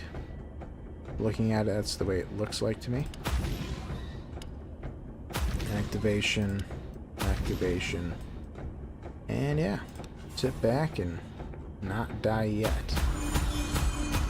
He died though. Okay.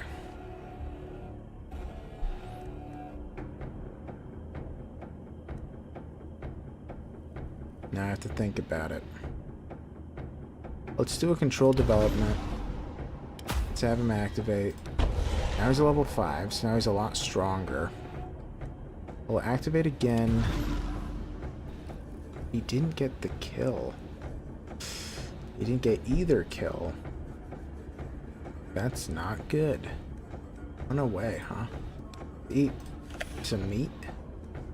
Alright, we should bring in the Fae just so that because he might take a hit. Then we'll just promote him. Why not?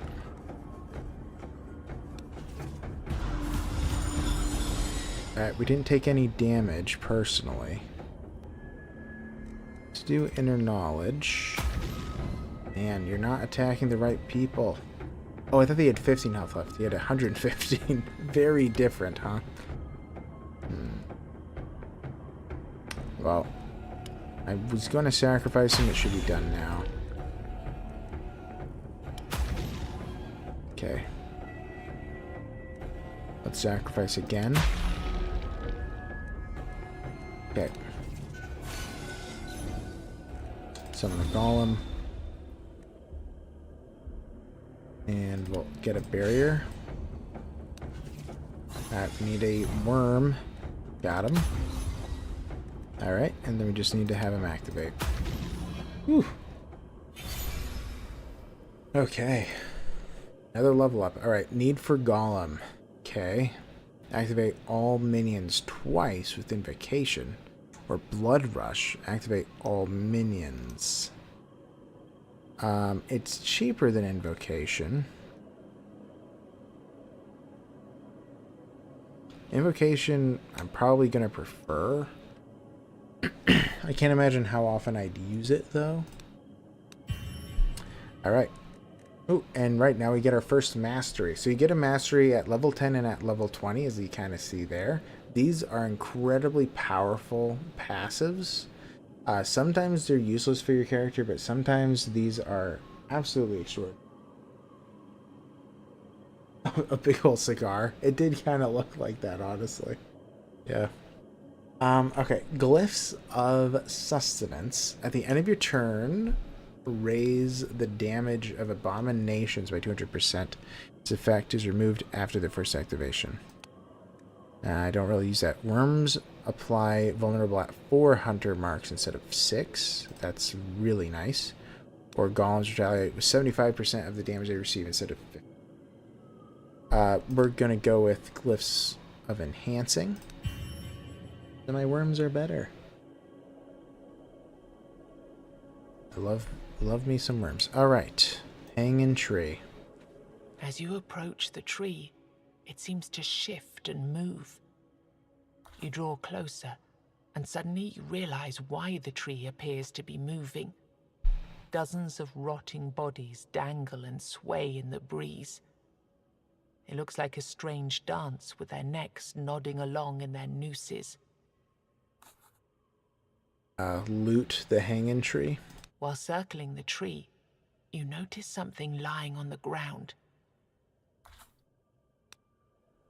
Okay, we didn't take damage. Got 100 wealth. Alright. Well. Oh, I didn't realize there's a fight over here. Ooh, there's actually a few fights left. Crazy. Alright. I think we're still in the milestone range. Here we go. Soul Blade and 2 sleepers. Yikes. We really want to kill the sleepers first, but I can't order them. Let's get some barrier. Control development. Have him activate. Now let's do revival. Yeah, he's targeting the right people, I think. Invocation, I could do that now. Do activation. Maybe I will. Yeah.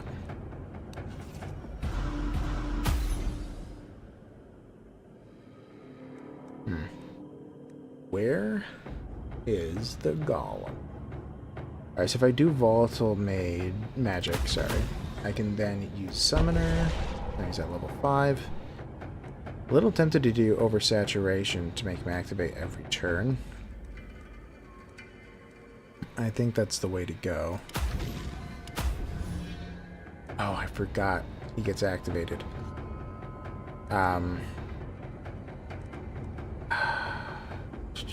Okay, I need him to go. I was hoping he would die. Alright. Well, 10 damage. I'll live.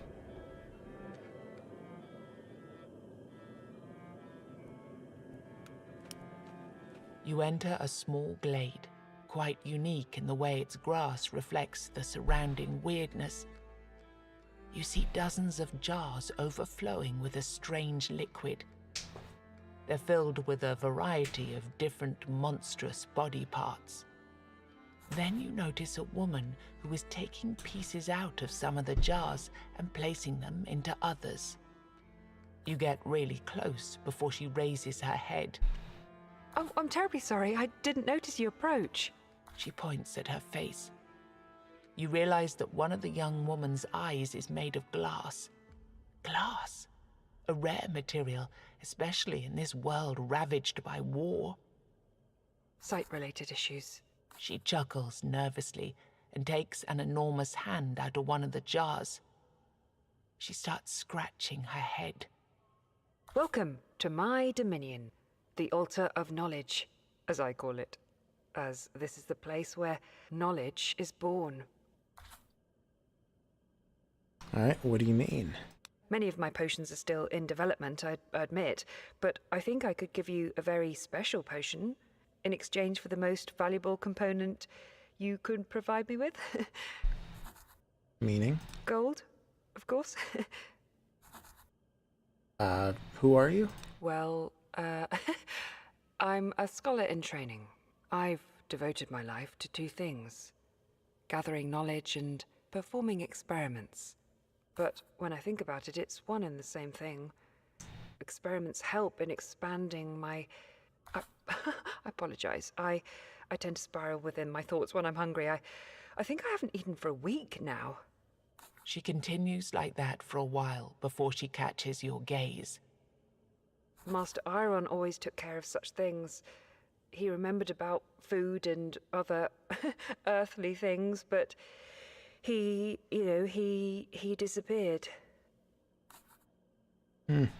Well, if you join my village, it'll be safer. There's food. She considers your offer.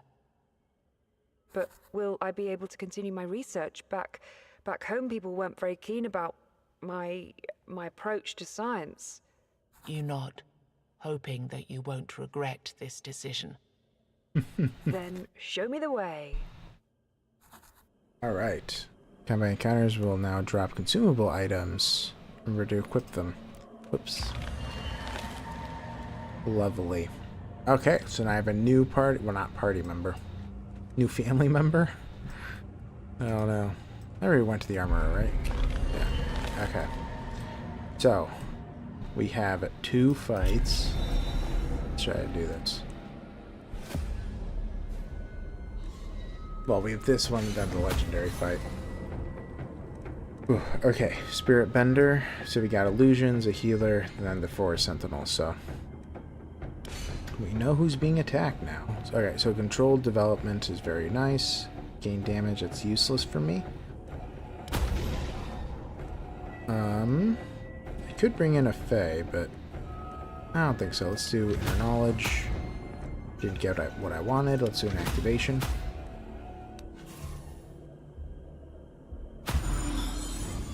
Oh, great. Cyclops. Fantastic. Every turn the enemy will increase its damage. Stuns will reset the bonus. Yes. Cyclops. Let's activate. Activate. I am mildly tempted to sacrifice, but I shouldn't do that. Let's even give him one. Or it one.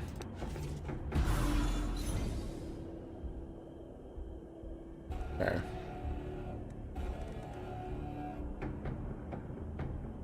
I need a golem. You should activate. And activate again. Alright. Looks like we're doing pretty good. Let's give him his 3 activate, or his 3 level ups. We'll give him oversaturation. I never do this. It's finally happening. After all this time. Let's do volatile magic. Maybe we'll get lucky. Here's average. He goes. And he goes.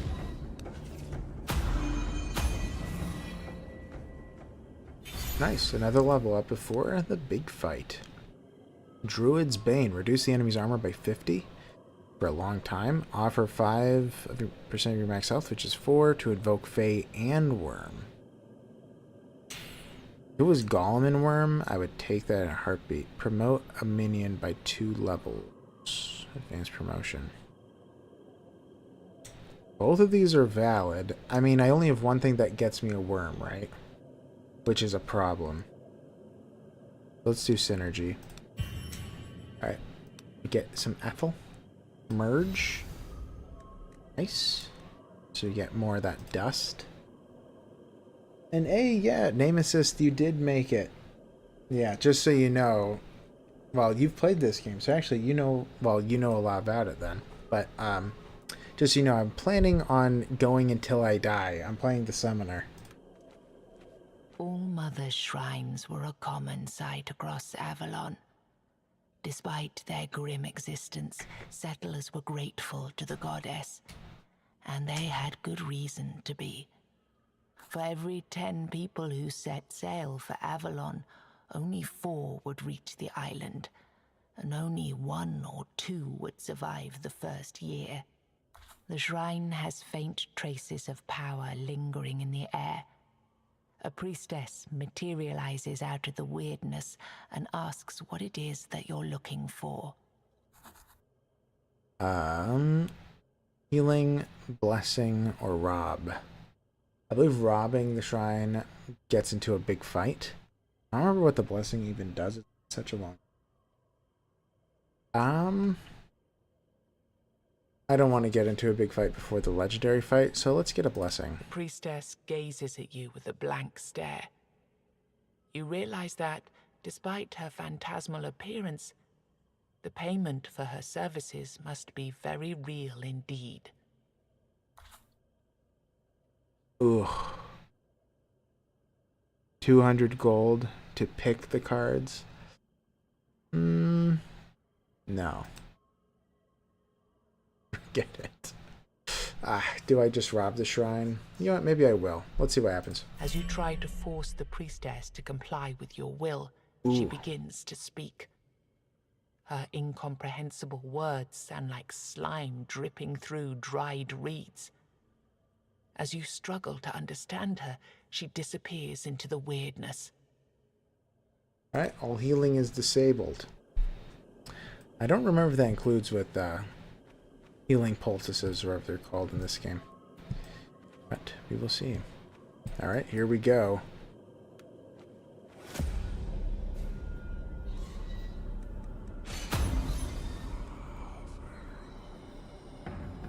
Yeah, I forget what it's called. I typically don't, well, I've won with Summoner, but Summoner, I think that the Sentinel is one of my favorites. I forget the names, I haven't played in so long. But the ones with the bows, I'm really good at. I have fun with them. The, the Watchers of Tuatha and Children of Morgan, those two I prefer. The regular summoner is fine, but one of them I forget is really bad. I forget what it's called, the Blood Mage. I forget what the name is, but I really struggled with them. But it's been a long time, so maybe I'll be better this time around. We'll see. Alright, Mr. Worm. Let's see if we can do this. Alright. Let's think. Let's think. We should probably draw a card.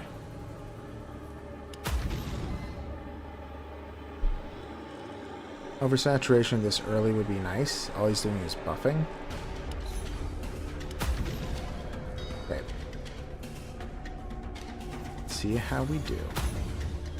Okay, he's doing a big hit. Luckily we have a golem incoming.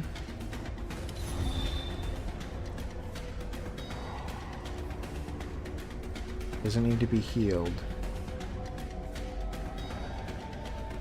Doesn't matter which. Let's wait until we get the max.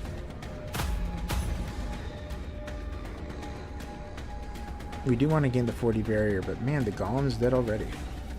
Yeah, we could do a synergy. Well, let's do the sage synergy.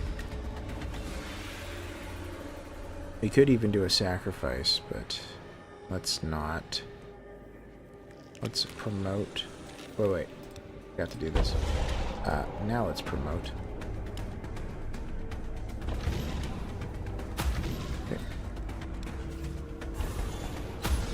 Alright. Do a power up on the big guy. Missed him one of the times. Trying to be careful. Alright.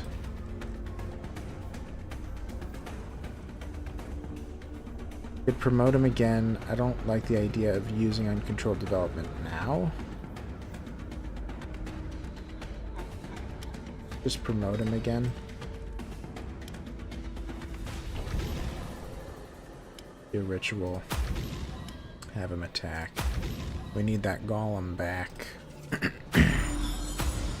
Man, you're hurt. Alright, conjured golem.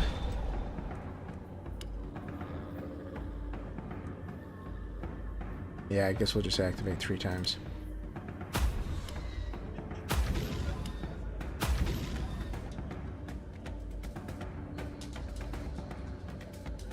Who's on? Yeah. The FEA. Which one is that? The FIA? Are you saying Fae? Oh, the Fae is on. Yeah, I think that some... I don't remember them because, again, it's been a long time. I haven't played this in so long. But right, sometimes the Fae can be very useful to be able to get your ultimate up fast. like he's doing now, kind of.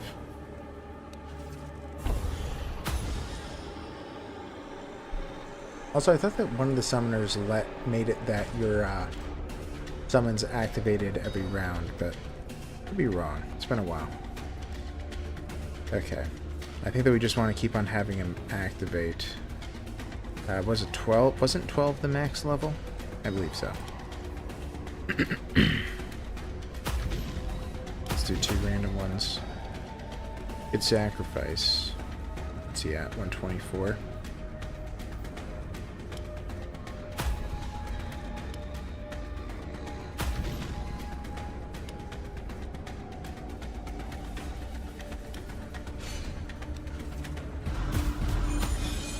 Okay.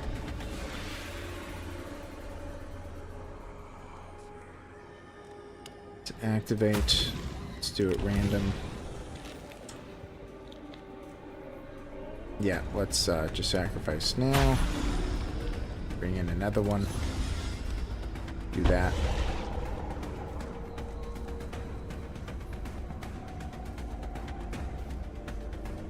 Okay.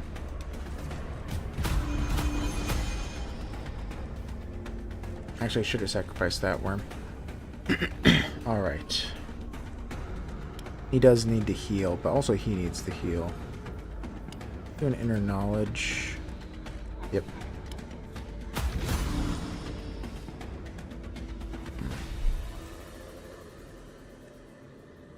I guess all that's left is Denerim's life essence.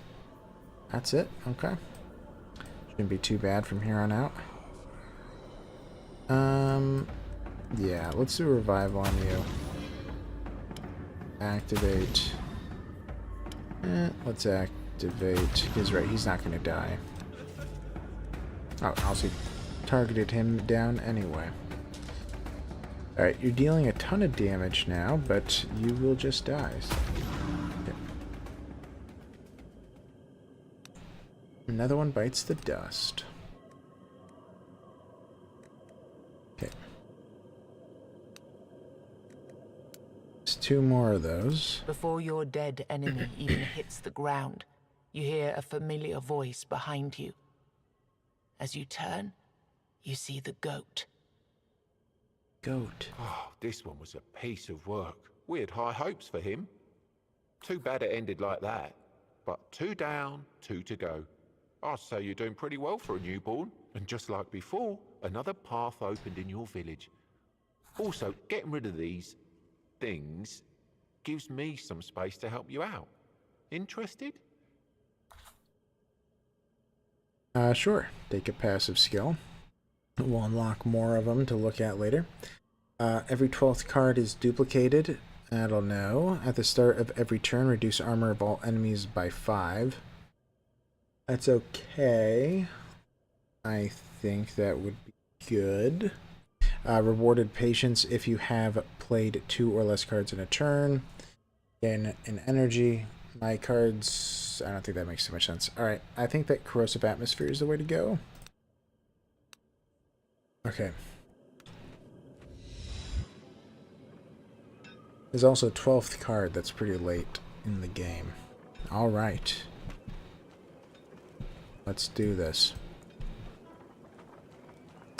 I believe that there was 1 candlestick. Good to see you. Didn't have. Here we go. I don't need to reveal them. And yeah. Just making sure. Farewell, candle maker. To the blacksmith we go. The blacksmith is hard at work when you approach him. All right.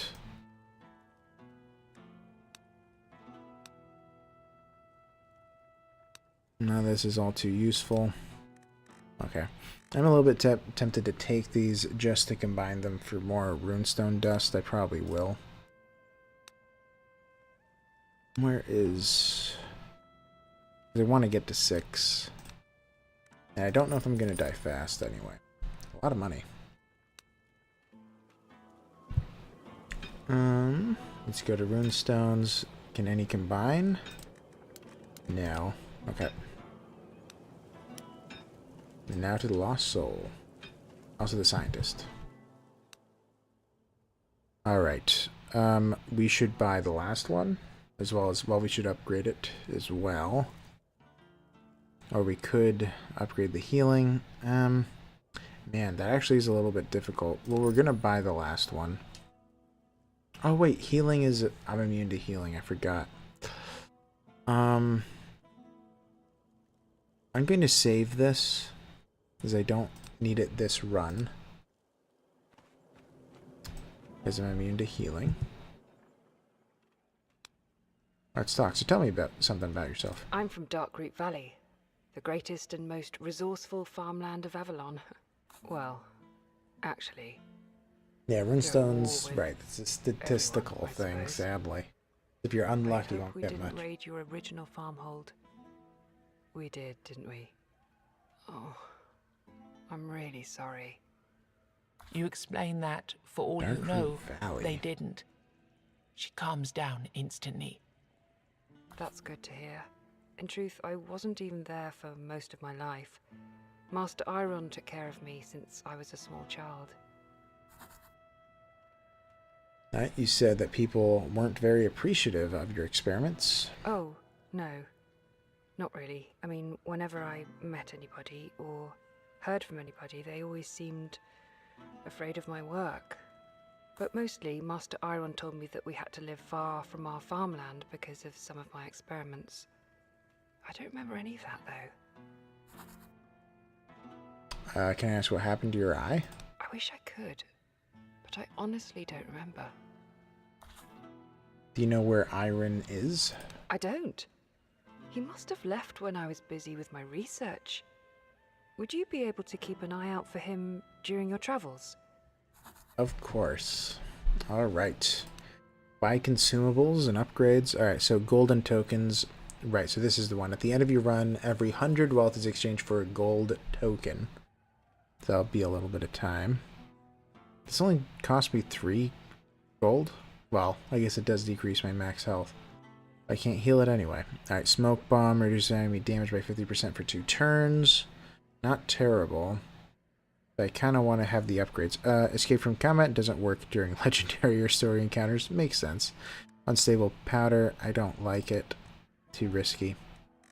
The upgrades. We can get acid flask, warding lore, talking skull, consecrated oil. Man, there's a lot of stuff.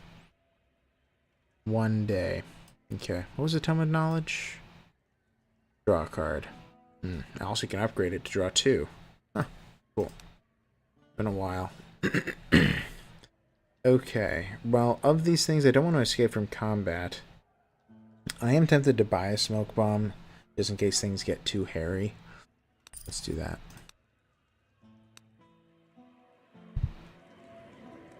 And it is equipped. Alright. Let's go. 3 of 4.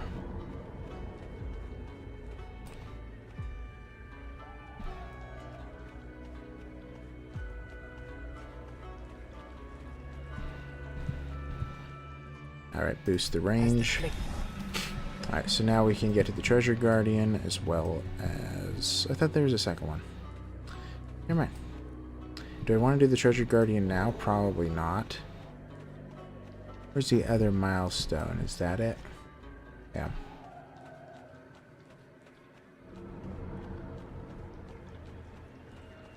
I'm gonna do this fight.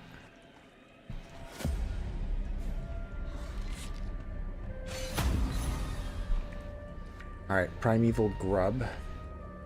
This enemy will deliver simple attacks and spawn smaller grubs after death. Great. And Reaver. This enemy will deliver more hits each turn unless it's stunned. Which I'm unable to stun still. Okay. Synergy isn't bad. Reducing their damage isn't bad, especially since I don't have a golem up. I probably should do that.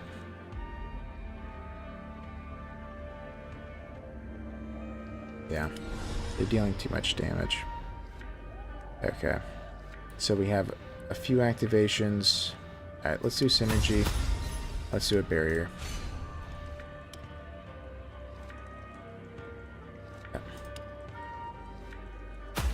I guess if I activated him, I could have done that, actually.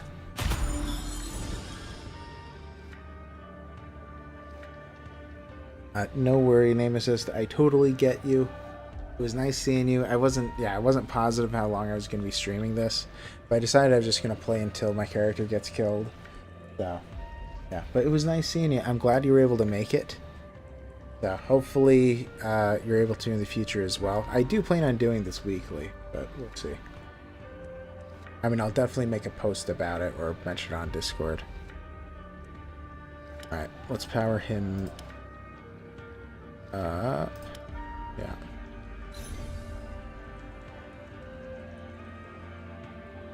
I do need to draw.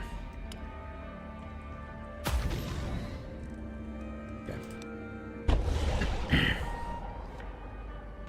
Alright. Activation. Could do a big hit. Okay.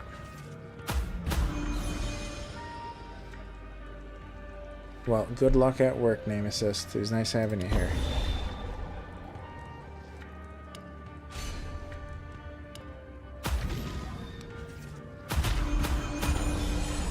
Alright, we're surviving. Let's get the Sage to get a bunch of barrier. You don't want to sacrifice. Okay.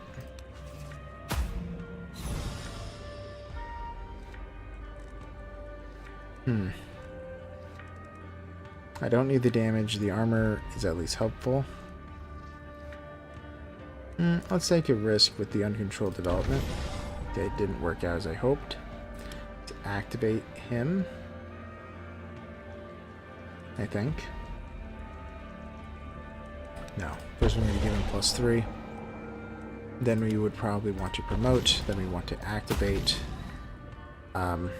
Could activate him again. He might get killed. Okay, good.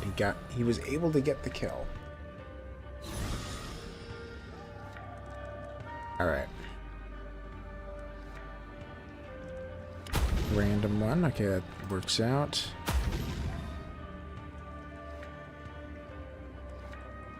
Man.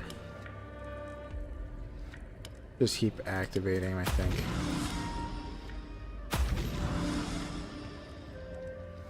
Yeah.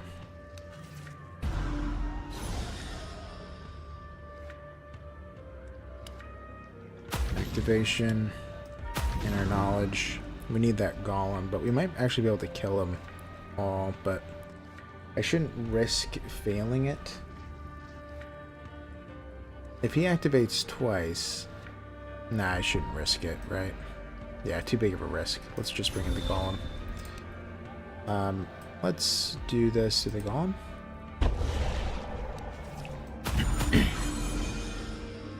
Oversaturation, put that on him.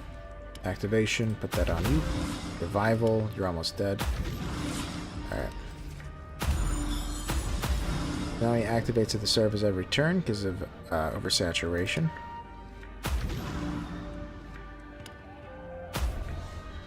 Okay. Freezing a little bit.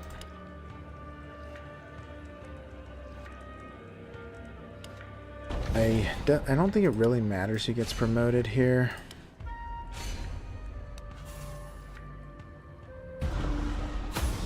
Yeah, because we should be able to just handle it from here. Okay. There we go.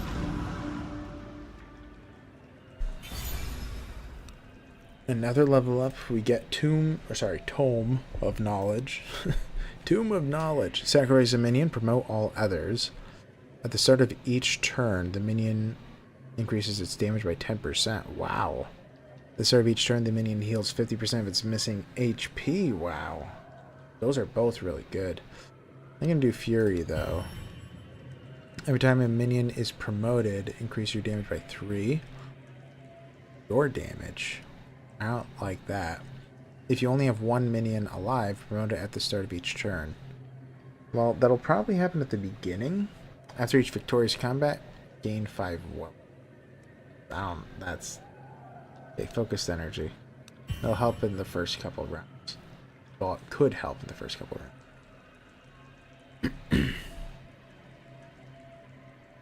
All right. You enter an old cemetery. It reminds you of more peaceful times when people had the luxury of burying their dead properly and returning to pay their respects. However, the cemetery is not a place you should linger, especially this close to the weirdness. I need more viewers, yeah.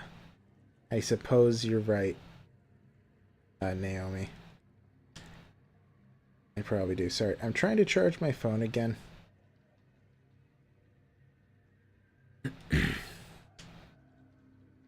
It is causing me issues. I mean, to be honest, if my phone does die, I'm probably going to stream, but...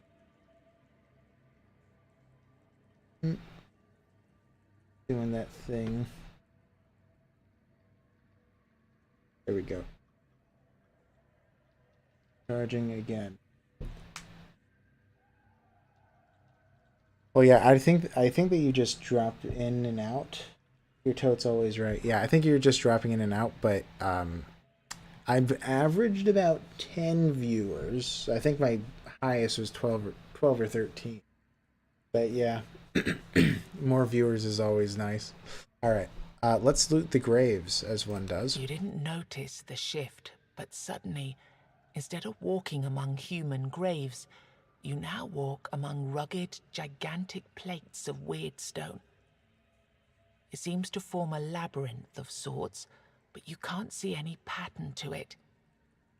This place looks like a cemetery of giants, or perhaps of the Four Dwellers. Did the Four Dwellers bury their dead?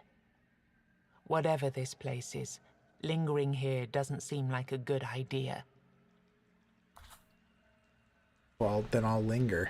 A feeling of inexplicable power shivers up your spine. You've never felt anything like this before. Daring little warrior, aren't you? Pity the weakness of your kind, your bravery will be rewarded. You got 20 health. Oh, 20 max health. Great. Alright, let's go over here.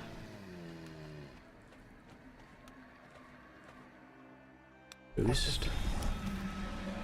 Alright. Roaming war bands now, huh?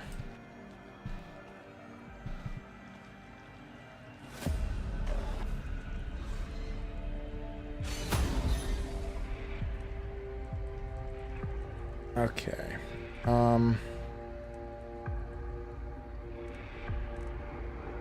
Let's think. I definitely want to do a controlled development.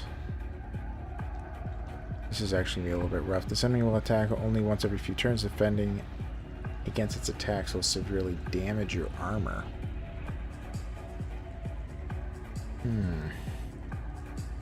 Okay, well, we want to draw, but we also want him to upgrade.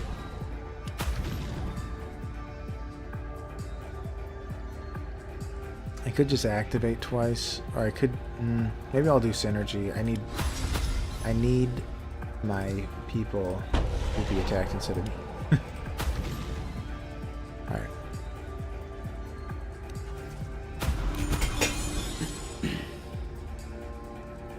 Do Sage.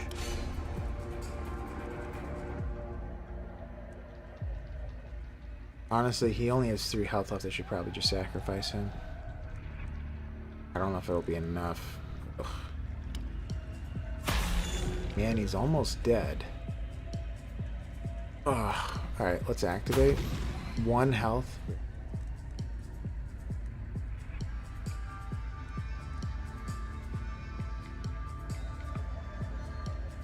Let's do this. I mean, the odds of him not getting killed are pretty low. Alright.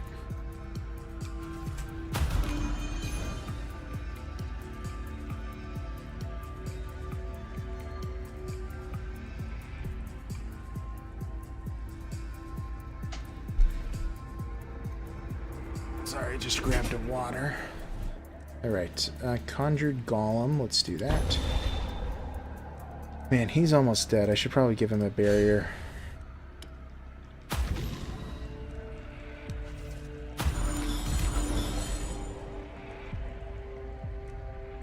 Now we get Fury. Let's do it. So he'll deal more damage each round. Could bring in an Abomination. I do it so rarely. Oh yeah, we need to do a revival.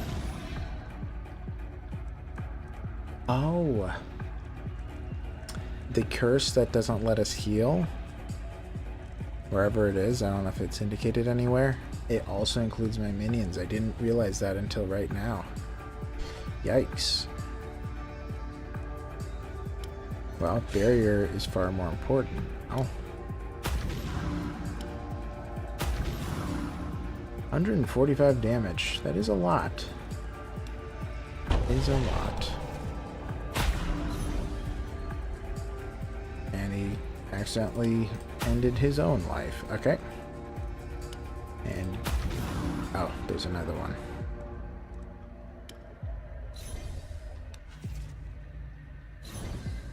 Alright. Invocation. Yeah.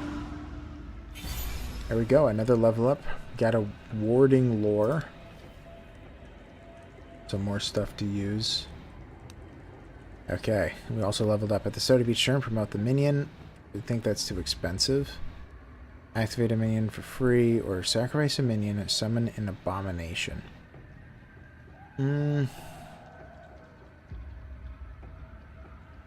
Man, I don't know what I need to add anymore. What I need is more chances to get golems. None of this is really helping with that. If I get dark rites, that's useful, but I activate so often. I have so much stuff to activate. I think I'm just gonna skip. Alright. Countess? Your path grows increasingly inaccessible as the branches of weirdness, crooked trees splay in all directions. Suddenly, you come upon a woman who, judging by what remains of her tattered clothes, must have been someone of importance at some point in her life. You can't focus on her garb, though, because as she turns, you realize that she's feasting on the rotting flesh of a dead monster. Blood and ichor drip from her open mouth. Lovely. Who do we have here? A stranger? It might be your lucky day, Wanderer. The woman giggles flirtatiously and covers her jagged teeth with one hand. Give me your life's essence, and I will reward you with my precious stones. Unfortunately, this specimen here is running low. Max HP, please? No. Here's a bouquet of flowers for you. You show her the bouquet you received from the florist. You can sense that she's overcome with joy and hope. Give it to me. This is the most magical gift I've ever received. Like it was made just for me. It was. Tell me who made such a wonderful bouquet? You tell her everything there is to tell about your meeting with the florist. She listens intently. What a surprise it is to find someone so gentle and pure survived in this world. Please let him know that I say yes. I want to meet him immediately. Great. Okay. Lovely. Great. Alright. Let's do the other roaming warband. I can't imagine surviving through this act, but we'll see. Okay. We need the sage. We should do synergy, because we don't have a golem. We're already almost maxed out, which is nice. Yeah, let's do volatile magic. So now we can get him up to 4. Activate him. Hopefully he survives. I know he rolled the first round. Okay, well this is good, I think. And I can do a ton of sigils. Whoa. Ooh, what do I do here? They have too much health. Oh man. Well, I might have to put all my eggs in one basket. Also, let's see if this doesn't work. Yeah, it doesn't work. That silence. I might draw a card. But what are the odds? 2 in 17 to get a golem. Reduce an enemy's damage by 50%. That might be worth it. Great 20 barrier. I might do that on him.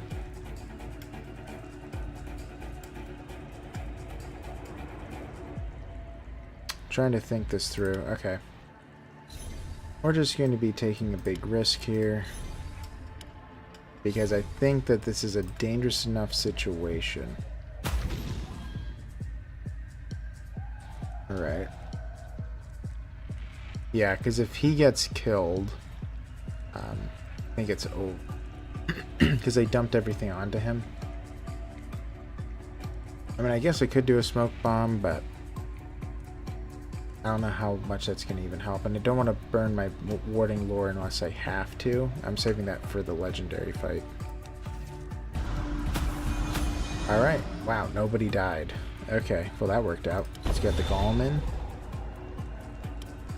Activate. Activate. Promote. Should have promoted first. Alright.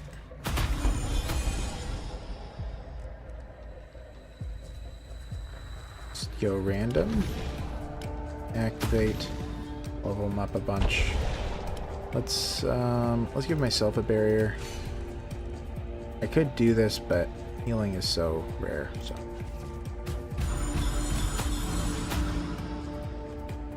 Okay.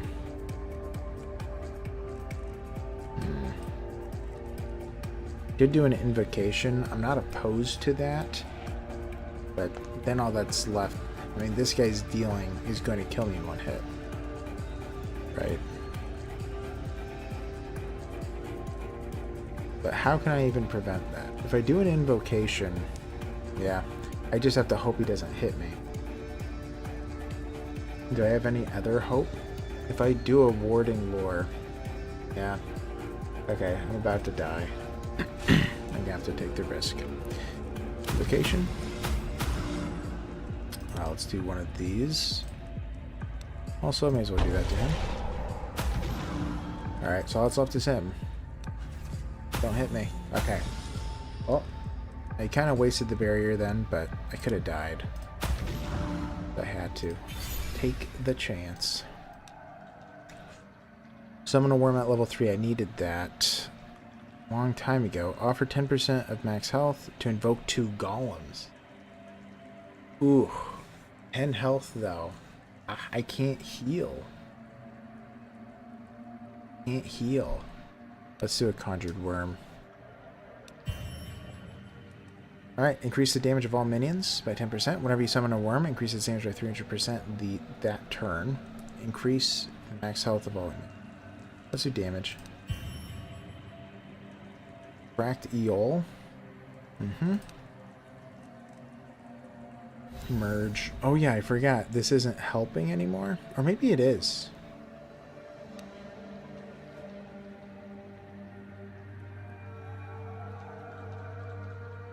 I actually don't remember anymore. These crystals were already here. Let's pray so I can... I wish I could sacrifice max health. Sacrifice health to remove a card. Let's just leave. Okay.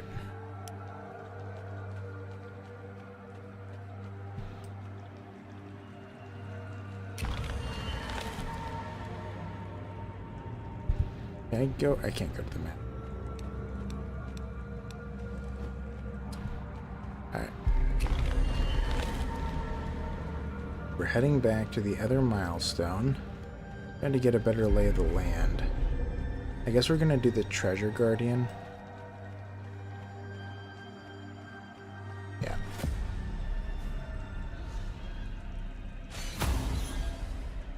All right. Oh, that's a lot. That is a lot. Need the barrier, conjured worm. Just gonna activate the conjured worm.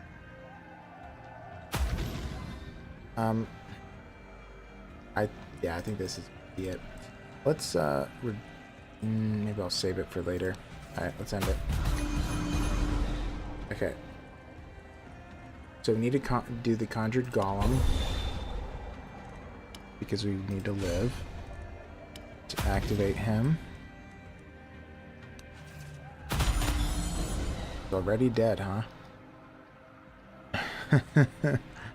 Okay. Let's do a synergy, just getting bodies on the ground. Activate. Okay. Barrier. Ugh. End the turn. See what happens. Okay. We're always very close from being killed.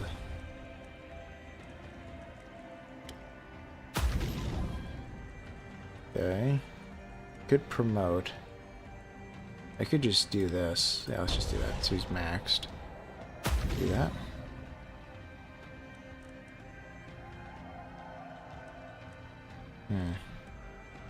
I guess we're just gonna have to keep activating him. We could do a sacrifice, but it's not gonna be helpful.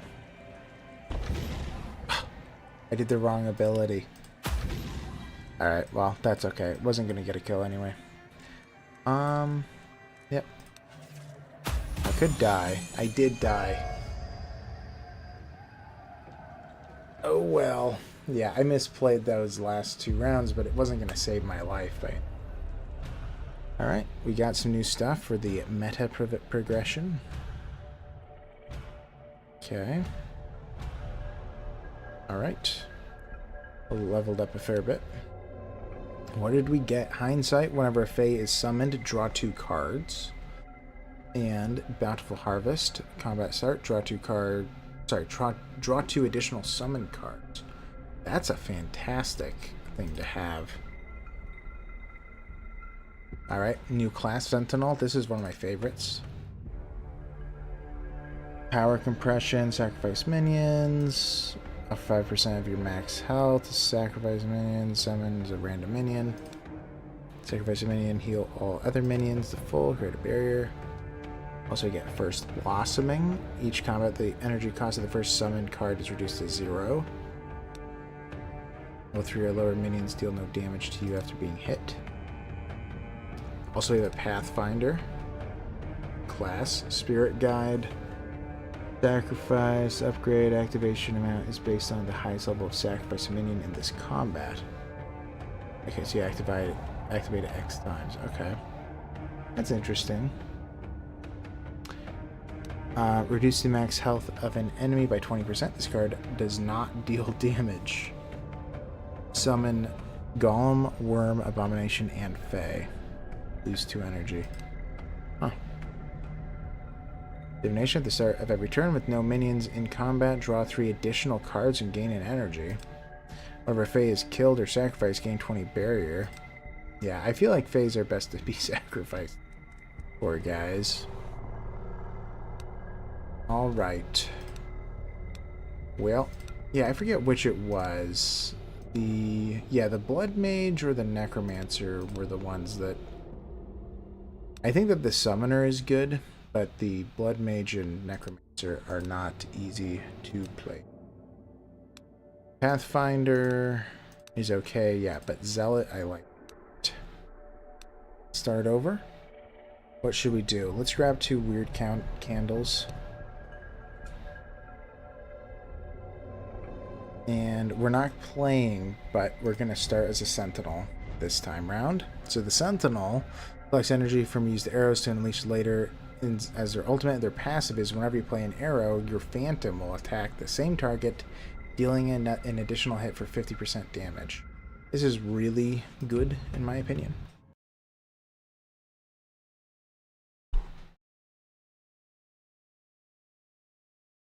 We'll look to see if there are any upgrades we can do. Then we'll probably end it after.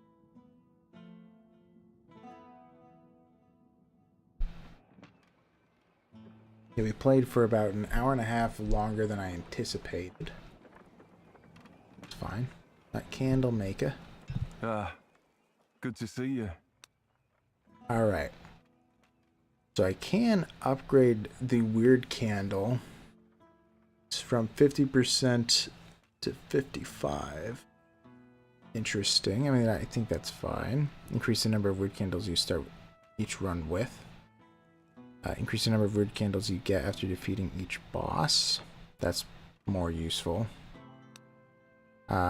Milestone healing. I don't do that. Milestone damage boost. Increased. I don't do that. Armor boost. I don't do that.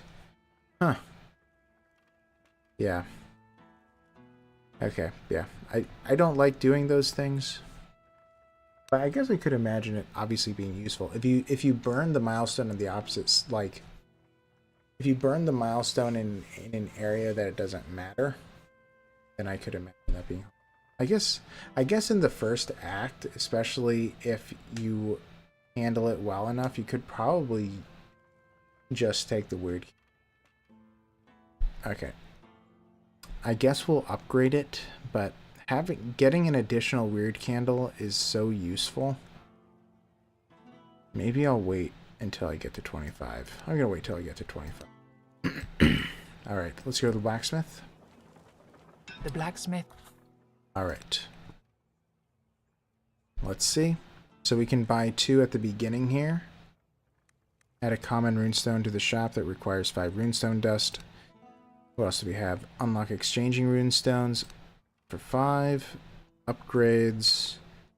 Ooh, very close. Alright, yeah, I want to wait until I'm able to get to that instead to get more runestones. Getting more of them is the most important thing, because then getting more of them lets you get more of the meta progression, and also lets you have more runestones in general. Probably what's best is to grab 2 at the beginning, but I'm going to see... excuse me, over here. Healing and upgrades. Alright, we have a ton of weird stone. What would be nice is if I'm able to get to the 750. I mean, I know that's expensive. I think that I'm going to hold out for that, because I think that my Sentinel is going to go pretty far. I wouldn't be too surprised if the Sentinel can win, but I'm going to have to play really well. What about the upgrades? So now we have 8 tokens. Increase the drop chance of items as rewards. That's always good. I think that's it, huh? Yep. Yep. So I guess we'll do that. I think. Yep. Okay. So now I have a chance of getting items. Perfection. Yep. Anyone I'm missing? I don't think so. So with our 100 gold, we're going to buy 2 runestones. Okay. Cracked Eoth. Eol. Every 3 turns you always deal maximum. Not very useful. Or every 3 turns minimum for enemies. We got Calc. In the first turn of combat, draw an additional card with its cost reduced by 1 or heal by 4. That's a good one. In the weapons slot, each card played increases your damage by 5%. That is nice. Increased armor by 10. Also nice. It's actually very good for the Sentinel, I'm pretty sure. Cracked Man. Every turn increase everyone's damage. No, we're not doing that. Alright, Ethel. And yeah, Calc. Those are the 2 I'm going with. It has been a while since I played with this guy.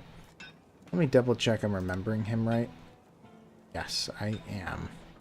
So armor is very important for the Sentinel. So it would be better if we increase our armor by 10. And then we'll just put this so we get an extra card that's free. To be free. Alright. I might actually do one single fight and go from there. Maybe I'll save it after that. That's what I'll do. I know I said I'd end it, but I'll show you guys what the Sentinel is like. Alright, Deformed Beast. Becomes stronger with every hit. Oh, that's not good for my guy. Alright, so what he has is he has something new called Maneuvers. Maneuvers have two sides to them, which it shows you if you right click. So on one side, it's the 1 of 2, then 2 of 2. The 1 of 2 gives 10 armor this turn. Then you gain barrier equal to your armor. The Unbreakable Feints, you gain barrier equal to 150% of your armor. So you need to have armor in order for these to be useful. That's why I took that stone. He always has the Phantom's Aid, excuse me, in his hand. As everyone does, they all have one card that they always get. He has the Phantom's Aid, which draws the Shadow Shot. The Shadow Shot reduces the armor by 10 until the end of combat. That's what he has. Then he has just a bunch of shots that cost 0, which is very nice. And then on top of that, he has this Bow Draw that lets him deal additional 25% damage. The other half is this turn gain 100% damage but lose 25 armor. You really don't want to do that because, as I said, with armor, that's the main way that he defends. As soon as it's negative, he has no way to mitigate damage. It's impossible. So holding bow is very dangerous unless you have something. Also, between fights, if I decide to bow draw, that means in the following combat, it'll start with hold a bow. So it doesn't like reset between combats. Anyway, let's do a feint. So I should be okay. Let's do a Phantom Aid. Let's do another feint. Let's see how much damage we can deal before things get bad. Yeah, we're good. We're good. Perfect.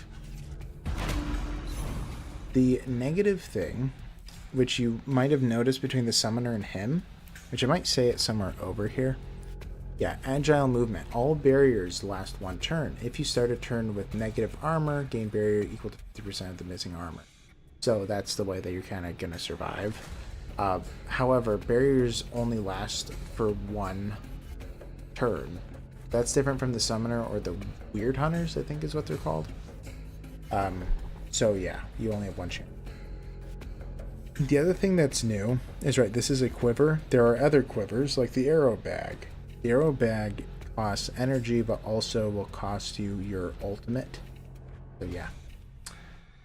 Anyway, he also has a smoke shot to stun. Not a bad idea. Let's do one of these. See what we can do. Okay. He just dies. Alright. Talking Skull. Discard all cards in hand and draw 3. Ooh. Ooh. And we already leveled up, so we can stun an enemy and reduce its armor by 10 until the end of combat. The other side, whoops, is reduce damage of all enemies by 25%. Okay. We have weird coated arrows. Draw 2 arrows and gain 25% damage this turn. Interesting. Exposition. Deal a hit for 100% damage. Gain 25% damage for 2 turns. That's good. 200% damage. Gain 50% damage for 2 turns. It's really good. And then deal 1 hit for 400% damage, but then lose 75% damage for 2 turns. That's the concern, the climax. Alright, so we'll do weird coated arrows. Let's do that. Then we already get a new passive. So, scales in the first turn of combat gain 75 armor. That's actually not half bad. Because that means that you're able to just plop, like if I am going to have a build where armor is going to progressively get higher, scales will make it start at 75. So as long as I have 1 defensive ability, I'm essentially immune to taking damage. Ancient Fury, increase Phantom's damage by 10%. That is pretty good, and that does last the entire combat as opposed to the first turn like scales. Protective Force, drawing additional arrows increases your armor by 5 this turn. Let's do Ancient Fury. Alright, wonderful. Oh yeah, I forgot. I have to end it here, guys. We'll zoom, well, Do we have a milestone? Yeah, let's go to the milestone. More chill over here. Ah, yes. A lot more chill. A lot more bright. Anyways, guys, I'm going to be ending the stream here. So, thank you guys so much for watching. Like, I think that our maximum was 12 at one point. And now, well, right, now you guys are leaving. Since you guys apparently have heard that I'm going to be ending the stream. But yeah, thank you guys so much for watching. I'm intending to do a stream once a week. Probably Wednesday nights is what I'm thinking. If this eventually starts getting to like the 20s of viewers, I'll probably do it twice a week, maybe. I'll think about it. I'm considering. Anyways, guys, I hope you all have a great day. And also, if you haven't subscribed, if you watch through this, please do so. Please like, please share, please do all those things. I'd really, really, really appreciate it. It means the world to me. And, yeah. Well, yeah, for those who are new, I do make daily playthrough videos, weekly lore videos on Tainted Grail, and now I'm going to be streaming weekly. So that's what I'm currently doing. I also do, what do you call it, supercuts of the playthroughs, if that's your preferred style of watching things, just so you guys know. And yeah, I think that's all I really want to say. Hope you guys have a great day. Make sure to tell someone who you love that you love them. And yeah, make sure to eat, take care of yourself, drink some water, and hope to see you guys in the next one. Bye-bye.